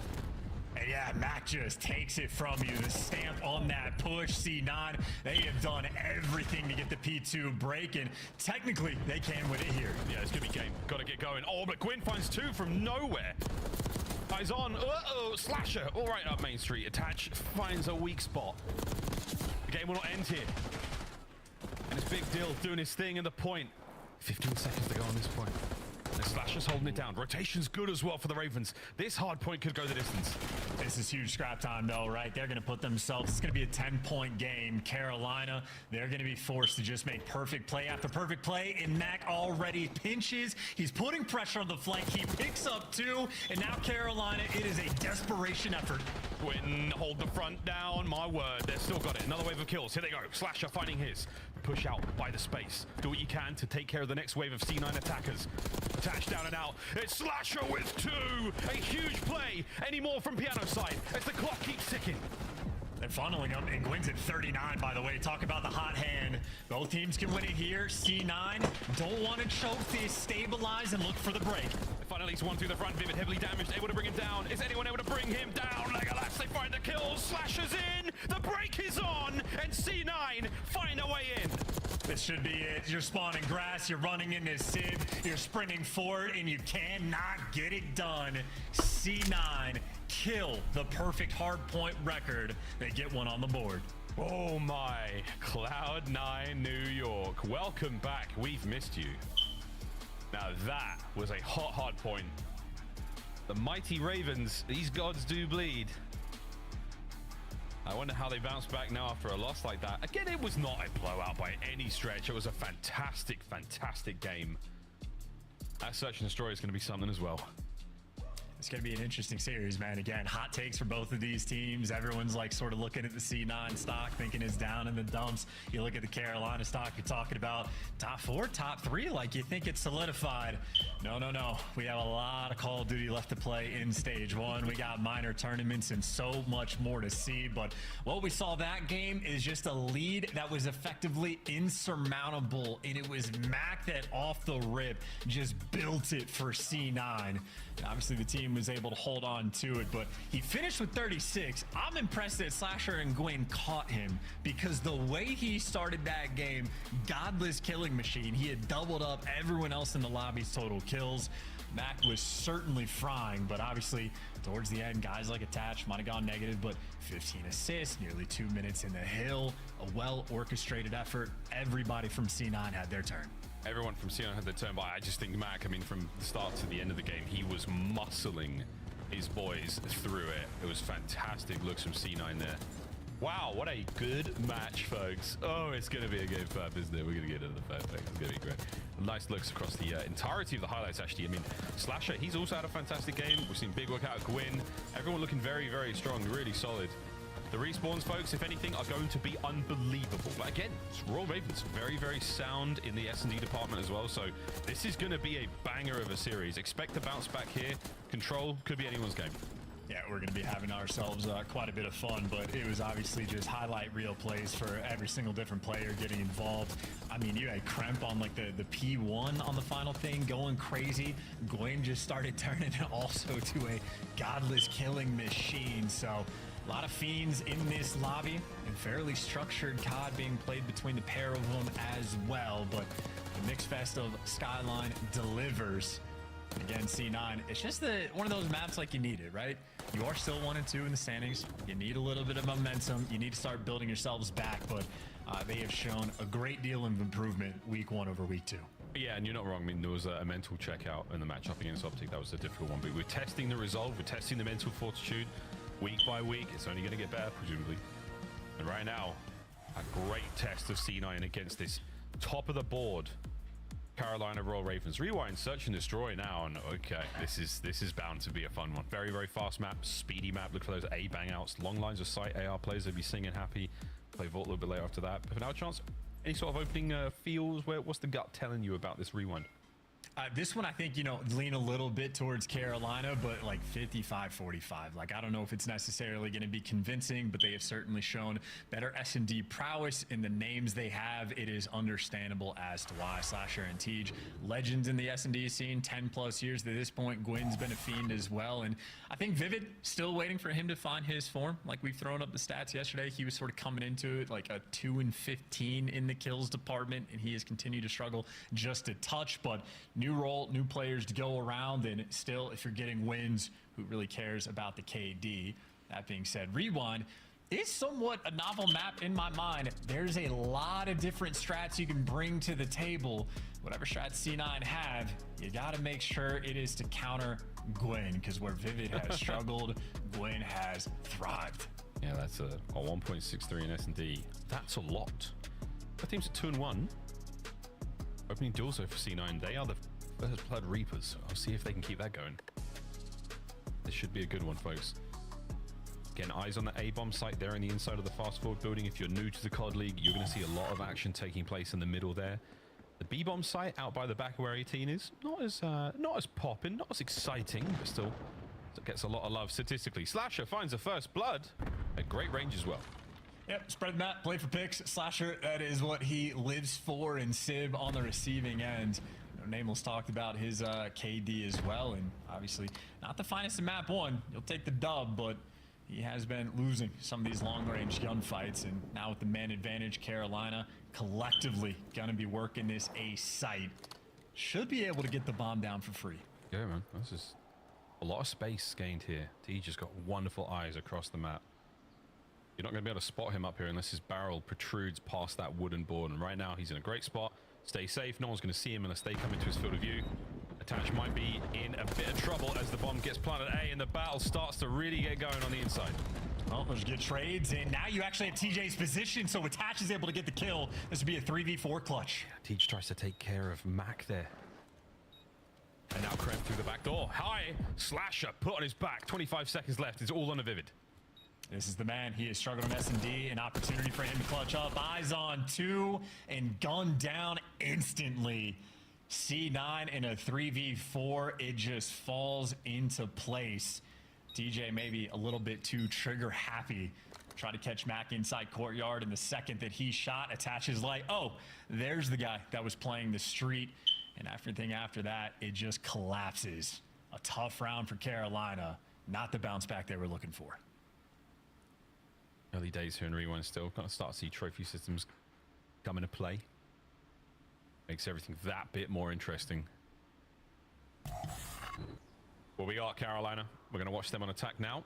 C9 defense looks like we're flying in towards A.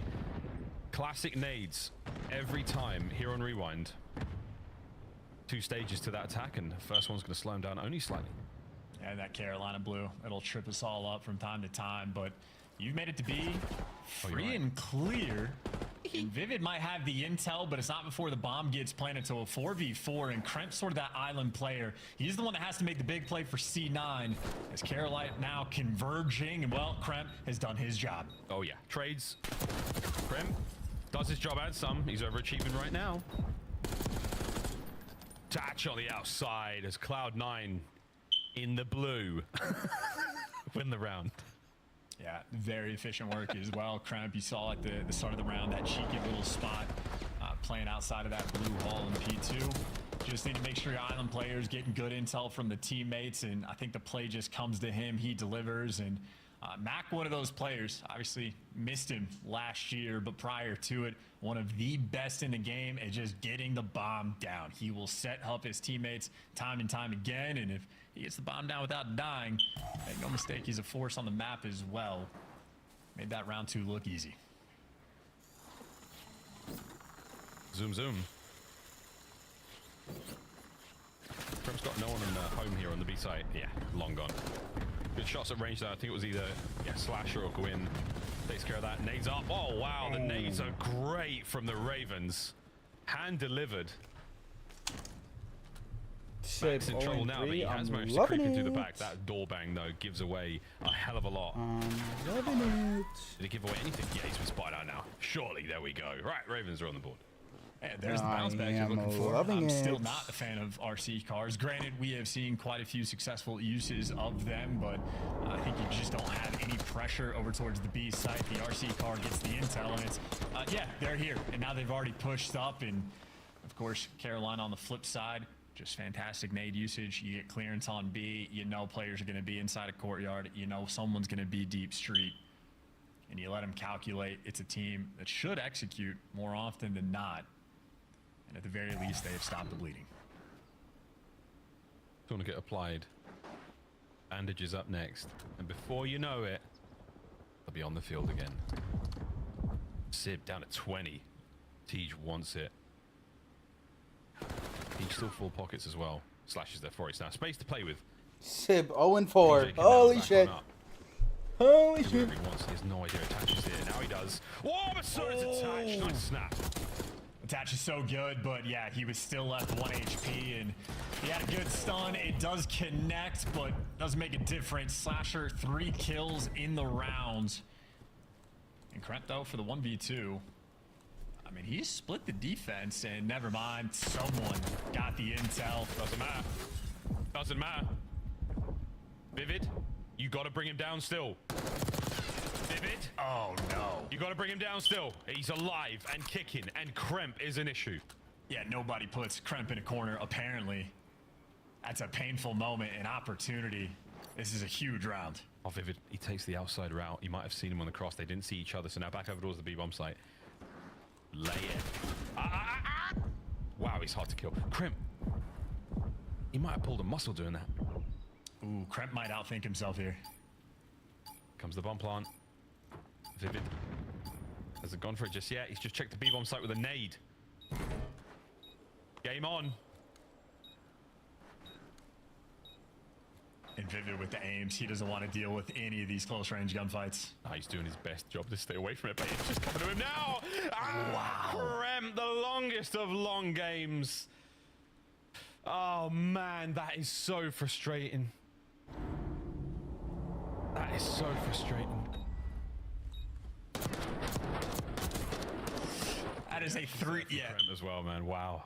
A 3-kill round from Slasher. That turns into a clutch from Kremp. That is so much pain. Puckett, he asked for it. What is Kremp doing on the minimap? It is making plays like that. Had him trapped in a corner, dead to rights. And he just wins a huge gunfight. And Vivid, I mean, still in S&D, just doesn't quite have it. 1 and 3 for he and Gwyn in this 3-1 round count for C9. Tej, the old S&D master at work. SA old, you know what I'm saying? Jumps the corner check. Nobody home, but the trophy gives away a whole lot. And attached there on the far right-hand side wing. It'll be a big deal for Tej in a moment if he bangs through that door again. And he's trying to make noise. Ouch, Gwyn, ow, run. The battle on. Perfect bait and switch. Max first blood certainly helps. Running out of time, though. 45 seconds is still a decent chunk to work with, but I don't know what the play call is going to be. You've had Attach, by the way, just playing by those crates. Finally makes a little bit of noise. And it's pressure. They're trying to isolate Attach, but that's a tough man to take down. And they finally do get it. Max steps up to pick up anyone who pushes a little past that. You do have to worry about the bomb as well. The bomb is down. It has been spotted. ID'd. Mac guesses wrong. That's bad news. Over to Sib. Hitting it on the board. And not only that, save the round for his boys. Check the bomb. Kill number 1. Slasher gets away. Oh, let her do. Gets away. Is C9 faded? What was that play? Like, they had bomb down and Mac just put himself in an angle. It would have been perfect if he just scooched over and watched the only place that they could have pushed from. Instead, he just let him crawl up for free. That's awkward. And then Sib just lets him out. And by the time he figured it out, it was too late. Just poor angles being chosen there by C9. And again, maybe just thinking a little bit too hard, maybe too smart for their own good, but Slasher able to deliver in a necessary round for Carolina to be able to get. And credit to Vivid as well. Did pick up a few kills in that round. We're doing it again. Get the door open. Yeah, good job. Both sides of the door. Yeah, good job. Nice driving. Not great driving.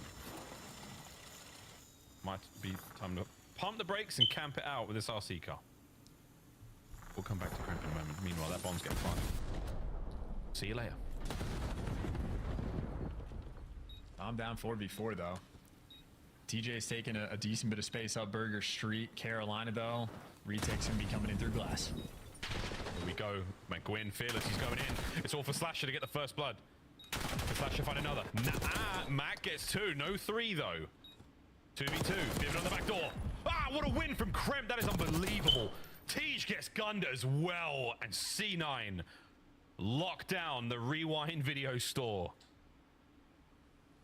Too clean with it, man. And shout out to Mac for the 2-piece as well. Attached there for the ice in the end. Good reads on Tej, but that's Mac giving you 2. Gwyn just a little bit too big of a slide, and Mac just shreds them, and then Kremp as well. I mean, the Jackal right now, just the hot hand.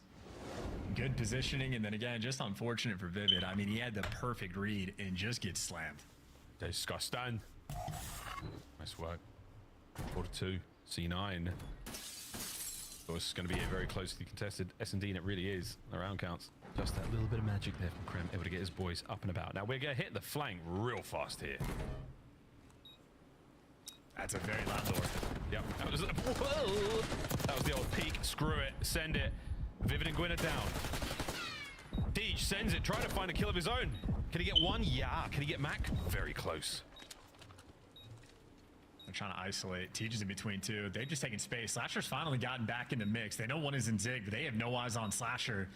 You got to do something. You got to do it quick and attach, trying to make that play. He's making it. He's making it. Here comes Slasher. Slammed. Absolutely slammed. Attached with a big 2 and the defuse.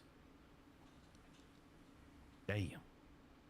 That's some confidence in the player cam there from Attach as well. He is chirping, letting them know.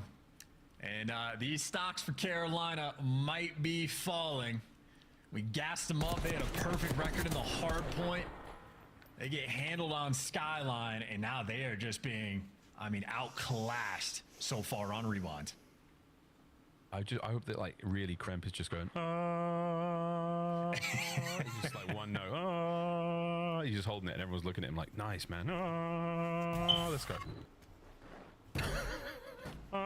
He's still going, incredible lung capacity.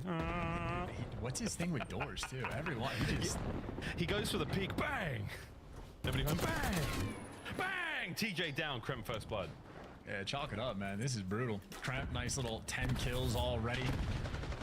That's a one and done spot for Gwyn, so there you go. Yeah, Mac was there for it. 3v2 for C9.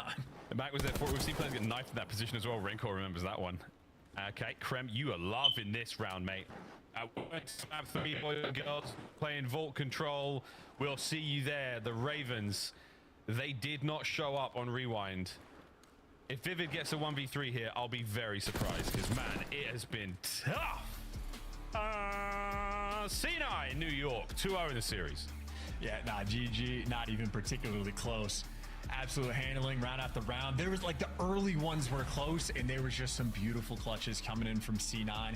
Just the fact that they set the tone from round 1. You get blooded, you're thinking Carolina's getting back in the mix, and they clutch a 3v4, and it was just the little things that were going right, and then the little things turned into Kremp. Doesn't need the cam. Whatever he was singing in choir, he had the COD gods on his side, because he was just unstoppable on that Rewind. I mean, like, it was so many moments we saw Kremp. I mean, 11 and 3 is one thing, but the 3 deaths, that's the more impressive thing for me. I mean, how hard he was to track down and just like, kill him.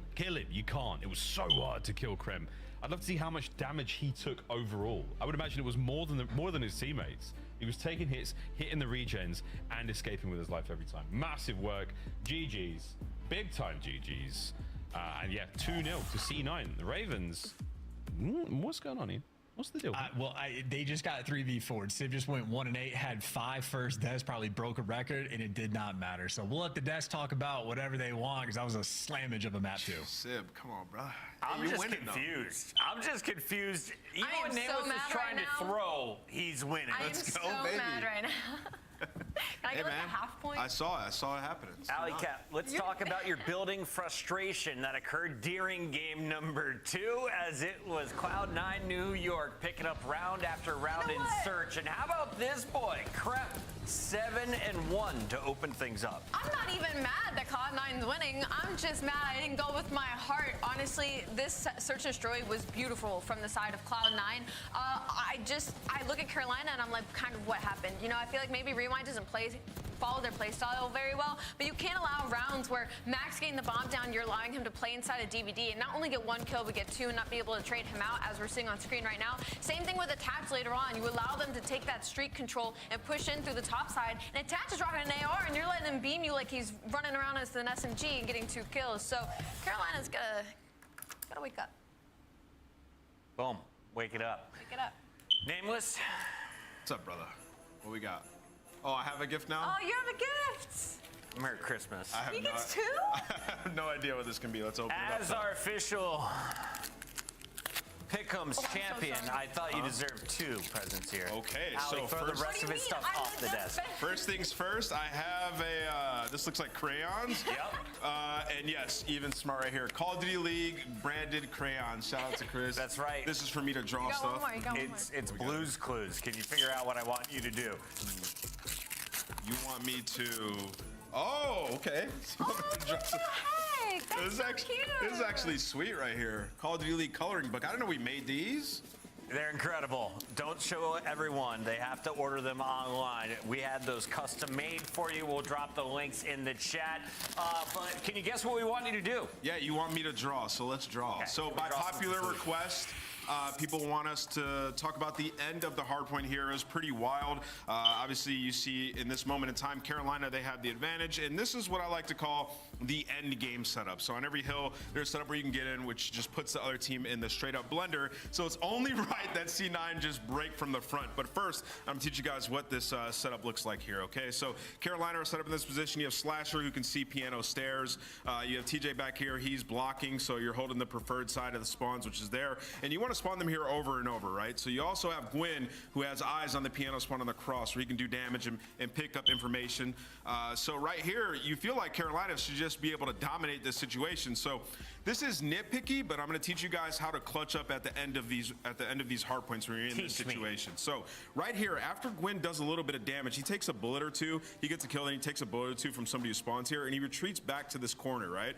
What would have been a better play, and I get it's nitpicky, but this is what you have to do to win at the pro level. You should have repositioned either here or behind the pillar so he can have assistance from Vivid, who's on the hill, right? So he traps himself in this corner right here, and what that allows is a player to go up top, and the first thing they're going to do when they drop down is check that corner. And Chris's guy, you said you want to look out for some plays from Kremp. He breaks this. He's the first guy to jump down and get the big kill here. Like a spider monkey. Yes, so this is the end game setup. Once again, you should be able to blender them here. If you're Gwyn, you don't want to trap yourself in this corner. You want to play a different position so you can help Vivid when he gets over to time BC. He dies in that corner, and now Vivid is left out to dry. TJ gets there, but it's just not enough help being that deep, watching the left side cross, right? So it's all about your positioning, thinking about where your teammates are, and also recognizing the situation. You could have won off of this hill, right? So play a little bit tighter. Looking at the numbers there at that point in the game, Sib was -12. You had someone -9. It felt like Carolina was winning the slaying war, but Cloud9 was just constantly flooding them. Do they keep it up, or do they run out of gas? We have 3 more maps coming up. I think unless Sib wakes up, I think Carolina starts stealing maps right here. I mean, Gwyn opened that map number 1 with 39 kills, so I expect something here out of Carolina. Nameless 3-0? Yeah, I think it's 3-0. Really? Down here, yep. Sib's about to turn up. Chat, let us know if you agree. Cloud9, 1 game away from finishing 2-2 before the minor would send it back to 2 majors. We've got Miles and Chance.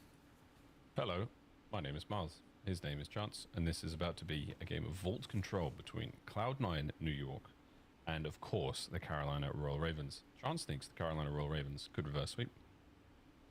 Yeah, I kind of I'm on the alley wavelength, I think, for this one of like if you get the Vault Control, very confident for Carolina on protocol, so very much sold on that hard point. But for control, TJ, the man to look out for, the snickerdoodle on the map, if you will. Solid KD, great damage output, super solid on the kills department as well. So he is getting a pretty hefty output in the mode, so be on the lookout.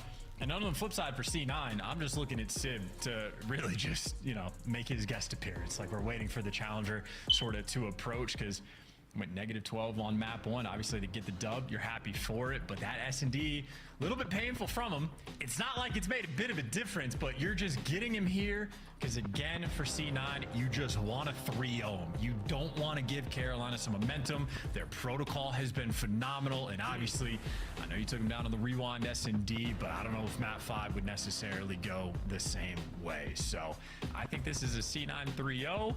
Or, as we said at the start, a grueler of a game 5. Let's get after it.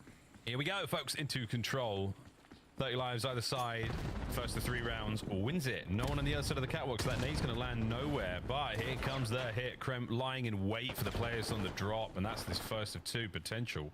Tej is all alone now in the middle of the map, and that is bad news for the Ravens. And they got eyes on him as well, so you at least have a little bit of intel. But right now, C9, for the most part, looking for the spawn kills. It was Kremp that was going hunting for Tej, and he is successful on the prowl. That is 30 seconds off the game clock already. Carolina have no motion. Yeah, very low motion. But now they've got a bit of lotion on it, and they're moving on towards the A zone at the very least. We like that. Vivid doing what he can. Nades everywhere. There's 400 different places to look on the inside of Palace. So, yeah, good luck, mate. He's going to get the first segment, though. So, nice job. Teammates getting dropped all around him. And again, C9, they find the kills all over the place.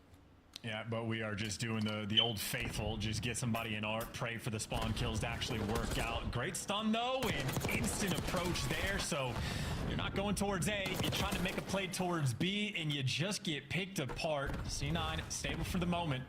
With 30 seconds left on the clock, you absolutely defend the hell out of this A zone. They're trying. Gwyn, man, he's back and forth, back and forth. He's not able to get anything done in this life on the respawn now. Tej, no 2. C9, another steamroll on defense. 25 seconds to go. Gwyn's going to do what he can to get out of spawn, but it's not looking likely. This is exactly what you wanted to see if you're a C9 fan. I mean, a slammage of a defensive round. Mac just walked through the entire team and killed them one by one. And Carolina seemingly have absolutely no teamwork. I mean, just nothing cooking. And Sib, well, there's the 5 spree. Looking for him to get active. And, well, he at least delivers a 5 spree. Wait. One man on. You get the kill. It's 3 seconds for the next. Mac is playing it sensibly. But he did. On a B as well. Slash is gone. Don't worry about that. A might get captured, Chance. This is not over. There you go. The that doesn't help a minute to run. Whoa, no, go back. We're still good. A's been captured. 14v8. Look, it's not likely, but it's not over yet. You just need that one sort of push. But right now, C9 are just spread so far around the map. It is going to be tough to break this setup down. Players lighting away. There's one life just taken away. Kreb can't get the next guy, and you're still worried about Sib down low. Looks like Slasher was sort of hunting for him, but the arrows are turning. They know. More lives drained. Do they know? They definitely know now. Oh, that's big wins across the board. Carolina's lost lives. Oosh. Mid-mat, find a corner. Classic. Free and easy. Tej. 2 players going to be diving into the B zone. Slash is going to be there.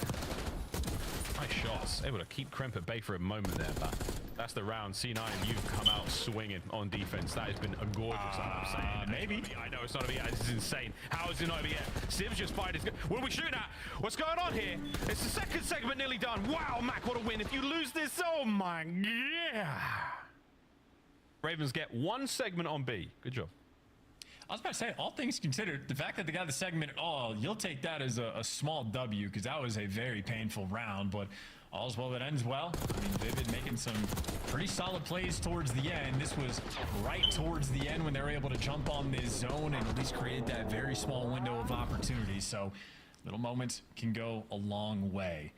Difficult to win your offenses, and it'll be our time to see C9 on the attack. But obviously a team playing with confidence. You can see it in the player cams, good communication, getting active. Sid will smile one day. Yeah, right. Ravens on defense. Boing. I would never not enjoy that.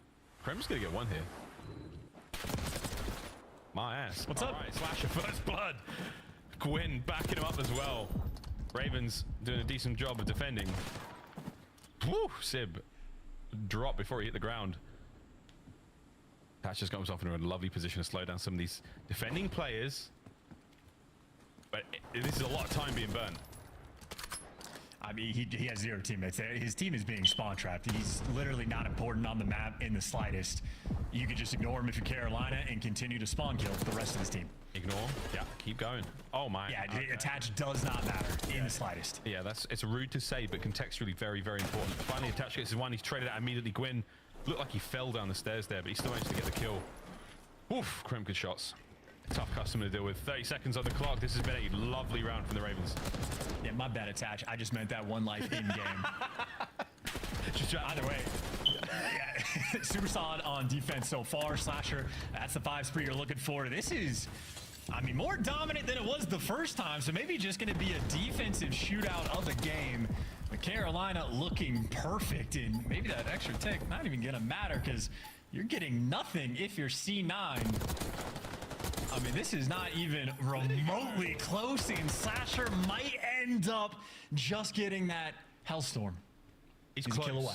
He's close. He's close. And that Hellstorm, man, against the B side of the map, like that B zone, yeah, don't worry about it. Offense, not so much defense. A saving grace. Nice shots. Nice working angles. Nice job from the Ravens. All right, well, we got ourselves a game of control, folks.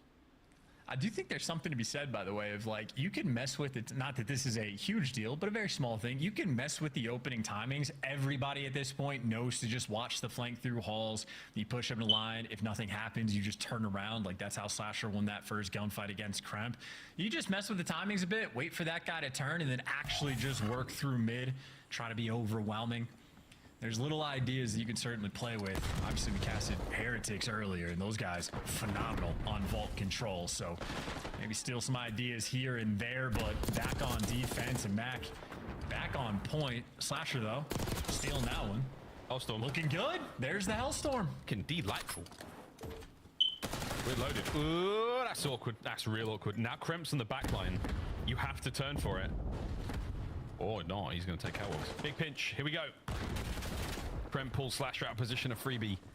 Nice work. Lovely teamwork there from Cloud9. Nice coordination. And you just see that one gunfight win against Vivid just breaks that entire setup down. And we are back to just maybe dominance on defense. You do it. A very scattered mini-map, though. Players on C9 just in every single corner. You got Attach on one end and Attach once again. Trying to make that impact play. TJ and Gwyn inside the hill. Don't have to watch their flank. And this might be the pressure to lean over for a B hit. A lot of these players on Carolina crawling up and toying with the idea, but they get taken down. They're just playing for the kills with a solo cap, and they get punished for it. Gwyn, how many can you get? The answer is 2. Ridiculous 3 for Gwyn. In the movies. Way, the whole team get back on the point. Stack it. He made it to the movies, and you also do have a Hellstorm. Not that this is necessarily the best place to call it in, but another wipe like that, and you could finally get Gwyn gets cut down, and all that effort to try to set up for the spawn kills, C9 just picks you apart. 2 very different styles of control. And that run it down mentality not paying off. Oh, no. Well, minute 20 to count. Still pretty even. Good stuff, Gwyn. He and Slasher are putting in the work here on Vault. Eyes on the B zone. All this damage at range. Oh my god, doesn't amount to a huge amount. I don't know if anything, unless you can get your boys up there. 1 minute to play. Teacher's in. Slasher just has Sib's number, it feels like, in those 1v1s. That's a car bomb and a half, though. That's just going to cut down the reinforcements, and TJ is the last man standing. Damn! Takes down Sib, though. Good lord. Oh, my goodness, but he's counts for 10 men right now. 9v5, by the way. Yeah. Whoa, that's tough. 5v7. Ravens starting to bleed out a little. This has been a nice series of kills there from C9, and they are in control for the time being of mid-map. I might just eat my words. Maybe the run it down mentality gonna pay off. Every single kill matters. 30 seconds is plenty of time. You see Slasher actually utilize the Hellstorm. Gonna get all the intel. Gonna take down a life. A 6 versus 3, but all these players are falling. You just gotta get the trades. And Carolina are gonna be good for the offensive round. At the very least, one segment. Hold on. Wait, they line up! Vivid, guns and both. Good round on the Ravens. And Gwen gonna be the player that made it to the movies. Just a clean 4K everywhere on the map. A little bit of a gift. They just line up for him, so it's just nice moves on it. Player number 2, and everything else just falls in line. Perfect clip of the Jackal. Great swap to the Strider. Gwen obviously played COD 4 back in the day. Faster to swap to the pistol than to reload. Those tooltips come in handy. They really do. A fun game of Control. Little bit of that back and forth, a little bit up and down. C9 attack. Stay alive here in Control. Nice start. Sid pulling up Jackal as well. So yeah, looking to get active, keep things close quarters. And Quinn, I mean, you just ran upstairs and you're sliding like that. He is an athlete. Yeah, it's the ray gun. Immediate drops to the side. A weird breakdance, I'm saying. He finds him. Dash looking for the old hop-up kill. As soon as he jumps in, yeah, eyes are on straight away, traded out. It's enough to get Mack in, though, so it's enough to keep the capture alive and well. First progress complete at A. Tej and Gwyn. Gruesome twosome, get in there and clean house. Okay. Sit back with the aims in hand as well. Traded. Wow, what an awkward fight. So many Ravens everywhere. Krem gets pecked to pieces. Once again, Gwyn, the ensuing chaos here for the Ravens. They are thriving in it. 25 to the 19 of C9. Not a good look so far. It's just the flock. I mean, you got guys P2 as well. You're just going to get spawn killed everywhere. TJ and Gwyn finally get dealt with, but you only have 40 seconds left to work on A. You do have a tick of progress, but it's back to the 50-50 square up. That is one kill traded out, but you yourself get traded. Carolina going to have the man advantage on this push. And attach might be the difference maker. He's trying. He's certainly trying. Less than 30 seconds. The clock has stopped. Slasher winning that somehow. And now he's on the opportunity to pick up the pinch. Let's Kremp through. Kremp's going to get into the fight now. Win at the ready. That stun sure sucks. Oh no, Kremp's done it again. Kremp has found another route. B is in a little bit of trouble now. Such a scattered push too. 14 v8. Oh, God. Nice two-piece coming in from Gwyn. He is a lover of the slide. I think this is just going to be a life count thing, though. You just don't have enough bodies left. Carolina, we have not seen a reverse sweep this year. They might be the first team to be able to pull it off. It's not over just yet. We're on A. Tej. Don't let too many members of C9 get in here and reinforce. A lot of damage, no kill. You get A. 2 lives left. And that should be it, folks. The Ravens stay alive in the series. The makings of a comeback, possibly here, and a protocol hard point coming up now, chance. Ooh, ooh, ooh! This spicy Sunday, here at Codmas, we're getting the goods. Yeah, C9 just a team that has not had a great deal of success on vault control. Maybe thinking the week 1, week 2 sort of change for them could be a bit of a difference maker, but still just a step behind. And again, no reverse sweeps on the year so far. Carolina down 0-2. Protocol hardpoint is looking like a very good map for him. So we had a barn burner of a map number 1, but Carolina simply shooting. Slasher continues just to be, I mean, seemingly elite this year. He's been on point every single respawn he delivers. And obviously Gwyn had an absolute field day on that map. 32 kills, 3,500 damage. No one in the lobby particularly close. No, that was that's a lot. Yeah, good stuff out of Slasher and Gwyn. Consistently throughout this entire series, all the respawns, they've been really hot. Very, very good, very good. 31 the final time there of this vault control. Definitely not the fastest we've seen, but a 3-1 scoreline nonetheless. Highlights again. And again, as far as the takeaways go, defensive and offensive numbers are starting to come together. The map's still a little defensively heavy, but the best teams, they're the ones winning the offenses. Yeah, and these two teams had almost like an elastic style sort of as well. Like willing just to hit both zones at any given time, mix things up, just try to create a little bit of chaos and trust yourself to be able to come out on top of it. And I think Gwyn was just truly that guy. But the biggest difference maker, obviously just the offensive round that Gwyn guys were able to win. And it was really off the back of plays like this, it just gives you the life advantage, secures the A zone, buys you so much time, and obviously Slasher, round prior, going on such a big streak that he's able to get the Hellstorm. Make sure you put the stamp on it. So Carolina found the difference maker. Nice win in the series. Always happy when you can win the swing mode. Man, with so many turns in this game, man. So many turns. Gwyn, you just watch his POV all map long. He really does love himself some Vault. And you're right, the way the slides work out, man, Gwyn is just soaring. He's having so much fun on this game. Omni Movement has been treating some players a lot better than others. Surprisingly enough, I think we expected a lot of the slower ARs to really suffer. Doesn't really seem to be the case in some ways, but a few of those submachine gun players, it has just elevated them in a way. The Hydras, your Gwyns, the Shotsies, a lot of the players you would expect to be that gross, absolutely disgusting.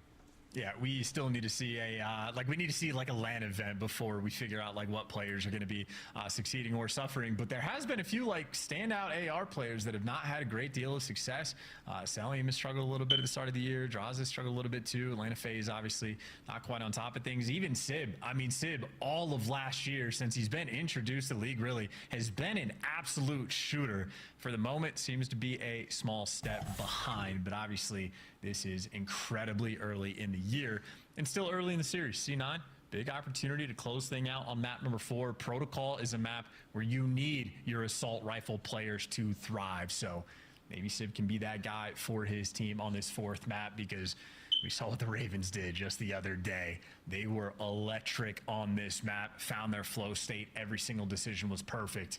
C9 going to be forced to bring their A game, because make no mistake, even on the Skyline, they built themselves up a 70, 80 point lead. Mac just opened up Skyline like an absolute god, and that lead still nearly crumbled. So you got to be good from start to finish. Start to finish, I mean, that consistency is one thing. We're seeing it in a couple of the sort of game flows, especially the map number 1. C9 absolutely had a start to finish run, very consistent, great stamina, didn't let anything happen, any crazy giveaways. Really, really sound game. Got to try and do the same thing here, and that is going to be tough against the Ravens. We already saw what they did against FaZe yesterday. Day before? I forget. Feels like forever ago, but it was definitely a very impressive showing for the Ravens. This is going to be a big one, folks. Fist bumps have been delivered. It's time to party.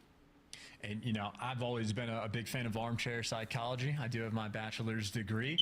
Better fist bumps on the Carolina side, man. A little more energy. Very well coordinated. I think they might be good for the opening break here, Miles. That's how I'm feeling. Look, it's funny you should say that, because I think Gwyn's got, like, his fist bumps were a little, like, whatever, you know, especially after a dub. Like last one, there was like a real soft, just like, yeah, whatever, man, we're good. But not the best fist bumps I've seen. Not quite, you know, the Seattle Surge Vanguard season. How the fuck does he do better? What the fuck? Unbelievable. Coach Lamar. Oh, because fucking Gwen. Oh my god, I'm about to crash out right now. Skill, that synergy. Oh, because of Gwen. But here we go, folks, into Protocol. And it's lit.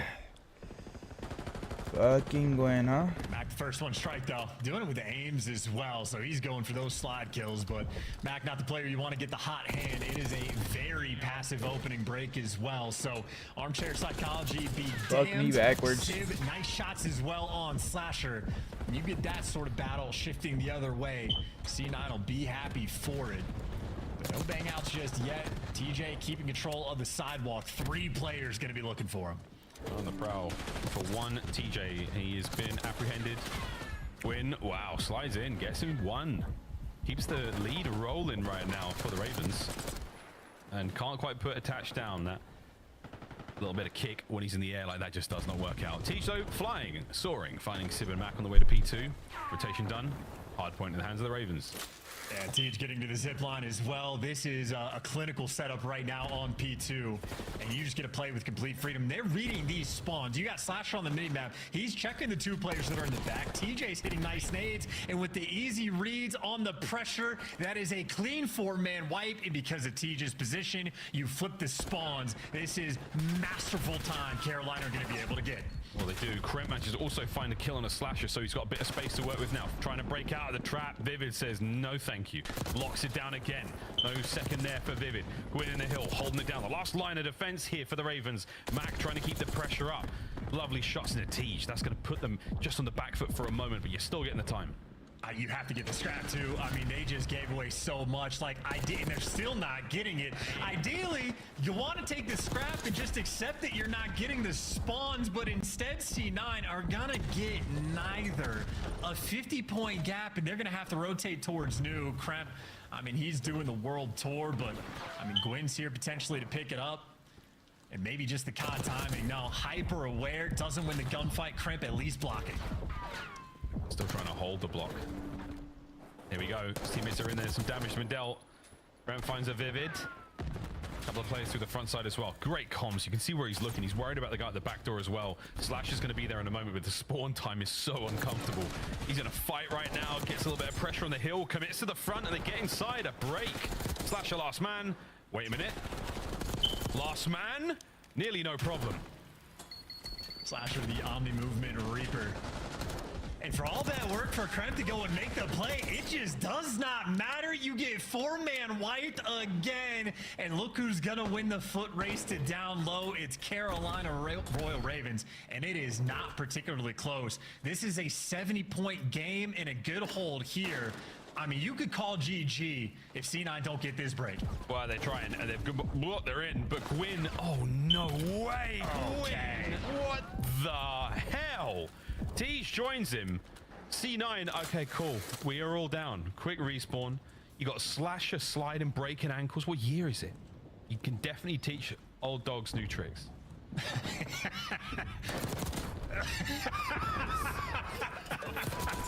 What is loud? Gwyn is my favorite player to watch. Hey, that was a break though, right? At least you get a break. It might have taken 30 seconds to make it happen, but the way that was starting, you're just happy to stop the bleeding. I respect that so much. Nah, put that in a highlight reel. That was a doozy, right? Let's go for a listen in with the Ravens. They are banging. On time, we don't know. I spawned back. They're pushing out. They're pushing guys out. I don't see him top. Top granny. This is gonna spawn weird. Give me my gun. Try to hit Sparrow. Yo, one's top tower, top tower. Good gun on me. On time, weak max. One's top tower. P2, hopping up. I'm in. Dante. Listen. Top ground. Listen, I'm gonna try to choke on you. I'm underground. I'm gonna hit the ground. Don't get my left hand. I'll get left. I can kind of see left hand from him. On team top granny. Top granny. Dante. Never push. Ali, that's one shot, left mid. Hitting it. I have it. He's laying down close on the wall. One pinch top ammo. One pinch top ammo. Missing one. I'm in ammo. Bottom ammo. Make gun. Nice. Make gun Dante. Nice. I'm near you. Just lay down. I need it. Name me from I'm laying down close, Ellie. Top ammo left corner. I don't know if they know I'm close. I have your IV kind of. They can force stairs.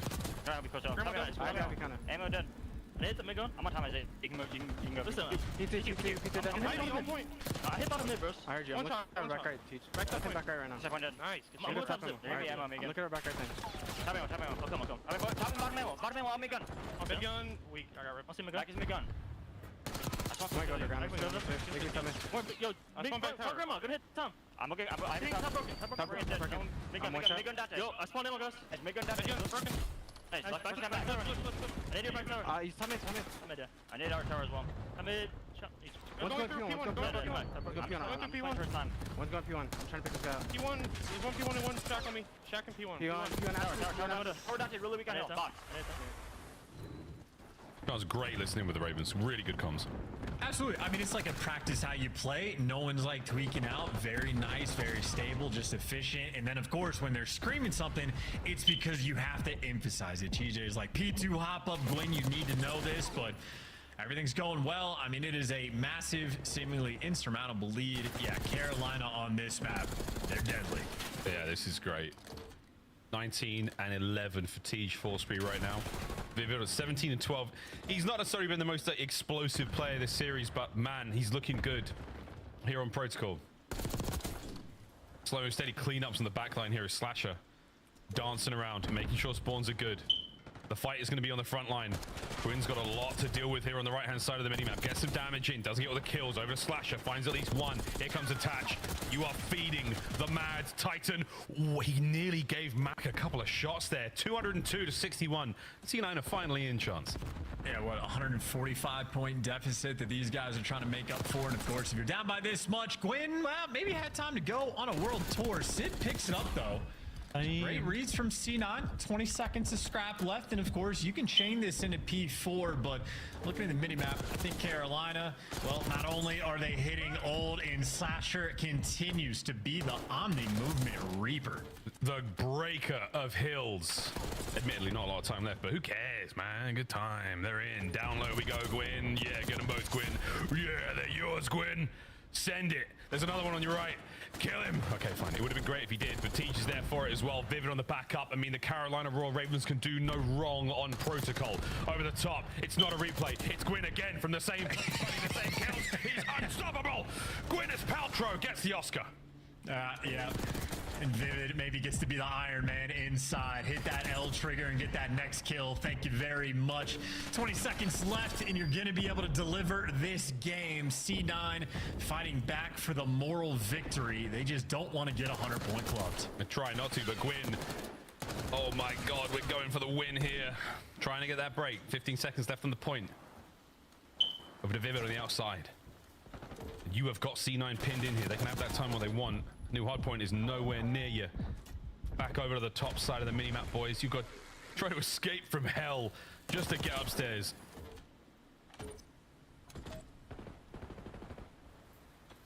So albeit, mate, C9 are in. C9 managed to creep on in. This is not over yet. I mean, we're gassing the life out of this. I gave out an Oscar.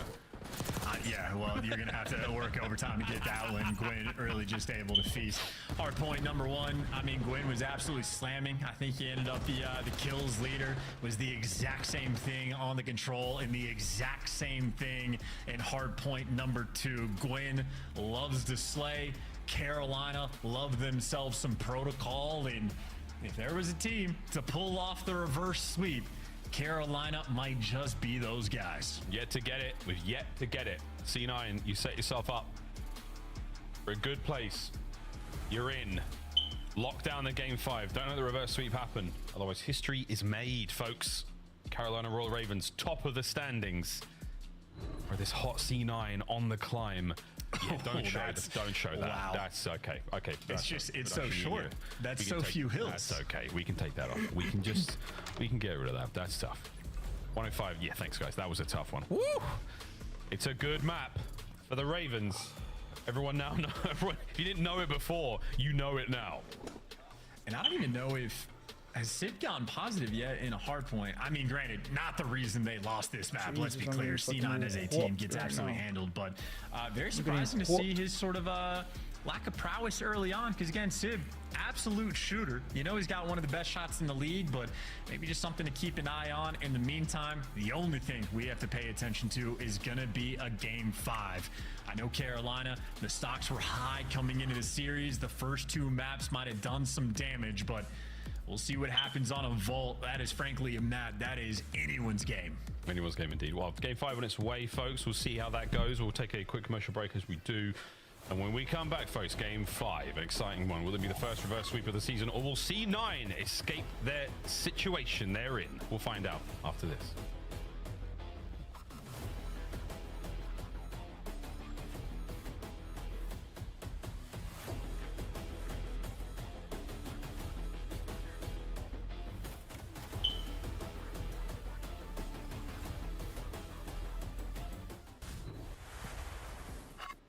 The Esports World Cup is an official partner of the Call of Duty League.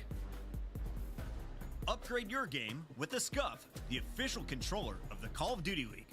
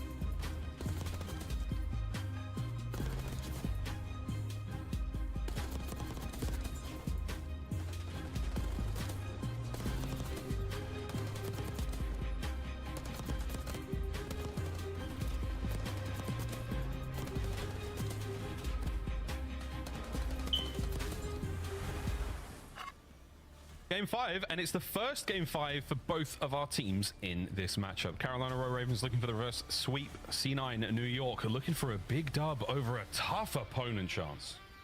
Yes, and I think this series has sort of delivered to the expectations. I know the fan sentiment a lot higher on the Carolina stock compared to C9, but they have fought back at least early on in the series. But C9 have struggled in control. That has continued, and obviously Carolina are looking like one of the finest teams on protocol. So that sets us up for a Game 5.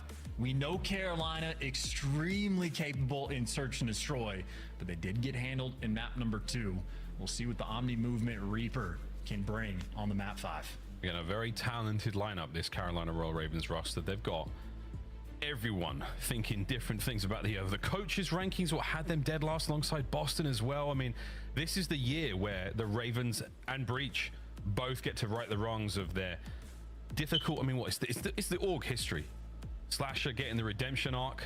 Can't wait for him to play Boston. That's going to be a lot of fun as well, isn't it? Ooh, it's going to be a great season, folks. Let's just get through this match first. Vault S&D, Game 5. Here we go. And I think Carolina might be a team that's pretty willing to make plays as well. The A side is obviously the most popular. It gets attacked 90% of the rounds, but a few different teams, Toronto being one we saw earlier, might try to set the tone with a cheeky B bomb plant as well. So I think if you can sort of get that idea out there, force the opposition to think about that, you can always play the mind games and search. But that's just sort of a setup. Who knows what Carolina are going to want to do, but that'll be for the second round right now. Mac with bomb in hand, and the man loves the plant. You know the route they're going to take. Over to the A-bomb site they go, and that is unfortunate for Sid. Bad start. Oh, bad start. Still a bad start. They're about to hit the bomb. Yeah, we're doing what we can as Kremp claws a few kills back into this. E and Mac have got their work cut out for them all the time. You're in. Good luck, boys. Wait for Kremp. Wait for it. He's got a nade. But, wow, they lined up, and there was a bit of an awkward engagement there. So many Ravens in one tiny little space. They play the numbers. They manage not to friendly fire too hard as Tej gets the defuse. Yeah, you know the flock can fly.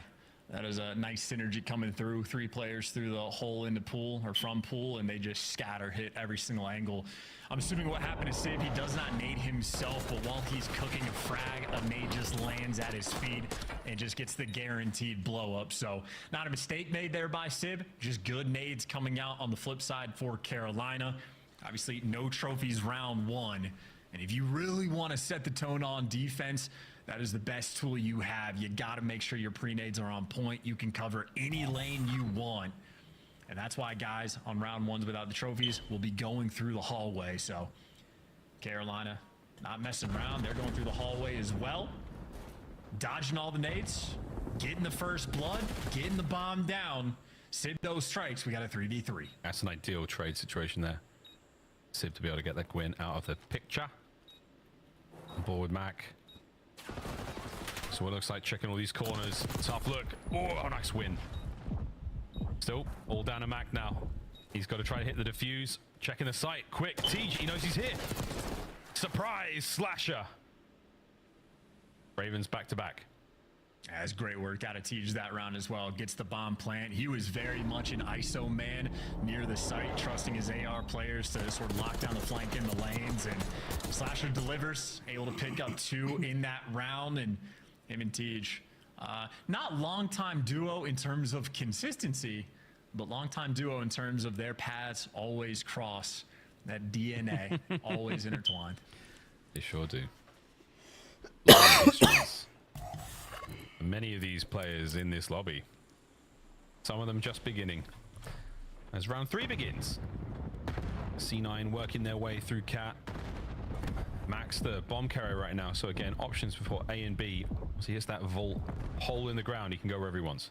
I think it might have been a teammate that had Kremp 1 HP. So Kremp is free on the flank. TJ able to get the first blood, but now Kremp is just going to make things awkward. And this is the setup you're talking about, by the way. If you get the bomb planted at B, in my mind, it is a guaranteed round win, especially with a setup like this. I mean, quite literally, what do you do? Well, we're about to find out. Gwyn is going to jump out. He's going to piece Mac. He's going to die. All right. Now you know where the other 2 guys are. T just being sent in for it. Absolutely slams attach. Last guy up is Crimp. They're going to make the read on him being down low. Oh no, Viv's going to get smoked. Okay, this might be around. Yeah, okay, that might be it. Damn, it was close though. Yeah, it was close though, come on. You do. You just have to spend so much time though clearing out like top art. You got to clear out P4. It's literally just too many things to check. And again, that's the tone setting like B hit that we're talking about. It was developed on the minimap because Kremp able to just find that mid-map route and just clear space. You had a 4-man stack on defense coming in from Carolina, and admittedly, they got the first blood, but C9 just recognized the pressure. You get the bomb planted in a spot like that, and even though everything was going perfect for Carolina on that attempt, it's still not enough. That B-bomb site, you gotta respect it. Yeah, B-bomb a little OP right now. Hard to get the plant down though, and again, this is like that sort of thing we will figure out with red card. Retaking B is a little tricky. Retaking B on this map, unbelievably difficult so far. Not a lot of data to work with. Oh dear. Gwyn, can you make it a 3-piece down low? Oh, nice trades, Vivid. Great coverage. Wow, that's fantastic. 2v2. Yeah, no bomb plant just yet though, so AR player is going to have to get to work, and it is the AR duel. And Vivid, again, he has struggled in S&D. I think his KD at this point might be like a 0.4 in the 4 maps that they have played. So he has struggled. And the C9 boys are just roaming together. Yeah, they're going to hit the top soon, and this is going to get ugly real quick. Did they get spotted out? Very likely.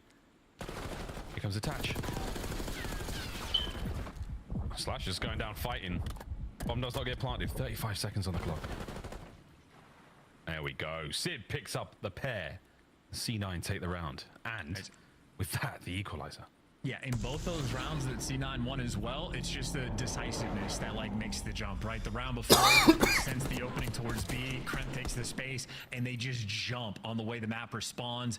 What Sib and Attach do in that moment is the same thing. It's a 2v2, it's AR players swing out wide, and they just start making moves on the map that clear so much space, and eventually just catch Carolina off guard. So Carolina just a little bit too slow. And 2 beautiful bounce back rounds. DJ technically 8-0 because he got team killed, so he's had a monster start early on. You got to be on the lookout. This is a crazy minimap. Yeah, it's confusing, especially over the A side. I mean, there are 2 members of C9 inside it. And look at it though, they've got this space. Like B's just left completely open. Slasher's on the cross, but that just means Mac pick a different plant spot. So he's going to get this bomb down as well for a 4v4. It's not as dangerous as the first time, but C9 still in a sweet position. I think the trophy system is now gone. So if anyone's got anything left, it's Gwyn, finds 2. Slasher on the flanks. Attach peeled. Damn. As our observer team catches every kill on the retake. GG's, everyone. And, you know, credit to Gwyn and Slasher in those moments as well. Gwyn gets active in the post plan and make sure you do not let those players escape. And of course, Slasher had a big responsibility as well. They did sniff out the B pressure. Like, you know, maybe C9 showed their hand just a little bit, so Slasher's a little heads up on the response, but quite literally just, if not for this play where Sib is just face first in a wall, that round would have collapsed. But again, hyperactive. That is the only way you can handle the B bomb plants. You have to make sure the bomb planter dies. Well, that's how you get it done. There we go. It only took a round for us to figure out how to make it work. What a game 5 this is. Back to A we go for the Ravens. Stun checks, nades as well, just in case anyone's here. Maybe not. That one's going way downtown. Mac, oh, what a start from Mackenzie Melts. A big 2-piece.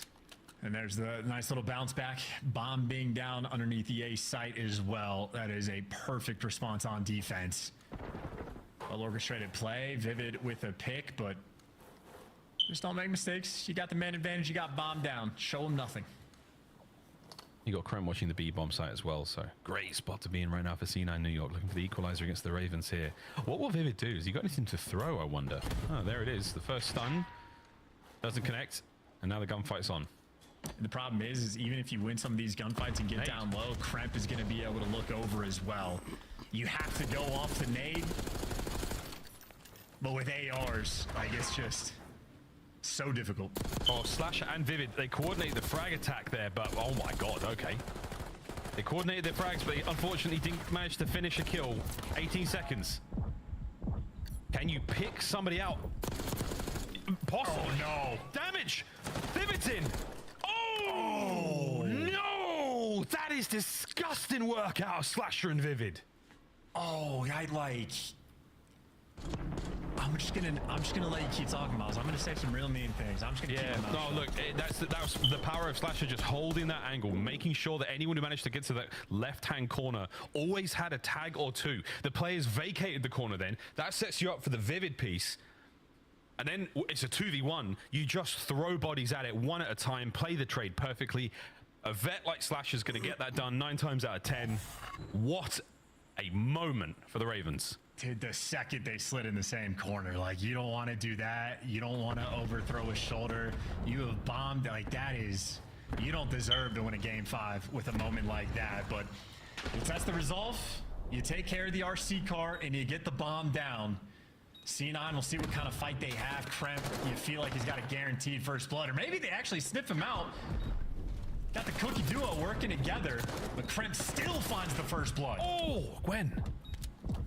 30 seconds. Quick check. T-Shaw's a frag. Don't die. You need that frag.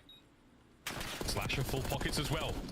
Gunning at the ready. Trying to hold these players at bay. Watch out, see. He's throwing a doozy. Gwyn's on the pinch. In and out he goes. 15 seconds. This is it.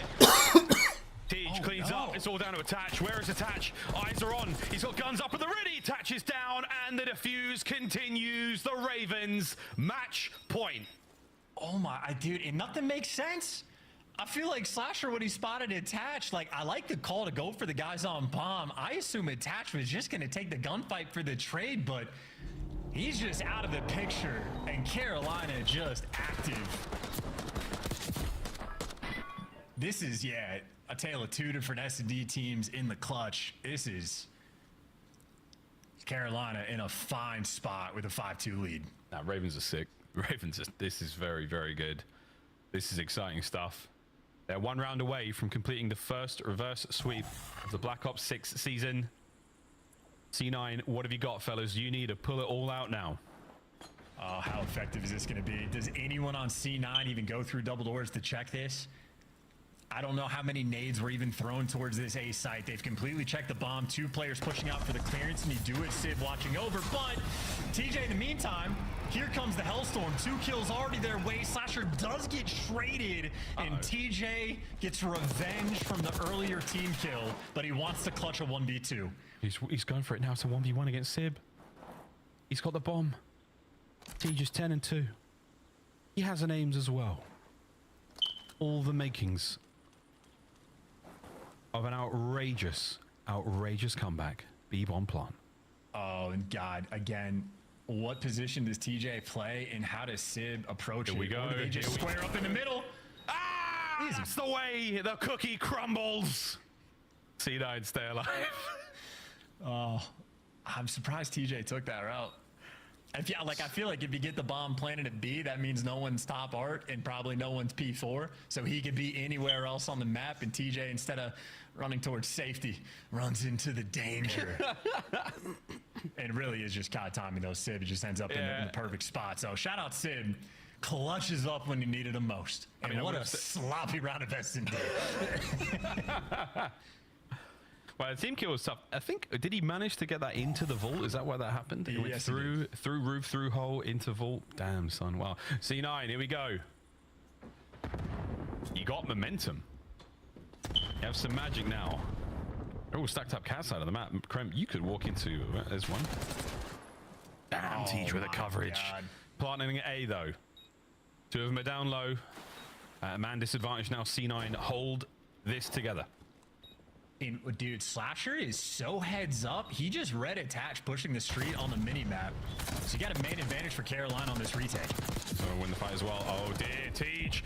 Vivid in game. Attach has got to go very big here. Can he get at least a kill? The answer is nah, he cannot. The Ravens complete the first reverse sweep of the season in a devastating victory on Vol S&D. That is a way to sort of go into the break for them. You crush the momentum of C9. You kill their morale. and you make sure you keep a perfect record. Carolina's still sitting amongst the top in the league. Smiles across their faces. They know they got away with one there. And that was a wild game 5. Wow. The revenge of the Ravens. They are happy. They should be. Turning it all around for their respective franchises. Wow, the Ravens back on top, continuing the run. They complete the reverse sweep. You name it. The Ravens certainly are the real deal. TJ, 12-3. It would have been great if he won there. If he gets the 1v1 and I get to scream, that's the way the cookie crumbles. It's a cookie joke, chat. You're going to get a lot more of these throughout the year, especially with TJ performing like this. Those cookies, and they are on point. So is the game. 9 minutes total. What a fantastic game of Vault Search and Destroy. You really got a taste of it there. A brilliant way to close out the first 2 weeks of play for the Ravens. Yeah, and you know, Mac might have had 5 bomb plants, but if you were just looking at those assist numbers, the teamwork for Carolina, so much better than what C9 was able to bring on that Vault. So budgets be damned. S&D coach, well, got to put more work in there for C9. And now they're all tweeting GG C9, 2-week break, clutched up when we needed to. Good stuff, boys. Love my teammates. You know, the usual stuff. We absolutely love it. Wow, that was a fantastic series. There we go. The first reverse sweep of the season. Maybe many, many more. But hey, the Ravens, chat, they're the real deal. Des, what do you think?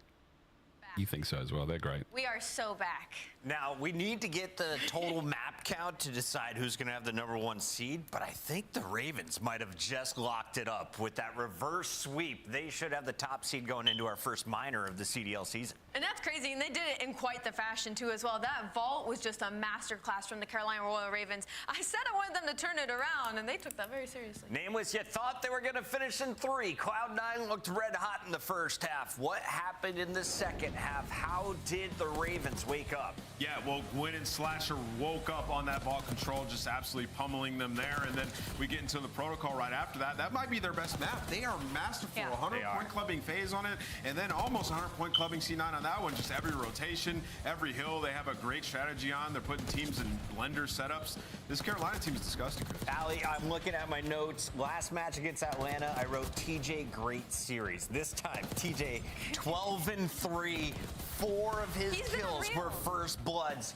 What's different about Black Ops 6, or is it just a different in the roster than what he was playing with last year? He's been unreal. I want to say it's the game. I think he's just very comfortable. I think it fits his play style incredibly well because TJ kind of is in the likes of, like, he's a player who likes to get around, find an open lane, kind of abuse it, get behind enemy lines, and he's been so consistent with that. And I feel like something Carolina does really well with this team is they always have each other's backs. So they're never really in a situation where they're isolated and not able to get the trade. Trades are there at all times. Carolina finishing a surprise 4-0. A lot of people had them at the bottom of the coaches poll or in the middle. It's crazy. You thought it was a good roster on day one. They're living up to the hype. Yeah, I mean, I think they just have like-minded individuals. I mean, it really translates when you know a team's really good when it translates to their gameplay, and in retake situations, they're calm and poised. We saw a 2v3 in that game, like, just beautifully played. Slasher Vivid, like, we saw multiple times early in the round 2, like, they would give up a first blood and still come out on top. This Carolina team's a real deal, seriously.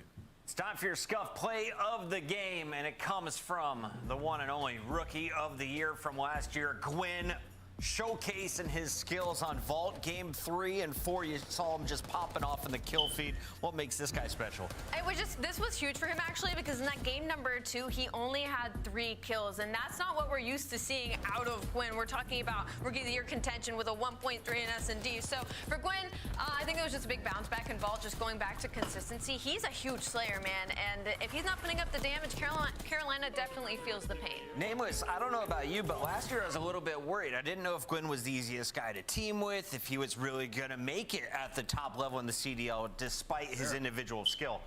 Watching these games, it looks like he and Slasher are best buddies. Yeah, I mean, I think Slasher has just instilled some good faith in them. Like, with the practice, what they preach in practice, it's working in their matches. And when you put Gwyn within structure, he's able to fry, right? You give him any sort of advantage on the map, he's going to go off. We've seen that through their 4 matches, now with a bye in our first minor. Let's take a look at our standings after Toronto beat Miami. They had the first 4-0, but Carolina will have the tiebreaker. They have the #1 seed as of right now, going going into the minor, and I don't think it's possible for LA Thieves to catch up. Ah, man, I mean, Carolina, they're looking so good. They didn't even make it to champs last year as an organization. What a turnaround for them. And then we know you're going to get some additional points in that minor for champs this year. So this is huge for this organization and for these players. Allie, we got Minnesota with the chance potentially to break into the top 4. What do you think?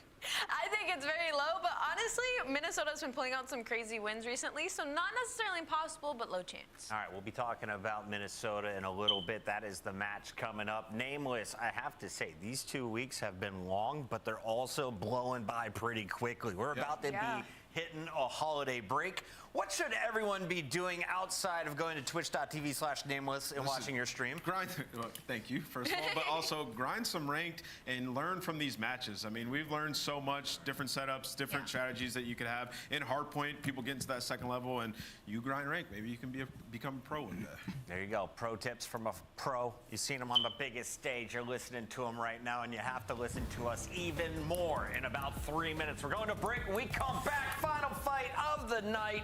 LA Thieves, Minnesota. Can Thieves finish perfect? Or will it be Minnesota climbing up the leaderboard?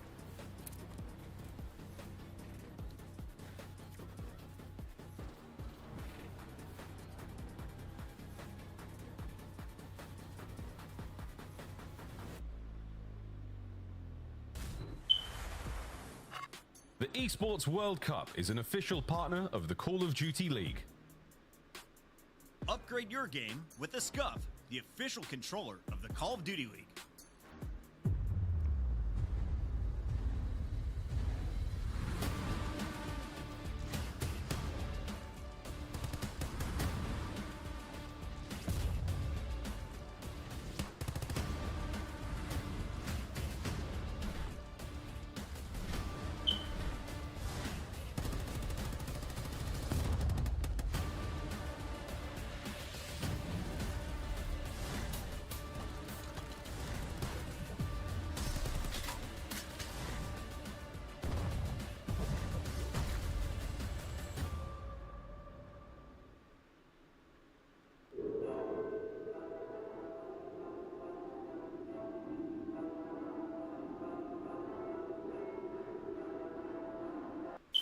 Look at the route that Shotzi's taking, shutting down the entire. Oh my gosh, yeah, look at Ant on the minimap. Depending Guy's on an what absolute the butt timing of this cheeks. looks like, Mac gonna go for the Waiting for the elevator. Plan, He's but patient. We've got 3 different floors worth of areas to explore your Shotzi, and now the time starts to tick against Optics defense. And I don't know if Sib got a sound cue that potentially someone's coming in the elevator. I guess not. Here he comes. Shotzi on the pinch.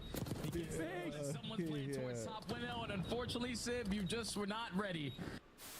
Trying to attack me mid. After him. Mid. Draws on mid, guys. Oh my god. Mid.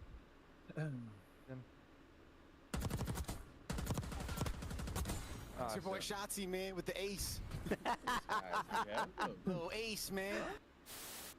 Here come the Thieves. They cannot allow this to slip now. And there is snaking going on. Octane and Envoy have broken through. Can find one. Finds the second 1v1.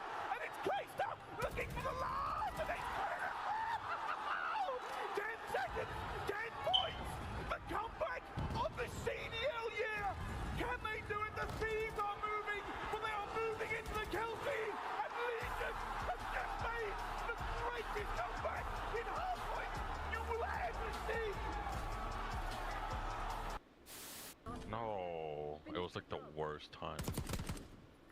Wall bang him. Put your head down and secure the target.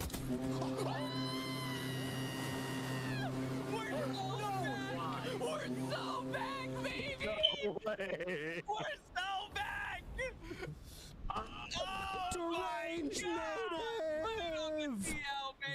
Deranged Native with 100 gifted subs! Oh man, I can watch those CDL TV clips all day, but right now we gotta get into the action with a man who just popped off in a game number 5. Welcome back to the stream, TJ Howie. our top S&D performer from the Carolina Royal Ravens. Alley Cat, what do you think of his play tonight? I think he does great. I think he's played great the past 2 weeks completely, and I can't wait to talk to him because I want to ask about the search and destroy. Pretty sure he's coming. There he is. Hey, Teej. Hey, man. How's it going? Took a minute for you to get here, brother. What'd you have to go do right after the game, huh? No, my cam wasn't working. I got to use Austin's setup. My cam doesn't work. I don't know. I think I get me a new camera or something. Chat says you were eating an Uncrustable. I don't know if that's true or not, That's but crazy. those are good. All right, TJ, let's start this thing off. You guys, hot start. You 3-0 Atlanta FaZe yesterday, and then this matchup, you come down 0-2. What happened at the start of the series, and how did you guys turn it around? Honestly, we just came out slow at map 1. We went down early, and then towards the end of the map, you could tell that we started kicking up. Our guns were hot. I think we outslayed for the loss too, so that's not ideal. But yeah, I mean, our guns were hot. Definitely map 1. Map 2, we kind of threw away. We just had a lot of bloods, got it clutched on a lot, and they played that really well, honestly. And then map 3 and 4, we kind of dominated. Then map 5, You dominated. Then map 5, we took over. Yep. TJ, I just want to congratulate you on the win. This is the most consistent I've seen you guys play. Carolina's kind of, I feel like, came out of nowhere and really uppercutted a lot of the top 4 teams. I want to know, like, what sets you guys apart from the rest of the league? Like, is it team chemistry? Is it just you feel all of you are really good at this game? What's the deal? I think we just have a really good understanding of how we want to play these situations and rotations and stuff in hardpoint, and then S&D. I think we have really good S&D players all around. We bounce off each other really well with play calls and stuff like that. I feel like our clutching right now has been really good. Like our 2v3s, our 3v4s, we're capitalizing on that a lot. So, I mean, we've been clutching up a lot, and we've been playing good. We're clicking right now. Just be gelling. Listen, Teej, back in BO4, you were a monster, brother. I think people forgot Black Ops Teej. I want to ask you, you and Gwen look way more comfortable with this roster. What is it about this team that's allowing you guys to flourish and play so well, especially in the hardpoint? Yeah, no, Gwen's a fucking beast. Gwen's a beast. I love it. But Slasher and Vivid play really well fundamentally, and I think it just, I don't know, it works. We've been playing really good in scrims, have our off days, have our good days, but you know, we're clicking right now, and excited for after the break to keep at it. So Teej, I heard some pros talking about top teams, like top 4, top 5, and they were still leaving you guys out of that. Do you have anything to say in response to that? I mean, these matches are speaking for themselves. We'll see them at the major for sure. For sure. Teej, before we let you go, what is the best part of playing with this lineup in Black Ops 6? Best part about playing with this lineup? I miss playing with good S&D players again, man. We're really good at S&D. I know how these guys are thinking in these situations, and honestly, I just love being on a good S&D team. That's really what it comes down to. Final question: true or false? The SMGs are overpowered right now. False. We gotta buff them. Maddox, we gotta buff them. I think guns are in a good balance at the moment. Pretty balanced. Like it. TJ, great to have you on here. I appreciate you guys. TJ and I guess it's like a whole slew of SMGs are just finding success early in this game. He drops 12 kills, and of course, we'll see TJ back in action during the minor in January. For now, though, we have one more match to go, and this is all about seeding for LA Thieves. You win, you're guaranteed a top 4. Let's take a look at the final matchup of the night. Let's go.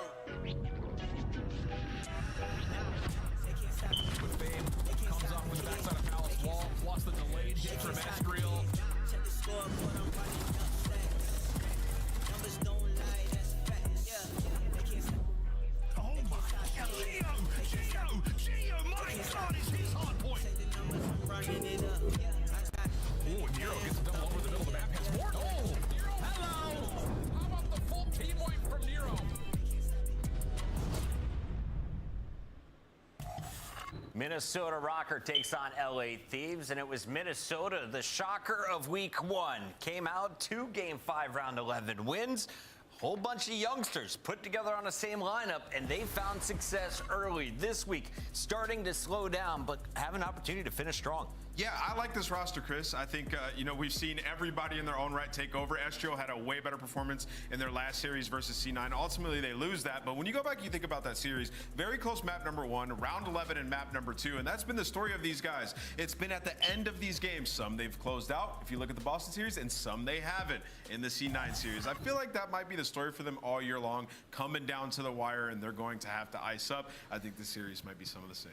LA Thieves is on the other side of this matchup, and this has been the most fun squad to watch. I think a lot of people in the chat would agree. Amazing hard points against LAG. That was back on Friday, a 250-249 nail biter. But at the end of it, Scrap said that is the crappiest hard point we have played.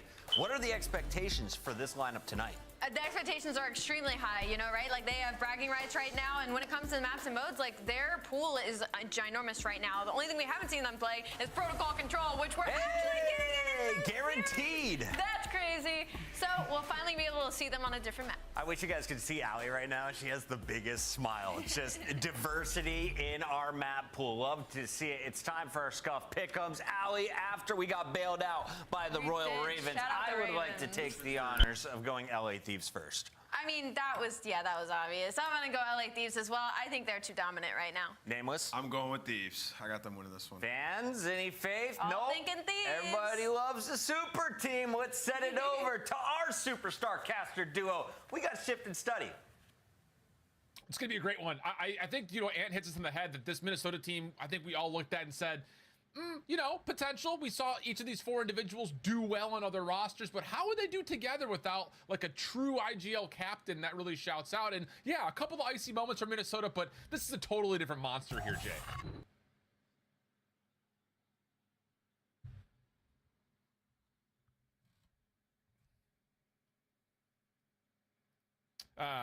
Study, I'm gonna need you to I'm here. I'm sorry. I thought I was unmuted. Okay, like I was saying, LA Thieves, they want to join alongside the teams like Toronto, the teams like Carolina, who are sitting comfortable on the top of the standings at 4-0. And obviously, being the best hardpoint team in the game, you have a clear road to do that because you're going up against this Rocker squad who have played every single series very, very tight. You had 2 Game 5 round 11s to put you 2-0 in week number 1, and in that series versus Cloud9, you were in the lead a majority of all of map number 1. You lose it. You go all the way to a round 11 in Search and Destroy 6-5, you lose it. So it's just tough for them. Now you're going up against, like you said, a different beast in Thieves. You got to be able to bring the sling. Well, let's get wild. Let's get weird. It's red card hardpoint. Expect the engagements to happen early, often, if not all the time. And so far, the Thieves, perfect. First 3 eliminations go their way, given the first 4. Envoy getting a little bit of zonage over towards the hedges as the rest of LAT just locked down the middle. A ticket in the blink of an eye. A perfect start for LAT. Yeah, this is all you want to do, though, on the map like red card is dominate over towards this hedges area, because this is basically how you control the first 4 hills on this map, as that's been 20 uncontested seconds so far. Minnesota trying to work their way in through ticket, but not finding success in any of the slaying departments, as it's more effective trades coming in from the Thieves.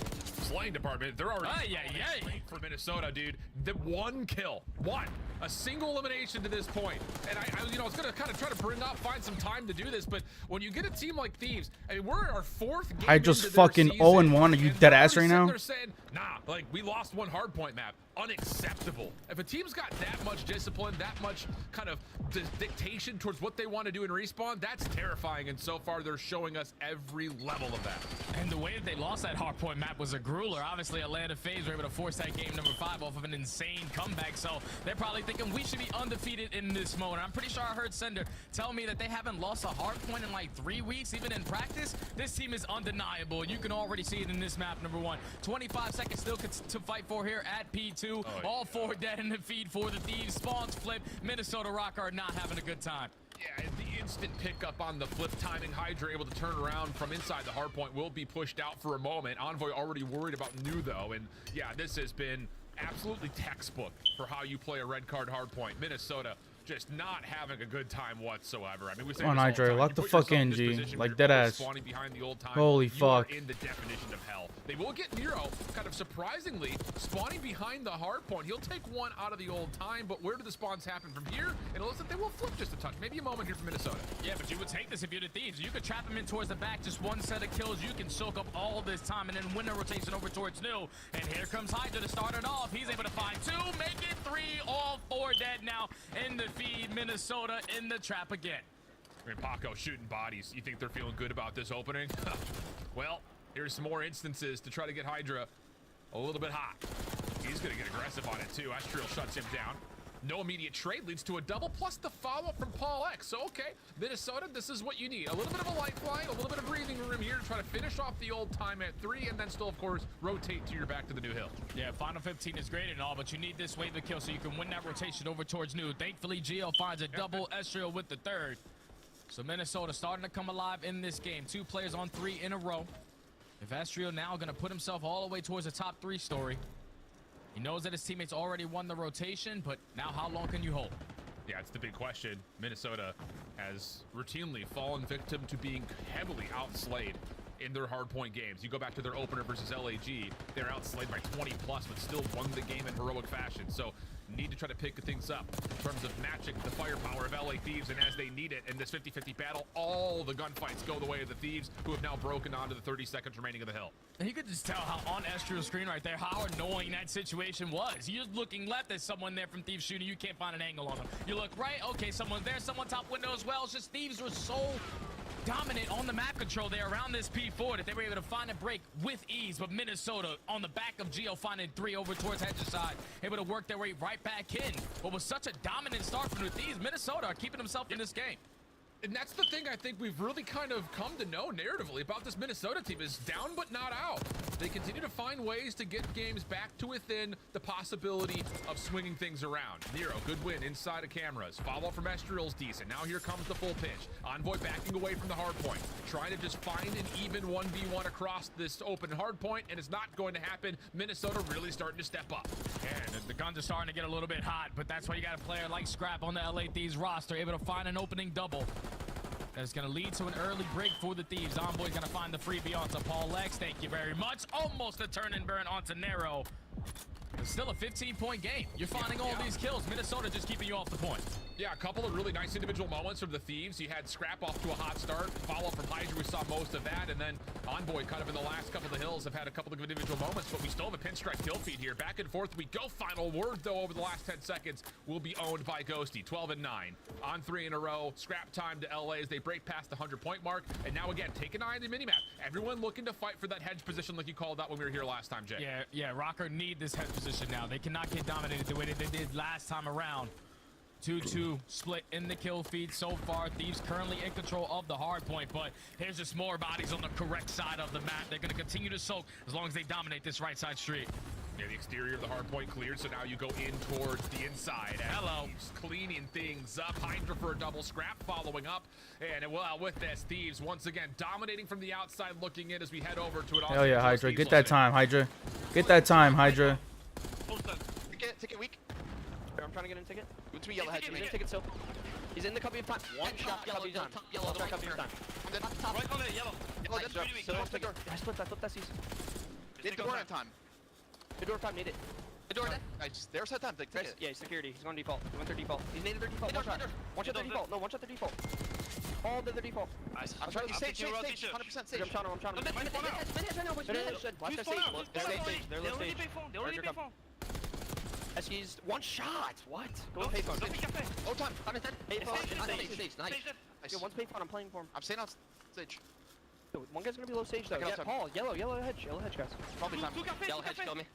Hydra cafe. I'm spawning the back. Stage 3 now. Cafe dead. I'm going to mid. I'm going to stage. Bear me. All time is goalie. Goalie and stage. Close sidewalk as well. Goalie and stage. I got the ticket. One sec, guys. Sidewalk. Stage one shot. They got it. Absolute stage. One shot, zero. Security. One shot, sidewalk. The doors and sidewalk. Sidewalk in time. Yeah, sidewalk on red heads. Red hedge. And then in the goalie. Mid door. Mid door, absolute. RC mid door. Mid door. Nice. They're all spawning in the back. That's for me, Jesse. Yeah, they're spawning Jersey. I'm backing all the way up, boys. I'm going deep, by the way. That's fine. Actually, I'm gonna get in the spiral yard. Yeah, get spiral. I'll grab time. I'm died from yellow hedge. Yellow steps on you. Yellow steps in. Nice, good job. Mid on me then. Missing Geo and Estro, guys. I'm gonna spawn on hold. Alright, missing Geo for sure. Ezreal. Red hedge. Dead. Nice. Inside ticket. Spawn in. He's going top.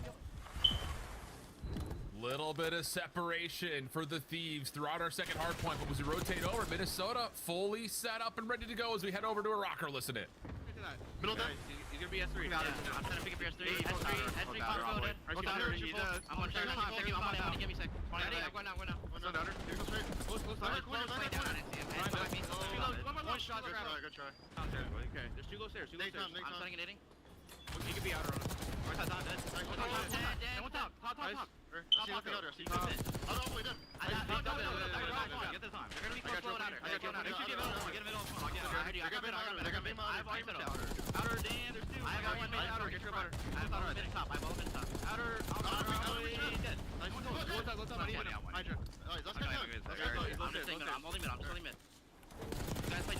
One shot, there's two there.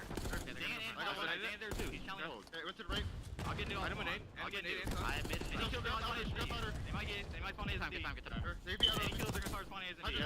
I'll go spawn A's and D's then. I'm back it. I'm backing it. Yeah, I'm backing up. I already. Okay. 2 B search. I got one middle. One time right now. I'm up in mid.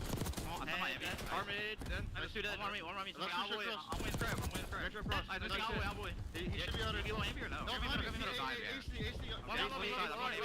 Angle, one boy. Yeah, you lower me. They got split. Top mid. Oh, scrappy affair here, and not to mention the player. Minnesota just continue to find ways to keep this close as Esther will be pushed onto the hard point, Jay, with 20 seconds to fight for. We got a dead tie game.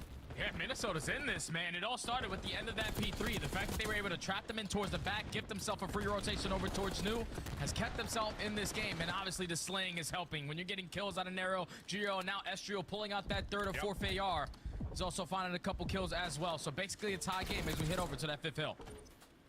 Initial time trying to be found by Ghosty.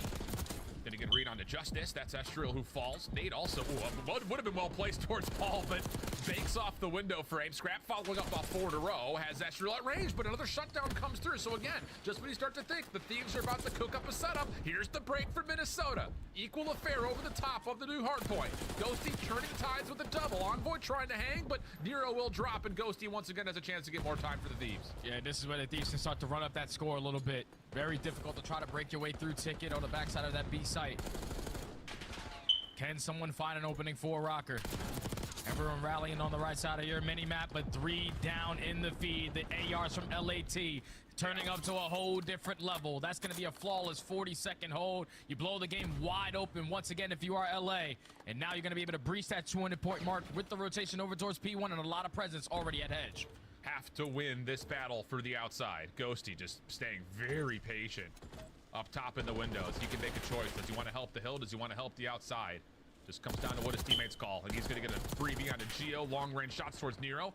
Tag him up. That's enough for Hydra to follow for the kill. Ghosty looking for his 5th in a row and will secure it. One more around the backside. Pistol off for Ghosty, who almost gives Estriel the 1-2 punch, but not to be. Minnesota desperately need the break, though. Yeah, they need to find a break, and they need to find it quickly because these can still close out here on P1. And as soon as I say that, 4 dead in the feed. Where do the spawns come in for the Thieves? Not the ideal situation you want to be in, but still the 30 seconds to fight for. Minnesota need all this time. Yeah, the Thieves, they want to challenge this, and they're getting punished for the decision. Nero for 2. Estriel following up. Spawns are still over towards the bottom right, though, for the Thieves.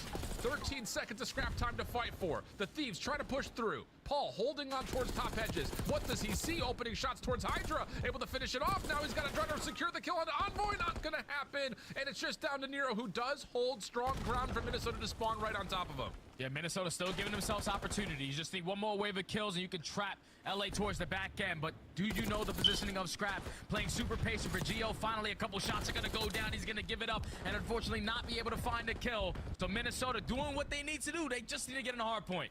What can Gio find around the back here? He has gone uncovered and unnoticed. Catches Ghosty for free. Follow up from Scrap. Good off the trade. Plus one more. Now Hydra is on the pinch. Paul shut down at stage. Good clearance around the hill here for LA.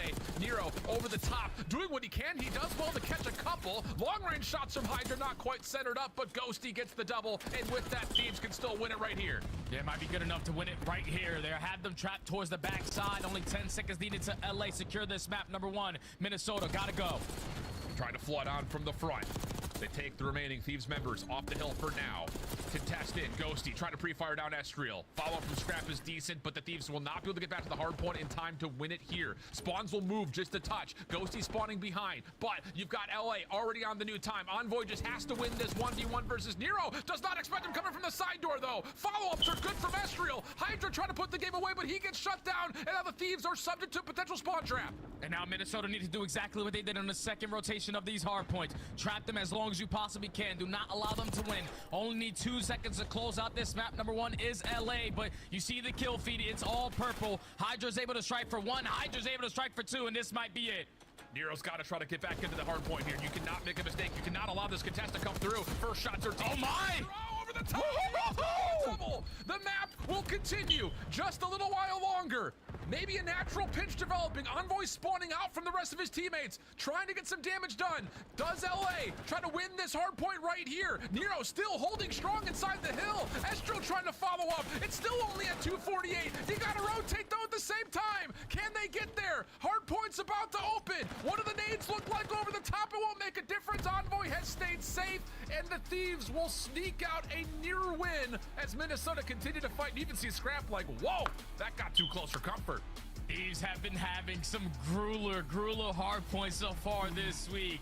But thankfully, the heads-up play out of Envoy to be the sole man that spawns out just simply stays alive. He gets 1 kill on a player that wins, that's trying to fight for that rotation, and then that 1 kill, he's now spawning on the backside of P3. You're staying alive in that position, so when your teammates are falling at the old hill, they're now spawning on you. Such a great heads-up play for Envoy to still not approach that old hill, realizing, okay, we can win with 2 seconds. We still have an opportunity there. No, he was thinking about the big picture. How can we guarantee the W? And just staying alive at that new hill at P4 allows all of his teammates to spawn in, secure the final 2 seconds. 15-point difference in that map. Number 1, it got a little dicey towards the end, but the Thieves, they take it.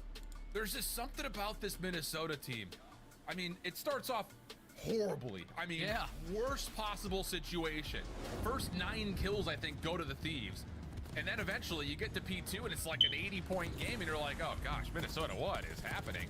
And then P3, P4, they do enough to get this game back to within about 20 points, and they just chip away little by little. We saw the same thing happen when they played Gorillas in their opener. They've done it a couple of times since then, but they just do not roll over and die. This team's got a lot of fight built in them. They definitely have a lot of fight built in them, and that's what I love about this roster, because I was on one of these rosters back in the day that usually no one had high expectations on. Basically a roster that nobody wanted, but sometimes that's the perfect recipe for some kind of success. And even though they fall short in this map number 1 versus probably the best team that we have in the game, they play them well all the way to the very end. And if you look at the stats, no one's really going positive besides Gio by a couple kills. So if you have a little bit better of a start off, you're keeping yourself in this game and potentially walking away with this map number 1. But I think the game plan was just a little bit misread right there out of Minnesota, because the domination out of the Thieves on that P1 hardpoint was the game changer. They could not find any success on that P1 over towards Hedge, and that was the difference maker. Yeah, I think it's just the kind of, you know, where do you focus on the overall venue and those mixy hardpoints, right? P1 in particular, I think it really is. Again, dictated by who controls the exterior. It allows those new players off spawn to come back in and know exactly what to look at, and that seemed to have obviously been a major difference maker in the opener, plus the second time that we were there. Here's a look back, though, over this series layout. We've got Vault, and of course, everyone's excited to see our second overall instance of a protocol control. I will say, we talked about this, we're looking at the vetoes, Jay, and the Thieves had the choice of what they wanted to play for control. They opt to go to the protocol here. So there is this level, after hearing them talk about that hard point performance was not good enough when we last played, and we're throwing a protocol control in the mix, it looks like this team is really trying to maximize their map pool. Oh yeah, that's exactly what they're doing, because they played every other map besides protocol control. So they decided in this series, even though they were the better seed, to choose Team B. And currently with us only having 2 control maps, that Team B just basically chooses whatever control they want to play. So they decided to throw protocol and make it a little bit mixy, because on the opposite side for Minnesota, we watched them in that C9 series on Vault. Nero was like a 15 in a row. They beat him in 5 minutes of a control. Yeah, I don't want to play you there. Let's just go to protocol. Yeah, I like the call. Well, taking a look at least this Vault coming up for map number 2, you've got not really a lot of results here for either team to kind of speak on to. I mean, for LA Thieves, all of their search and destroys have been tremendously close. The difference maker, though, has been Scrap. He has come through when the team has needed him most. A round 11, round 10 win against the Atlanta FaZe. We talked about that earlier from Atlanta's point of view. They had a round 11 loss to Cloud9 on Vault, but they're coming off of a very convincing win versus LAG, where Scrap really did take over. And that's the thing, is that they are finding a lot of success, even though it's all the way at the very end of these search and destroys, in those round 10s, in those round 11s, with a brand new roster. That's the scary part about this. Opening dual win percentage sitting at 11th, attacking overall number 1. Defensive at number 8, but they still have an overall record of 3-1. They just have playmakers, even in a man-down disadvantage, still able to clutch up on these rounds. But it's not going to be easy going up against this Minnesota Rocker squad. I'm telling you, they are phenomenal in Search and Destroy. Obviously, they got the new man, the new Iceman in Minnesota in Paul X. You can now not allow him to get active early on. You got to remember, Paul's been around the league. He's been just about everywhere. He is the traveling man of the CDL. So let's see what kind of experience that he'll help this Minnesota team on. Again, a very young squad overall. A scrap will kick us off for first blood down B Street. Focus for the bomb, though, is fully on towards A. But the thing about this is you have to keep Geo behind to make sure you can watch this pinch. Scrap just absolutely beamed Paul X all the way across the map for that first blood. And now he takes that side of the map away from Rocker. It's a little bit of a sound cue that something fishy is happening over towards gold. Can he find the kill? No, Geo gets the better of him, 3v3. And you got this top useless position plus Nero over towards Art. So Estriel's going to get the bomb planted. We've seen this already. You plant at B, it is extremely difficult to retake. There are just so many angles that Minnesota can watch this from. But Estriel, with an SMG in hand, will opt to play this from the bottom side at Art. Nero has backed all the way over towards P4. LA Thieves looking to break through the middle of this. Hey, this is probably impossible, though. 30 seconds, you have all Minnesota Rocket players playing different corners on your mini-map, and they all have an angle on the bomb. 20 seconds left. These have not yet to locate anyone. But Estriel, I was going to say, Envoy trying to make a proactive play by just hopping it. Not going to happen. Estriel gets the timing on the peak.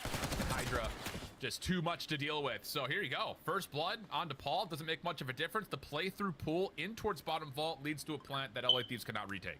Yeah, right there, the Thieves, though, they have to be quicker on their decision-making. They're realizing, okay, Scrap finds that first loader towards B Street, and now he pushes up towards gold. Even though he falls, we're all sitting around A and poolside, and there's no noise on this side of the map. If we give up that bomb plant on B, you see how difficult of a retake that can be, because there's so many different angles you can watch that site from.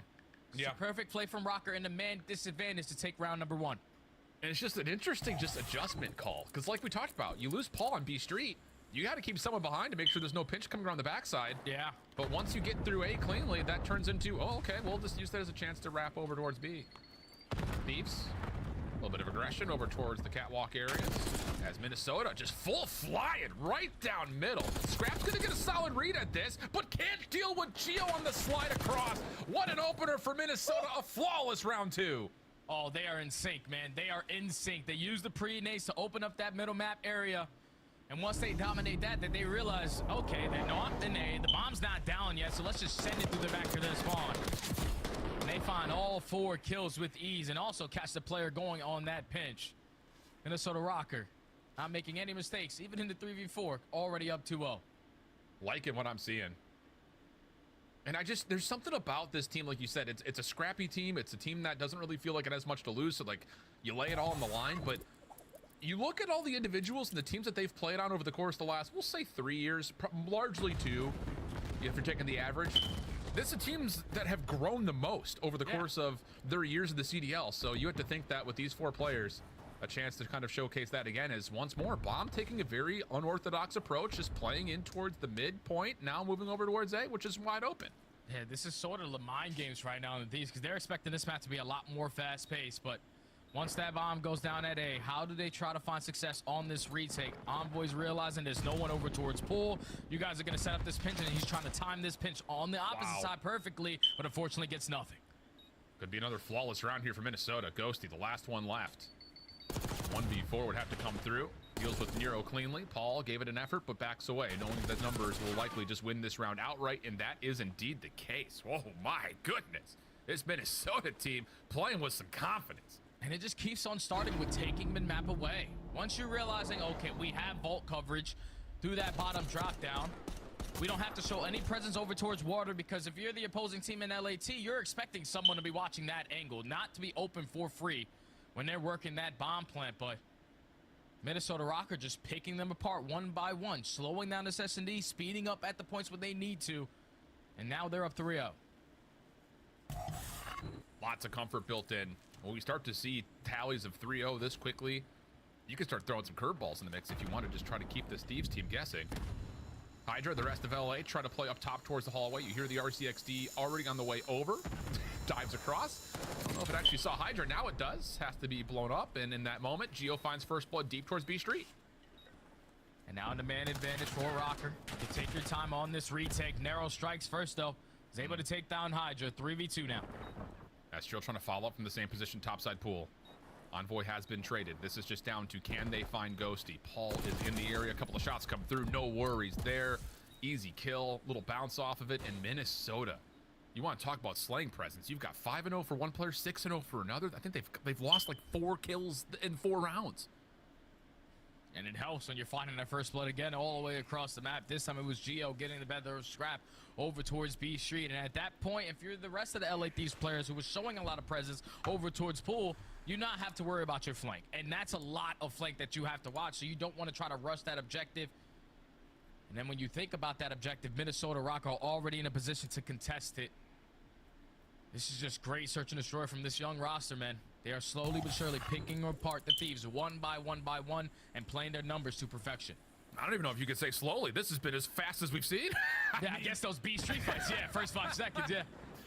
And now you got Geo and Estriel, who are really dangerously close to earning an early Hellstorm, which could just put this game out of reach. Bomb on the way over towards A. Ghosty watching through Pool, able to catch the first blood. Geo's still holding over towards backside Palms here, though. So if the Thieves try to push through, they may make contact, but not to be. Scrap finds the kill. Now 4v2. Estriel deals with the first point of contact. Follows up with the second. He's done his job. And look at Paul. He's going to rewrap behind all this. He may have an angle. Stun. Nade at the ready. Opening shots do not connect. But again, does he have a spot to just watch the bomb from being defused? There's the frag. It connects. Shots from Ghosty, though. Oh, a bold challenge, which he wins. And the Thieves will get on the board. That's a big play right there out of Ghosty.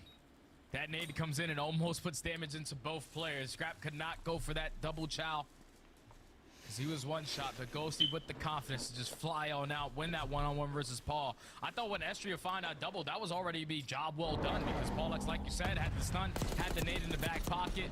It's just not expecting the ego chow out of Ghosty to finally put one on the board if you are the Thieves. I know if you are Nade Shot, you probably want to take these guys back to S&D school. Like, what they doing, man? I don't know.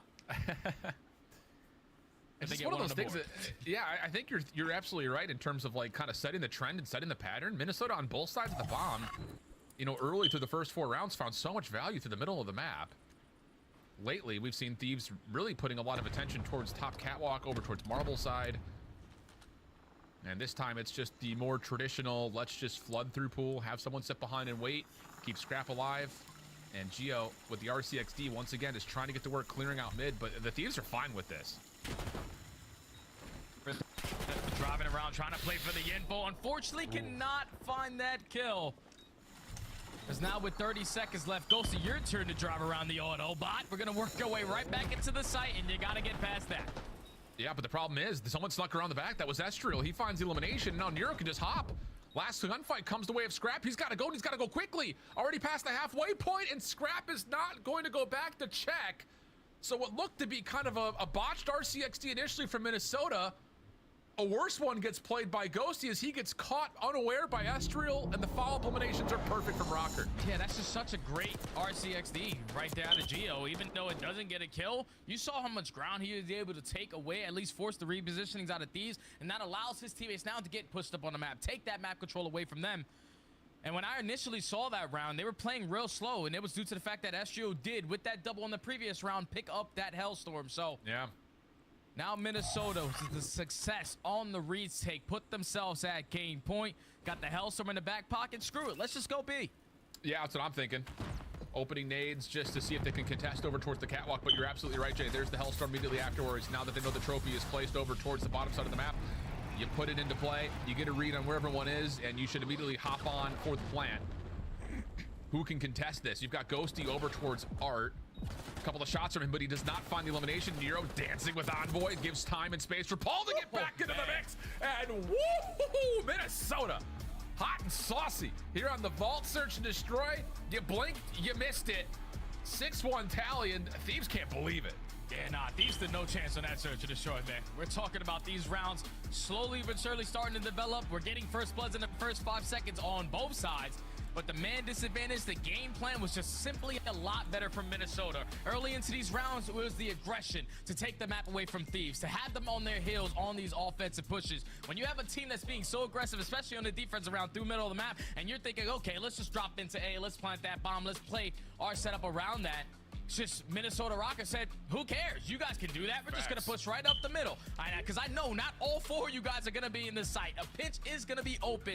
And when they always are finding that initial first kill, look at that. That's 5 first bloods compared to 2. That was just textbook search and destroy. Obviously, Estriel dominates. When you drop a Hellstorm, that's bread and butter. Geo goes 8-1. Paulek started off the map hot, but it was just basically right off the round number 1. You can tell the game plan was a lot better for Minnesota Rocket. They were just a step ahead in that S&D, able to tie the series up at 1 with great plays from start to finish.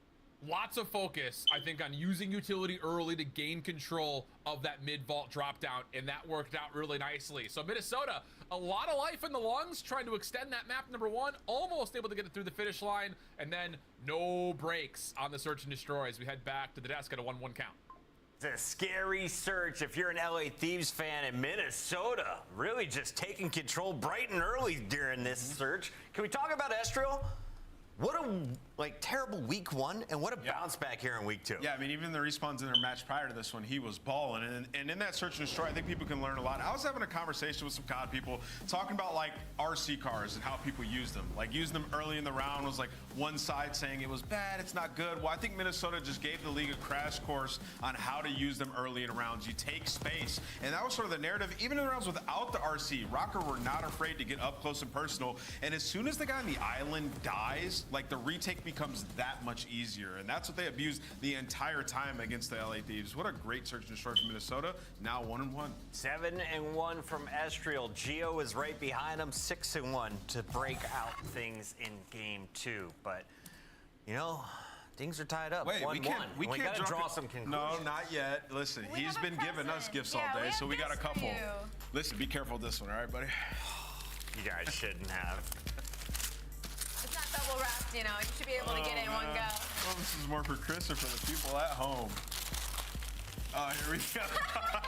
Young Christopher Puckett. 20-year-old relic. Can I draw some conclusions for y'all? I know some of you are about to take your senior pictures. I highly suggest the gamer stance. Put the elbows right there on the power thigh. Yeah, distant, 90-degree angles. Girls, it drives them wild. All right, we have one more for you. We have one more. You Thank get you. 2. You get a special 2. Absolute Careful, lock careful. gamer stance, by the way. What is it? Shake it, baby. What is it? Number 1 host. That's my Oh, thanks, Alley Cat. You guys are the best. Now we'll draw some conclusions. All right, let's draw. I guess if we have to, oh my gosh, I almost took it off the thing. Let's hop right into it. It was hard in that first map, you know, because there were so many good moments, but I think this route really solidified it for me on the side of, let me get the right one for us. Hold on, this is Carolina Royal Ravens. This is not the right series. This is not the right series either. Don't worry. Don't worry, technical difficulties. It's going to be the right We might series. have to pop back out. We're going to get there eventually. We finally got there. All right, drawing conclusions. We're going to follow a route taken by Hydra, the French phenom. So in this situation, we're going to go into the mini-map and we're going to take a look. Clearly, LA Thieves are going to be in control right now, but there is a lot of pressure coming in from the front, and this is near the end of the game. We're talking 190 to 223. LA Thieves can win off this, but Minnesota Rocker is looking for this break as well, and the next point is going to be on this side, so they're in a favorable situation if they can get LA Thieves off this time. Hydra realizes this. He's going to get a kill. His teammates are still battling on the point, but he takes a risk, and he's going to go all the way through the middle side of the map to try and catch all of these players from Minnesota Rocker off guard. Now what this is going to do is he's going to push up into stage while they are still trying to pressure and keep them off the time. Not only that though, but because there's nobody in the back, he's going to secure spawns for next as well. So we're going to let this rock and see the crazy play that Hydra went to go ahead and make sure LA Thieves got the win on hardpoint. Yeah, it was big because they picked up a bunch of time there, right? So they picked up a bunch of time, could have potentially won off that. Obviously, the ending of this game is extremely hectic, but if he doesn't make this play, then Minnesota does, they would have ended up closing it out once we get to that next this rotation. So huge play by Hydra. They got to clean up a couple of small things in hardpoint though, man. They weren't lying when they said they've been playing sloppy. Did he end up going 0-7? Who? In Search and Destroy? That's okay. Just trying to balance things out, everybody. 1-1 is the score at the end of halftime. Coming up next, we got Protocol Control. Haven't seen this a lot, but we saw some yesterday. Yeah. Expectations from these two teams. Yeah, I mean, Hydra's going to go berserk. If he gets in their base with an SMG, gets up top their building, you can go up and down the zip and just terrorize them. So look out for Hydra. Study, can Minnesota steal this series?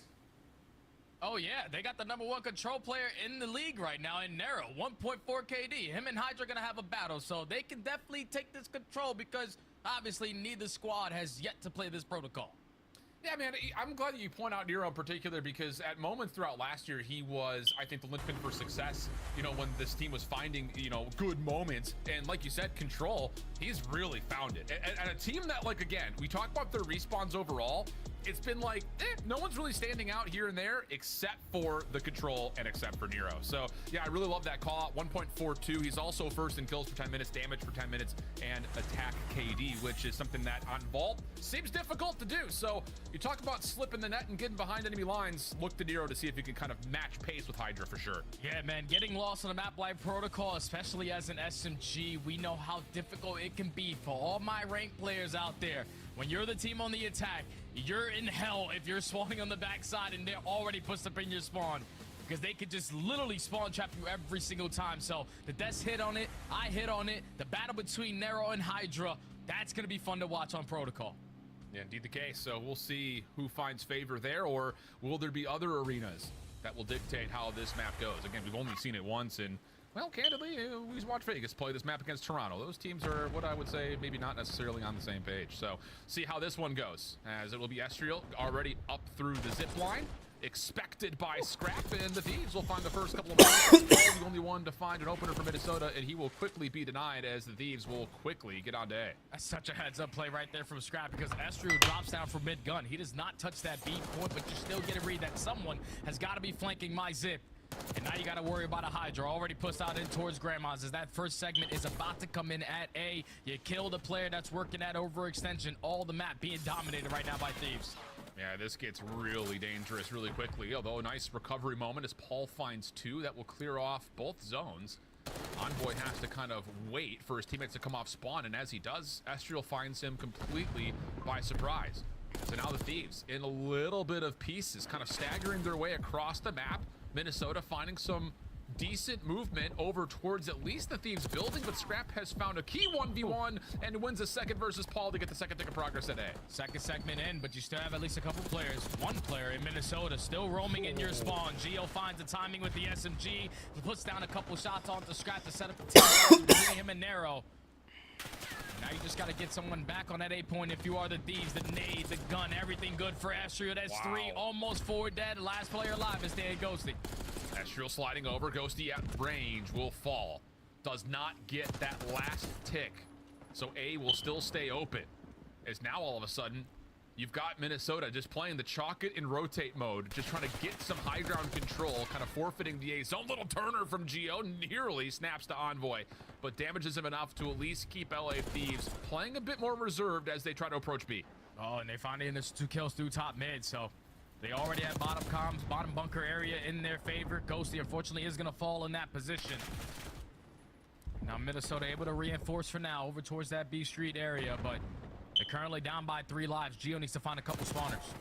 Timing, good. Gio will catch the first for free. Ghosty didn't get the comp for it, or was focused at least on a long-range battle, and now Gio is just running circles in your spawn. Oh, mercy. This is why we don't see a lot of protocol. Gio off 5 in a row. Little slip and slide nearly takes down Scrap, but the double comes through. 7v6. Look at the lives. It very well may be dictated by who outslays who. And you got to think about how much time Thieves are going to waste just checking all the corners, working out of their base. As now Estriel trying to set up on this pinch on Spiral, puts that guy 1 shot, but more focused on playing his life. Hoping that his teammates can pick up those kills on the back end. Nero finds a double. Estriel, your turn to strike. No more respawns for the 3 Thieves. 6v3, 30 seconds. And it's another one of those openings to a respawn where Scrap starts off dominating from the break off. It's just a follow-up after that.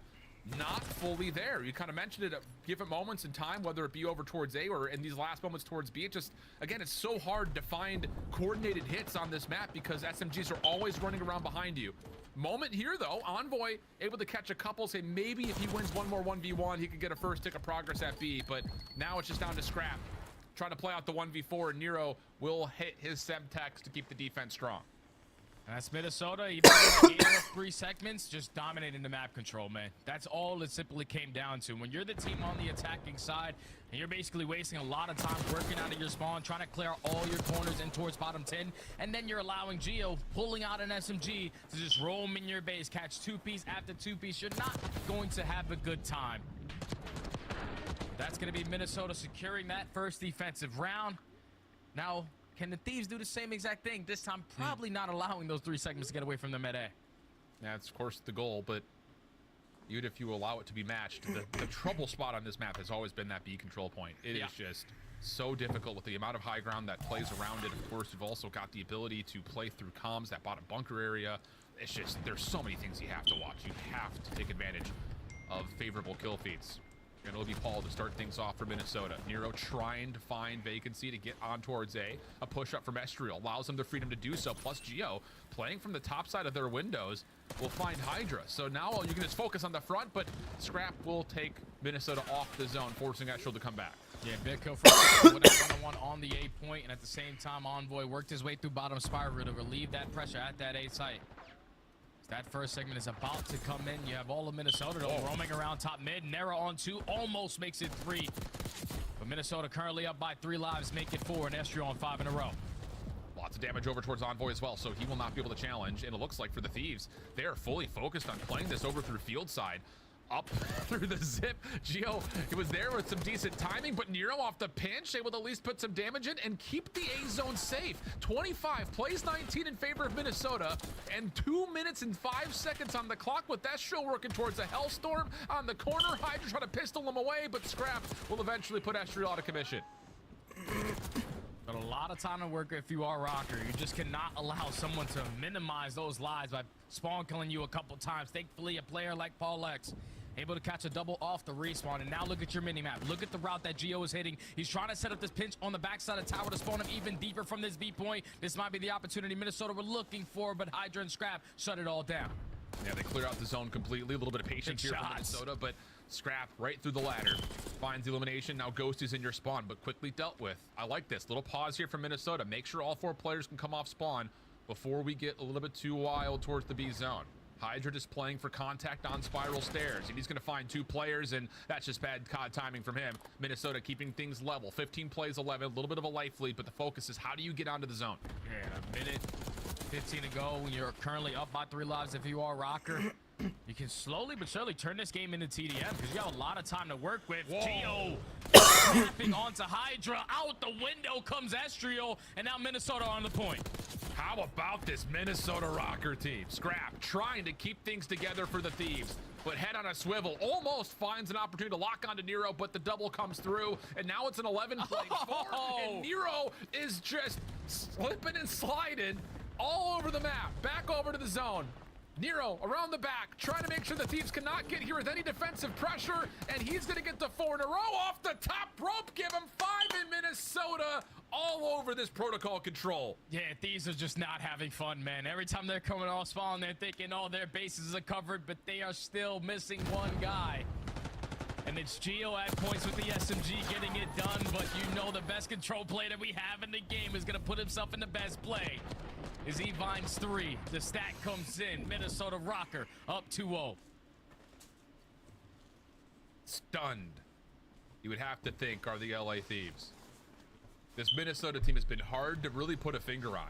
I think a lot of it is, again, because of the history they've already been able to put together. A couple of round 11 heroics to get them through a couple of squads. A round 11 loss to Cloud9, which, again, a small mistake. Maybe gets that to a map 5. Hard to say. But this Minnesota team is looking every bit of real at the moment, as they will go 2 for 1 in the opening here in round 3 of the control. You already have a player in Estriel in towards bottom spiral. He's just waiting for his teammates to give the calm before he decides to strike. Now it's go time. You find that first kill onto Hydra. You find a double onto Scrap. Ghosty, can we get out the damn window? No, he was not trying to. He finds a double with all the mishaps that was happening as that first segment is getting worked on. There we go. Dan's starting to heat up a little bit. A slow first 2 rounds for him, but now off on 4 in a row. Clear space for Scrap to take care of the A zone and get right onto it, you would think. But Estriel, again, what is it about this Minnesota team where it's like, oh, it's a 1v3 situation remaining, and the one player for Minnesota just keeps things mixy by finding these surprising doubles, but still the Thieves went out in the kill feed. First tick of progress looking likely. And finally, they have map control with no one in their spawn, but they are not watching that overextension. It's going to fall into the hands of Hydra. Has to watch multiple angles. Thankfully, he catches the timing on the Estriel, and he still knows there's still power to be on him. Tucks himself in the corner, and I'm telling you, Paco is just unreadable with what he does on the map. Thieves starting to turn up a bit here. Third tick of progress on the way. Minnesota looked like they want to try to play this through their building, and the nade over the top will work, but the focus for the Thieves is already rotated. They're trying to get over to B. Hold on a second. It's a 20-play 16, but the clock is becoming an issue as that third tick at A is being fully depleted by Estriel. Now Scrap's trying to locate where the hell did that player go. Unreal. The rest of Minnesota are just working on the D cap. Only 30 seconds left. You want to trade effectively around this mid-map. Somehow, someway, Hydra finds himself on 6 in a row, but the trade is there. 20 seconds left. Thieves got to go. And this is one of those moments, again, just take a look at the minimap. The Thieves are just going in one by one. These trades and these doubles are not enough to get on towards one of the zones. 14 plays 10. Paul through the middle of the map. Has a 1v1 with Envoy, which he wins. 9 seconds remaining. Minnesota, they are right on the precipice of 3-0ing the Thieves on the control and taking the edge of the series. The next breakthrough for the Thieves. Get on towards the zone. Hydra saving the day. Maybe more at range. Envoy trying to keep him safe, but he gets pushed off the zone. Paul, can he step in to contest this? He tries to, but the extra 60 is tallied, and the Thieves have a 4-life edge. Oh, now Minnesota have no more respawns because they use all that they had to try to end that game in 3. But now with the time being extended, this is where Hydra can roam. This is where he can start the slay, throw the stun out, catch the timing, watch it go left. Omni movement too good. 1 player left in Estriel. This is looking like a Thieves round. And he's bottom bunker, and it looks like the Thieves know exactly where he is. Okay. A bit of a saved moment for the Thieves coming out of Hydra.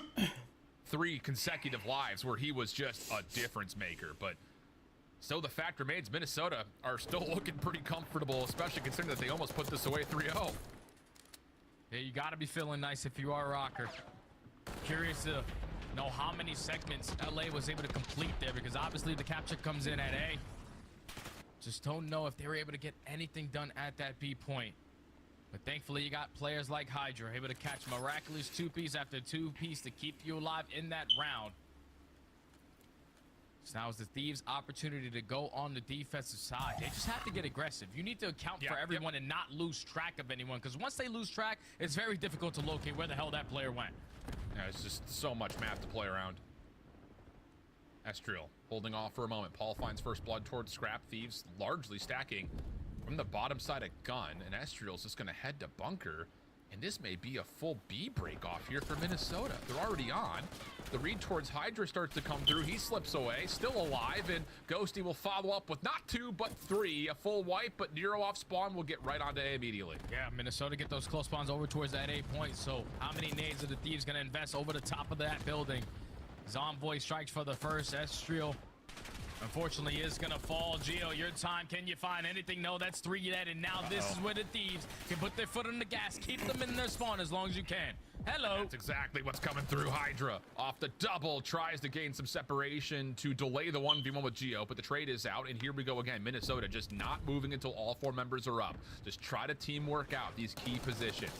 Envoy playing over towards locker doors. 3 members of Minnesota there. It's costly, but Minnesota will get a little bit of breathing room.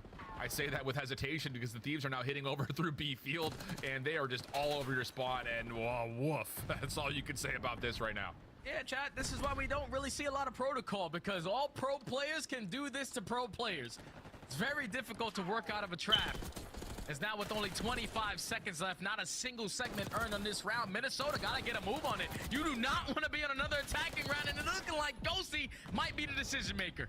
unbelievable. From what was a couple of seconds away from possibly a 3-0, we could be staring down the gun of Minnesota having to go to a 5 offense, but the kills do come through. 6 seconds flat on the clock. Full eliminations come out.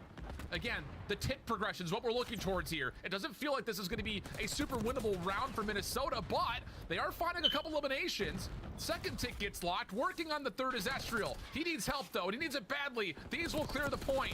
Can they get back over to touch for this third tick of progress? Paul finds 1 kill. Pistol out, but can't get there in time. And all of a sudden, from what looked to be possibly a 3-0, the Thieves are going to have the advantage in round 5.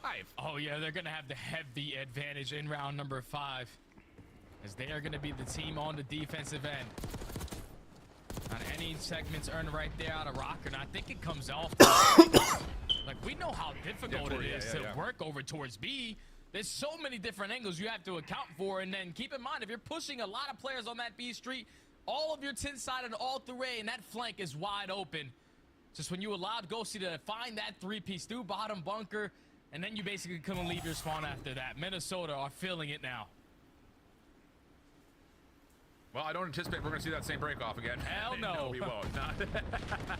Little double stack over towards the top windows. Hydra looking for a quick route around the side, but he gets concussed, cannot quite lock over towards 0. Even trade. Envoy around the back through spiral stairs. Now he's getting to work for the high ground, but Geo shuts it down. Still alive somehow. Figured he would have been surrounded at this point, but he's still up and active, and a couple of kills come through. And hold on a second, off spawn, you've got Minnesota on the B zone all of a sudden. Yeah, they're not really working for B, though. They're working on getting pushed up into kills. Like, they just want to put themselves in a position to find a couple of spawners and not work in their base. So, now with 2 kills going in favor of the Thieves and Ghost, they're already top windows control. Just makes it a little bit more difficult for Minnesota to work out of their base. But Estriel with that double, now you can go to B. And these are the individual moments that we've been craving to see from Estriel after his performances at times last year. Kind of a late addition into the league, was in the running for a moment about the Rookie of the Year award. Paul controlling B stairs. Loses his compadre over towards the B zone itself, and yep, you see it. Thieves all over the zip. Will stop Rocker once more back into their spawn. And Rocker gonna waste a lot of time, and they don't have a lot of time to play with, checking every single corner to try to work out of their spawn. Ghosty has been alive for about 3 minutes. We only have 1:30 every round in control. I don't know how he's still alive towards top window to try to locate where the hell did he go. He already jumps out towards mid-gun. 20 seconds. Steve's looking like they're going to steal this map away. Yeah, there's just desperation mode here for Rocker. They're trying to stop the clock over towards B. First tick is done, second on the way. But again, look at this angle. I mean, how do you fight from down here? May not need to. Paul's doing the work up top. And now you got progress happening on both zones at the same time, but Envoy single-handedly clears off the B zone. Geo, last one left remaining. Keeping the clock paused at 14.3, but he has to win this one versus Ghosty. He does so cleanly. Rocker trying to get out of spawn. Envoy and Scrap in their way. Back over towards the A zone. Second tick being worked on, but it's just so damn hard to get it through the finish line. If you keep going one by one, the pressure on spawn maybe just a bit too severe, as Envoy's going to cut back across and make sure no one can get back over to B. Last hope for Rockers on the A zone. There comes Envoy. The deciding factor right here. You know that he's on your pinch, but you get a teammate from him and Scrap. That's all for dead. Thieves smiling at the end of this one. They steal that one away from Rocker. Unbelievable. Unbelievable. I mean, we are mere ticks on the clock away from a 3-0 Rocker and a 2-1 edge of the series. But the composure and the cooler heads prevail to allow for the pop-off. And I think it starts with that guy top right, by the way, because Hydra's the one that saves that third round. Like, oh, yeah.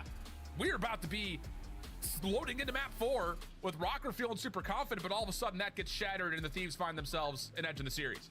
And that's got to be a dagger right there if you are the Rocker, man. You got to try to shake that one off with ease, because you were literally 4 to 5 seconds away from closing this one out 3-0 and putting yourself up 2-1 in the series. But the Thieves are never out of it all the way until the very end. It was Hydra, like you said, in round number 3 to keep them alive, but then Ghosty was the turning point factor. The fact that he was almost double negative in the beginning of that game, and towards the middle half of that game, the final 2 to 3 rounds, he just started taking over. Staying alive in their spawn, ends the map 32-27 with 4,200 damage.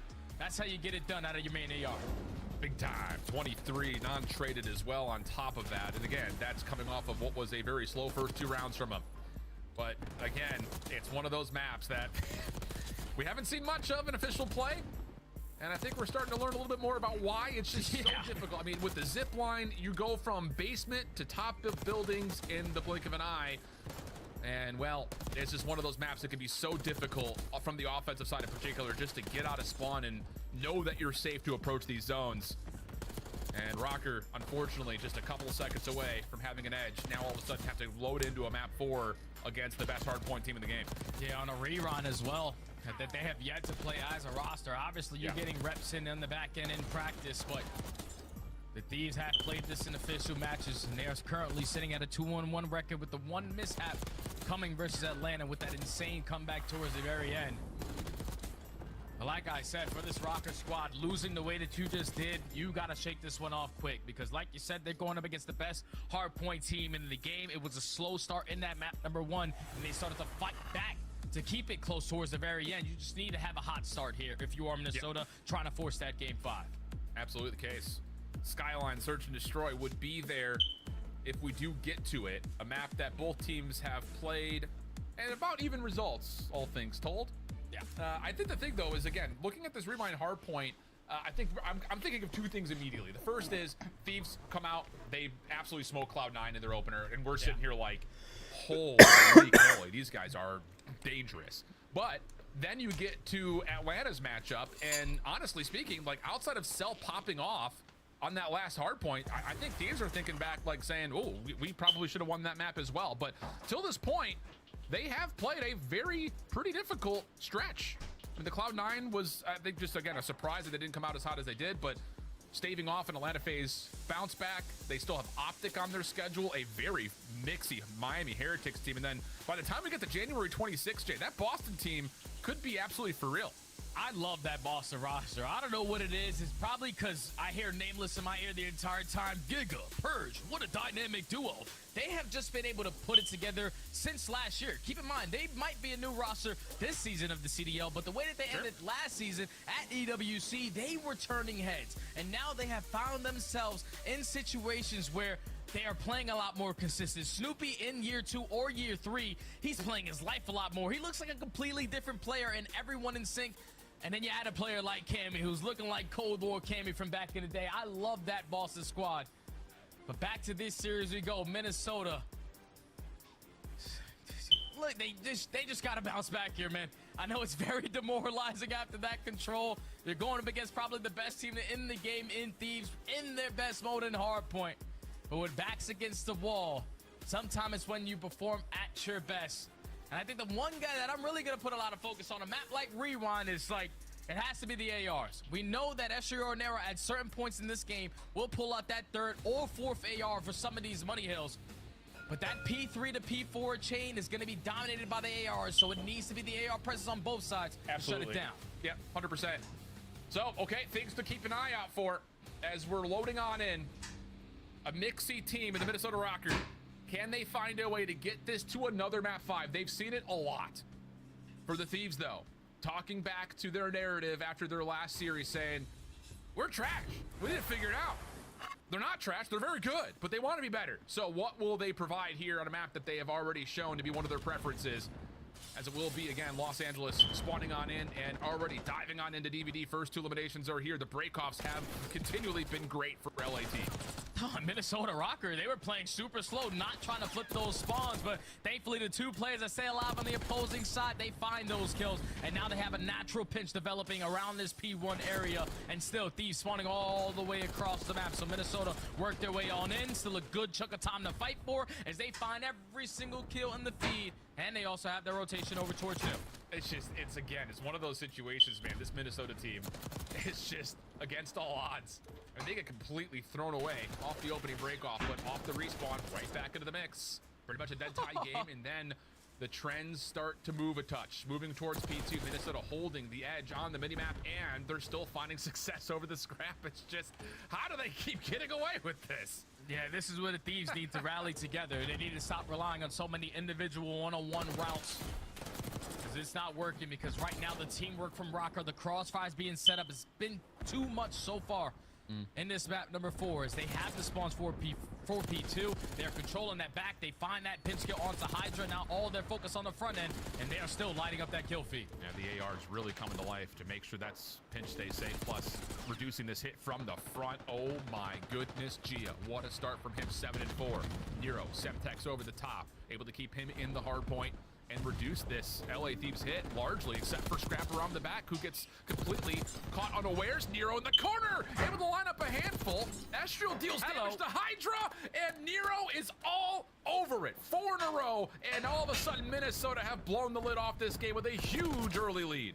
And this is where the Thieves got to now fight their way back on in. You need this P3 to P4 chain. Nero starts off with that first kill, and you can already see what it does to the spawns as Estriel flies over the wall to catch a double of his own. What looked to be Thieves winning a rotation, they get instantly flipped on their head. And now Minnesota continuously running up that score. Yeah, Gio also putting some damage in on the cross. Paul, knowing that Envoy likely going to be playing over through the DVD area of the movie store itself.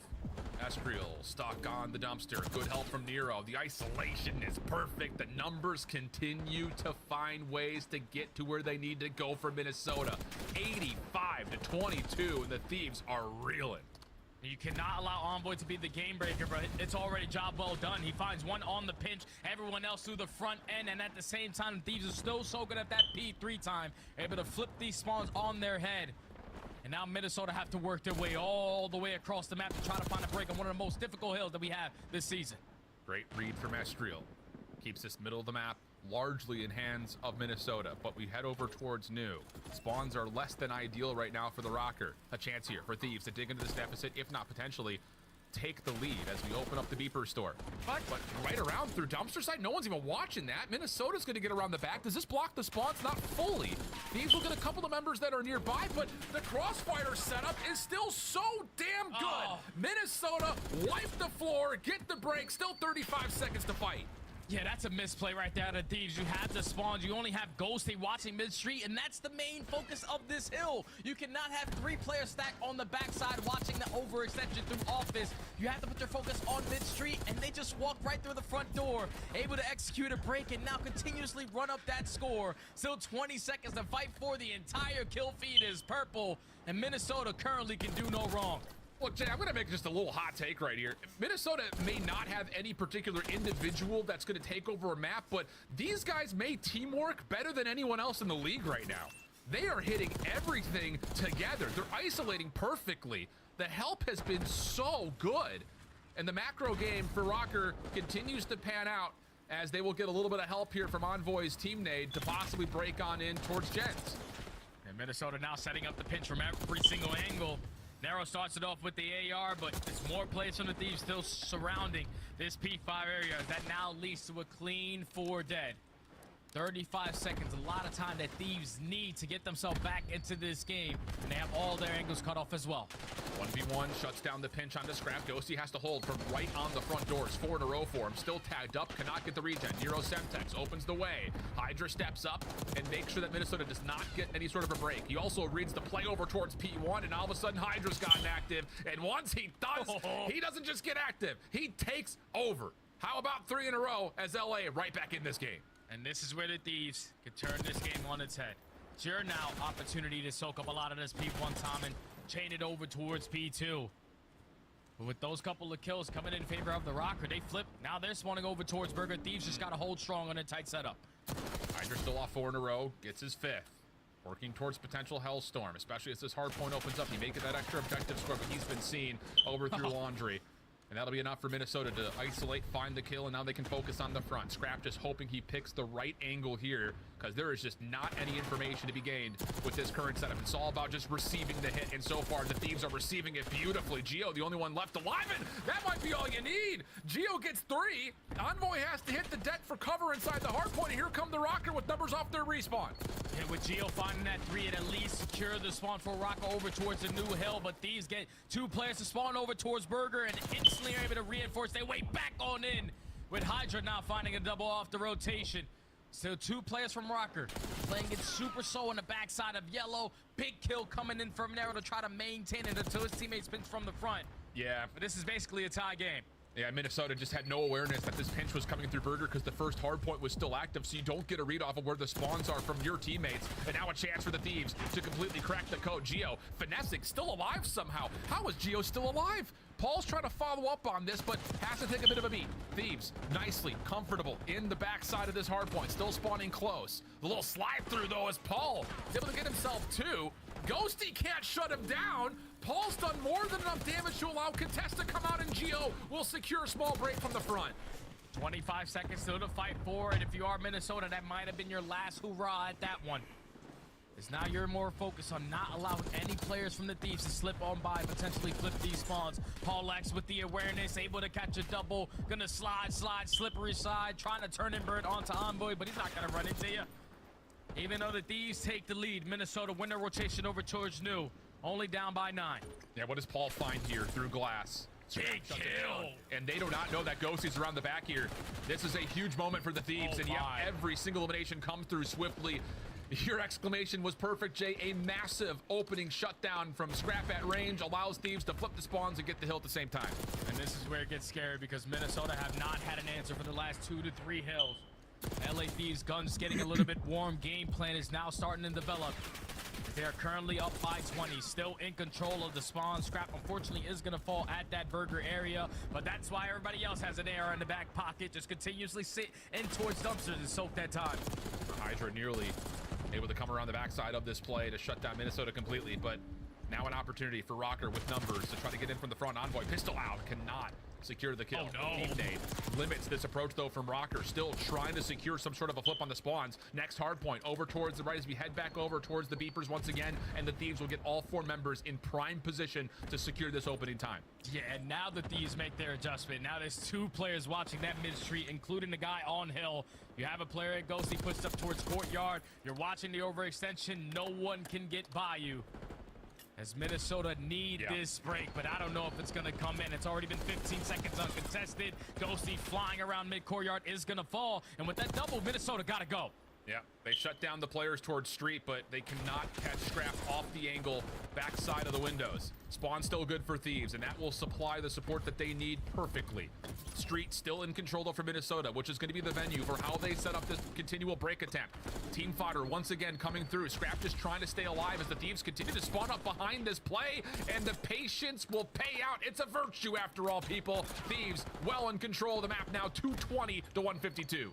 Basically a full 60 on this P4. Now only needing 20 seconds to close out this game. Minnesota Rocker have to play picture perfect from this moment on. Find your kills off at the rotation, make it easier. Nero starts it off. Huge help right there. They're going to have the awareness that Thieves are still spawning behind the old time. However, do they get a read that Envoy is setting up this long route? They know now because he's been able to secure an elimination. Here comes the full-on pinch, and the break is simultaneous. Minnesota has to play this through Zig, and it needs to find success immediately. Paul, Nero, first couple eliminations are good. Scrap one, last one left alive. Nade cooked up. Trophy system gets placed, though. It keeps Minnesota safe, and they're going to get all 4 members in here, Jay. Just comes down to can they get the trade onto Hydra? They do. It's a Nixie fight as the contest continues to be alive, but Scrap, oh, he's turning up when it matters most. 3 in a row. The pistol coming through. Geo trying to play heroics once again, and Minnesota are still in this. They're still in it. They're still fighting. Trading effectively in towards Jens. 56-point difference. Now you have a timing flank onto Nero. Can he find at least one? But the turn and burn from Scrap too good with the pistol. Now a 1-and-1 in the point. Hydra's able to win that one. 12 seconds needed from Thieves to close out this series. Minnesota, you got to make it perfect. Small moment here. Again, a bit of an unread spawn, but Scrap right through the courtyard. Breaks down Minnesota, leaving them with just individuals, and Scrap is teeing off on them. 3 in a row. 5 more seconds needed. Stuns his glass. He's got the read that Minnesota are spawning over towards courtyard side. The rewrap back. Wow, little turn. Doesn't quite get credit for the kill, but it doesn't make a difference. The Thieves adapt perfectly and secure the series in 4 maps. What a turning point of that hard point on the second half of those hills, man. We're talking about the Thieves getting blessed with a spawn over towards Burger. Minnesota could not read it. They walk away with the final 25. Then they chain it over towards P2. At that point, Minnesota give up the final 20 seconds to set up at P3. and the first 2 gunfights go the opposing way, all the pressure on the backside, you instantly spawn all the way across the map. It was just the Thieves flipping the switch on the second half of that game, and they started winning those insane gunfights with those ARs. The pressure was applied not only through the subs, but as well as the assault rifle players. And just once they were able to make the adjustments from that P3 to P4, not allowing Minnesota to just walk right through the front door, that was going to be a GG's, man. They're the best hardpoint team in the game. They make the adjustments on the fly, and they dominate in that map number 4 to close out the series in full. Yeah, Scrap goes massive in those last handful of hardpoints as well. You can see the flip. As soon as we got to that second rotation of hills, it just looked like the Thieves were kind of getting themselves into that full machine. All 4 players aware of what they needed to do, just not getting caught individually. And you can kind of see the dejection on the faces of Minnesota, the little surrender serpent there for a couple of players. They know that this is a series that not only could have gone 5, this was a winnable series for them. Could have 3-0'd the control. Definitely could have possibly won this map right here. And you can see it. It's just one of those moments you're going to look back on and say, look, we had these guys. We can fight with these guys. This is a key moment for Minnesota early in the series to know that, hey, let's learn from that. Let's grow from that, because we're right there hanging with the top teams in the league. Yeah, and a good saying that my old friend Rambo Ray always tells me is that winning is teaching and losing is learning. The fact that they just played probably the best team that we have in the CDL so far this season, as tight as they did, you're going to go back and look at this like, okay, that's one mistake. We changed that. We could have taken map number 1. Okay, on the control, one mistake there. We could have closed out that series potentially in a clean 3-0. Minnesota Rocker, even though it's a team that nobody really wanted, their teamwork is phenomenal, man. You got to take your hat off for that series that they just played, even though they lost. Yep, it's a woulda, coulda, shoulda for Minnesota, but the other side of it is for LA, there's a difference between good teams and great teams. Good teams can keep it competitive, great teams can close, and that's what LA Thieves showed throughout this series as we head back to the desk to recap the full day. Thank you very much, gentlemen, and we can make this one pretty quick because LA Thieves not allowing a Game 5. They're not going to give Minnesota that round 11 opportunity. Instead, they crush the respawns. But we noticed something. If you're looking purely at the numbers, Hydra was proven to be a human today, Nameless.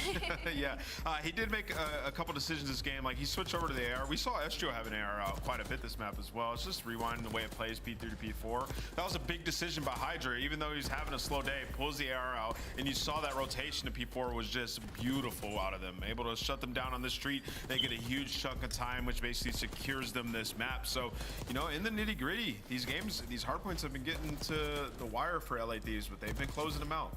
Ali, on the other side of this fight, you had Nero 22 and 12 at one point. He was positive 10. He just goes off on specific games. How do you get this more consistently out of Minnesota? It's so tough. And honestly, I feel like he's been pretty consistent. It's just hard. It's just hard when, like, you have the lead, right? You're 130 to 40. You get to the second set rotations. There's an unfortunate spawn out. And then, like, you give LA Thieves an inch, they're going to take a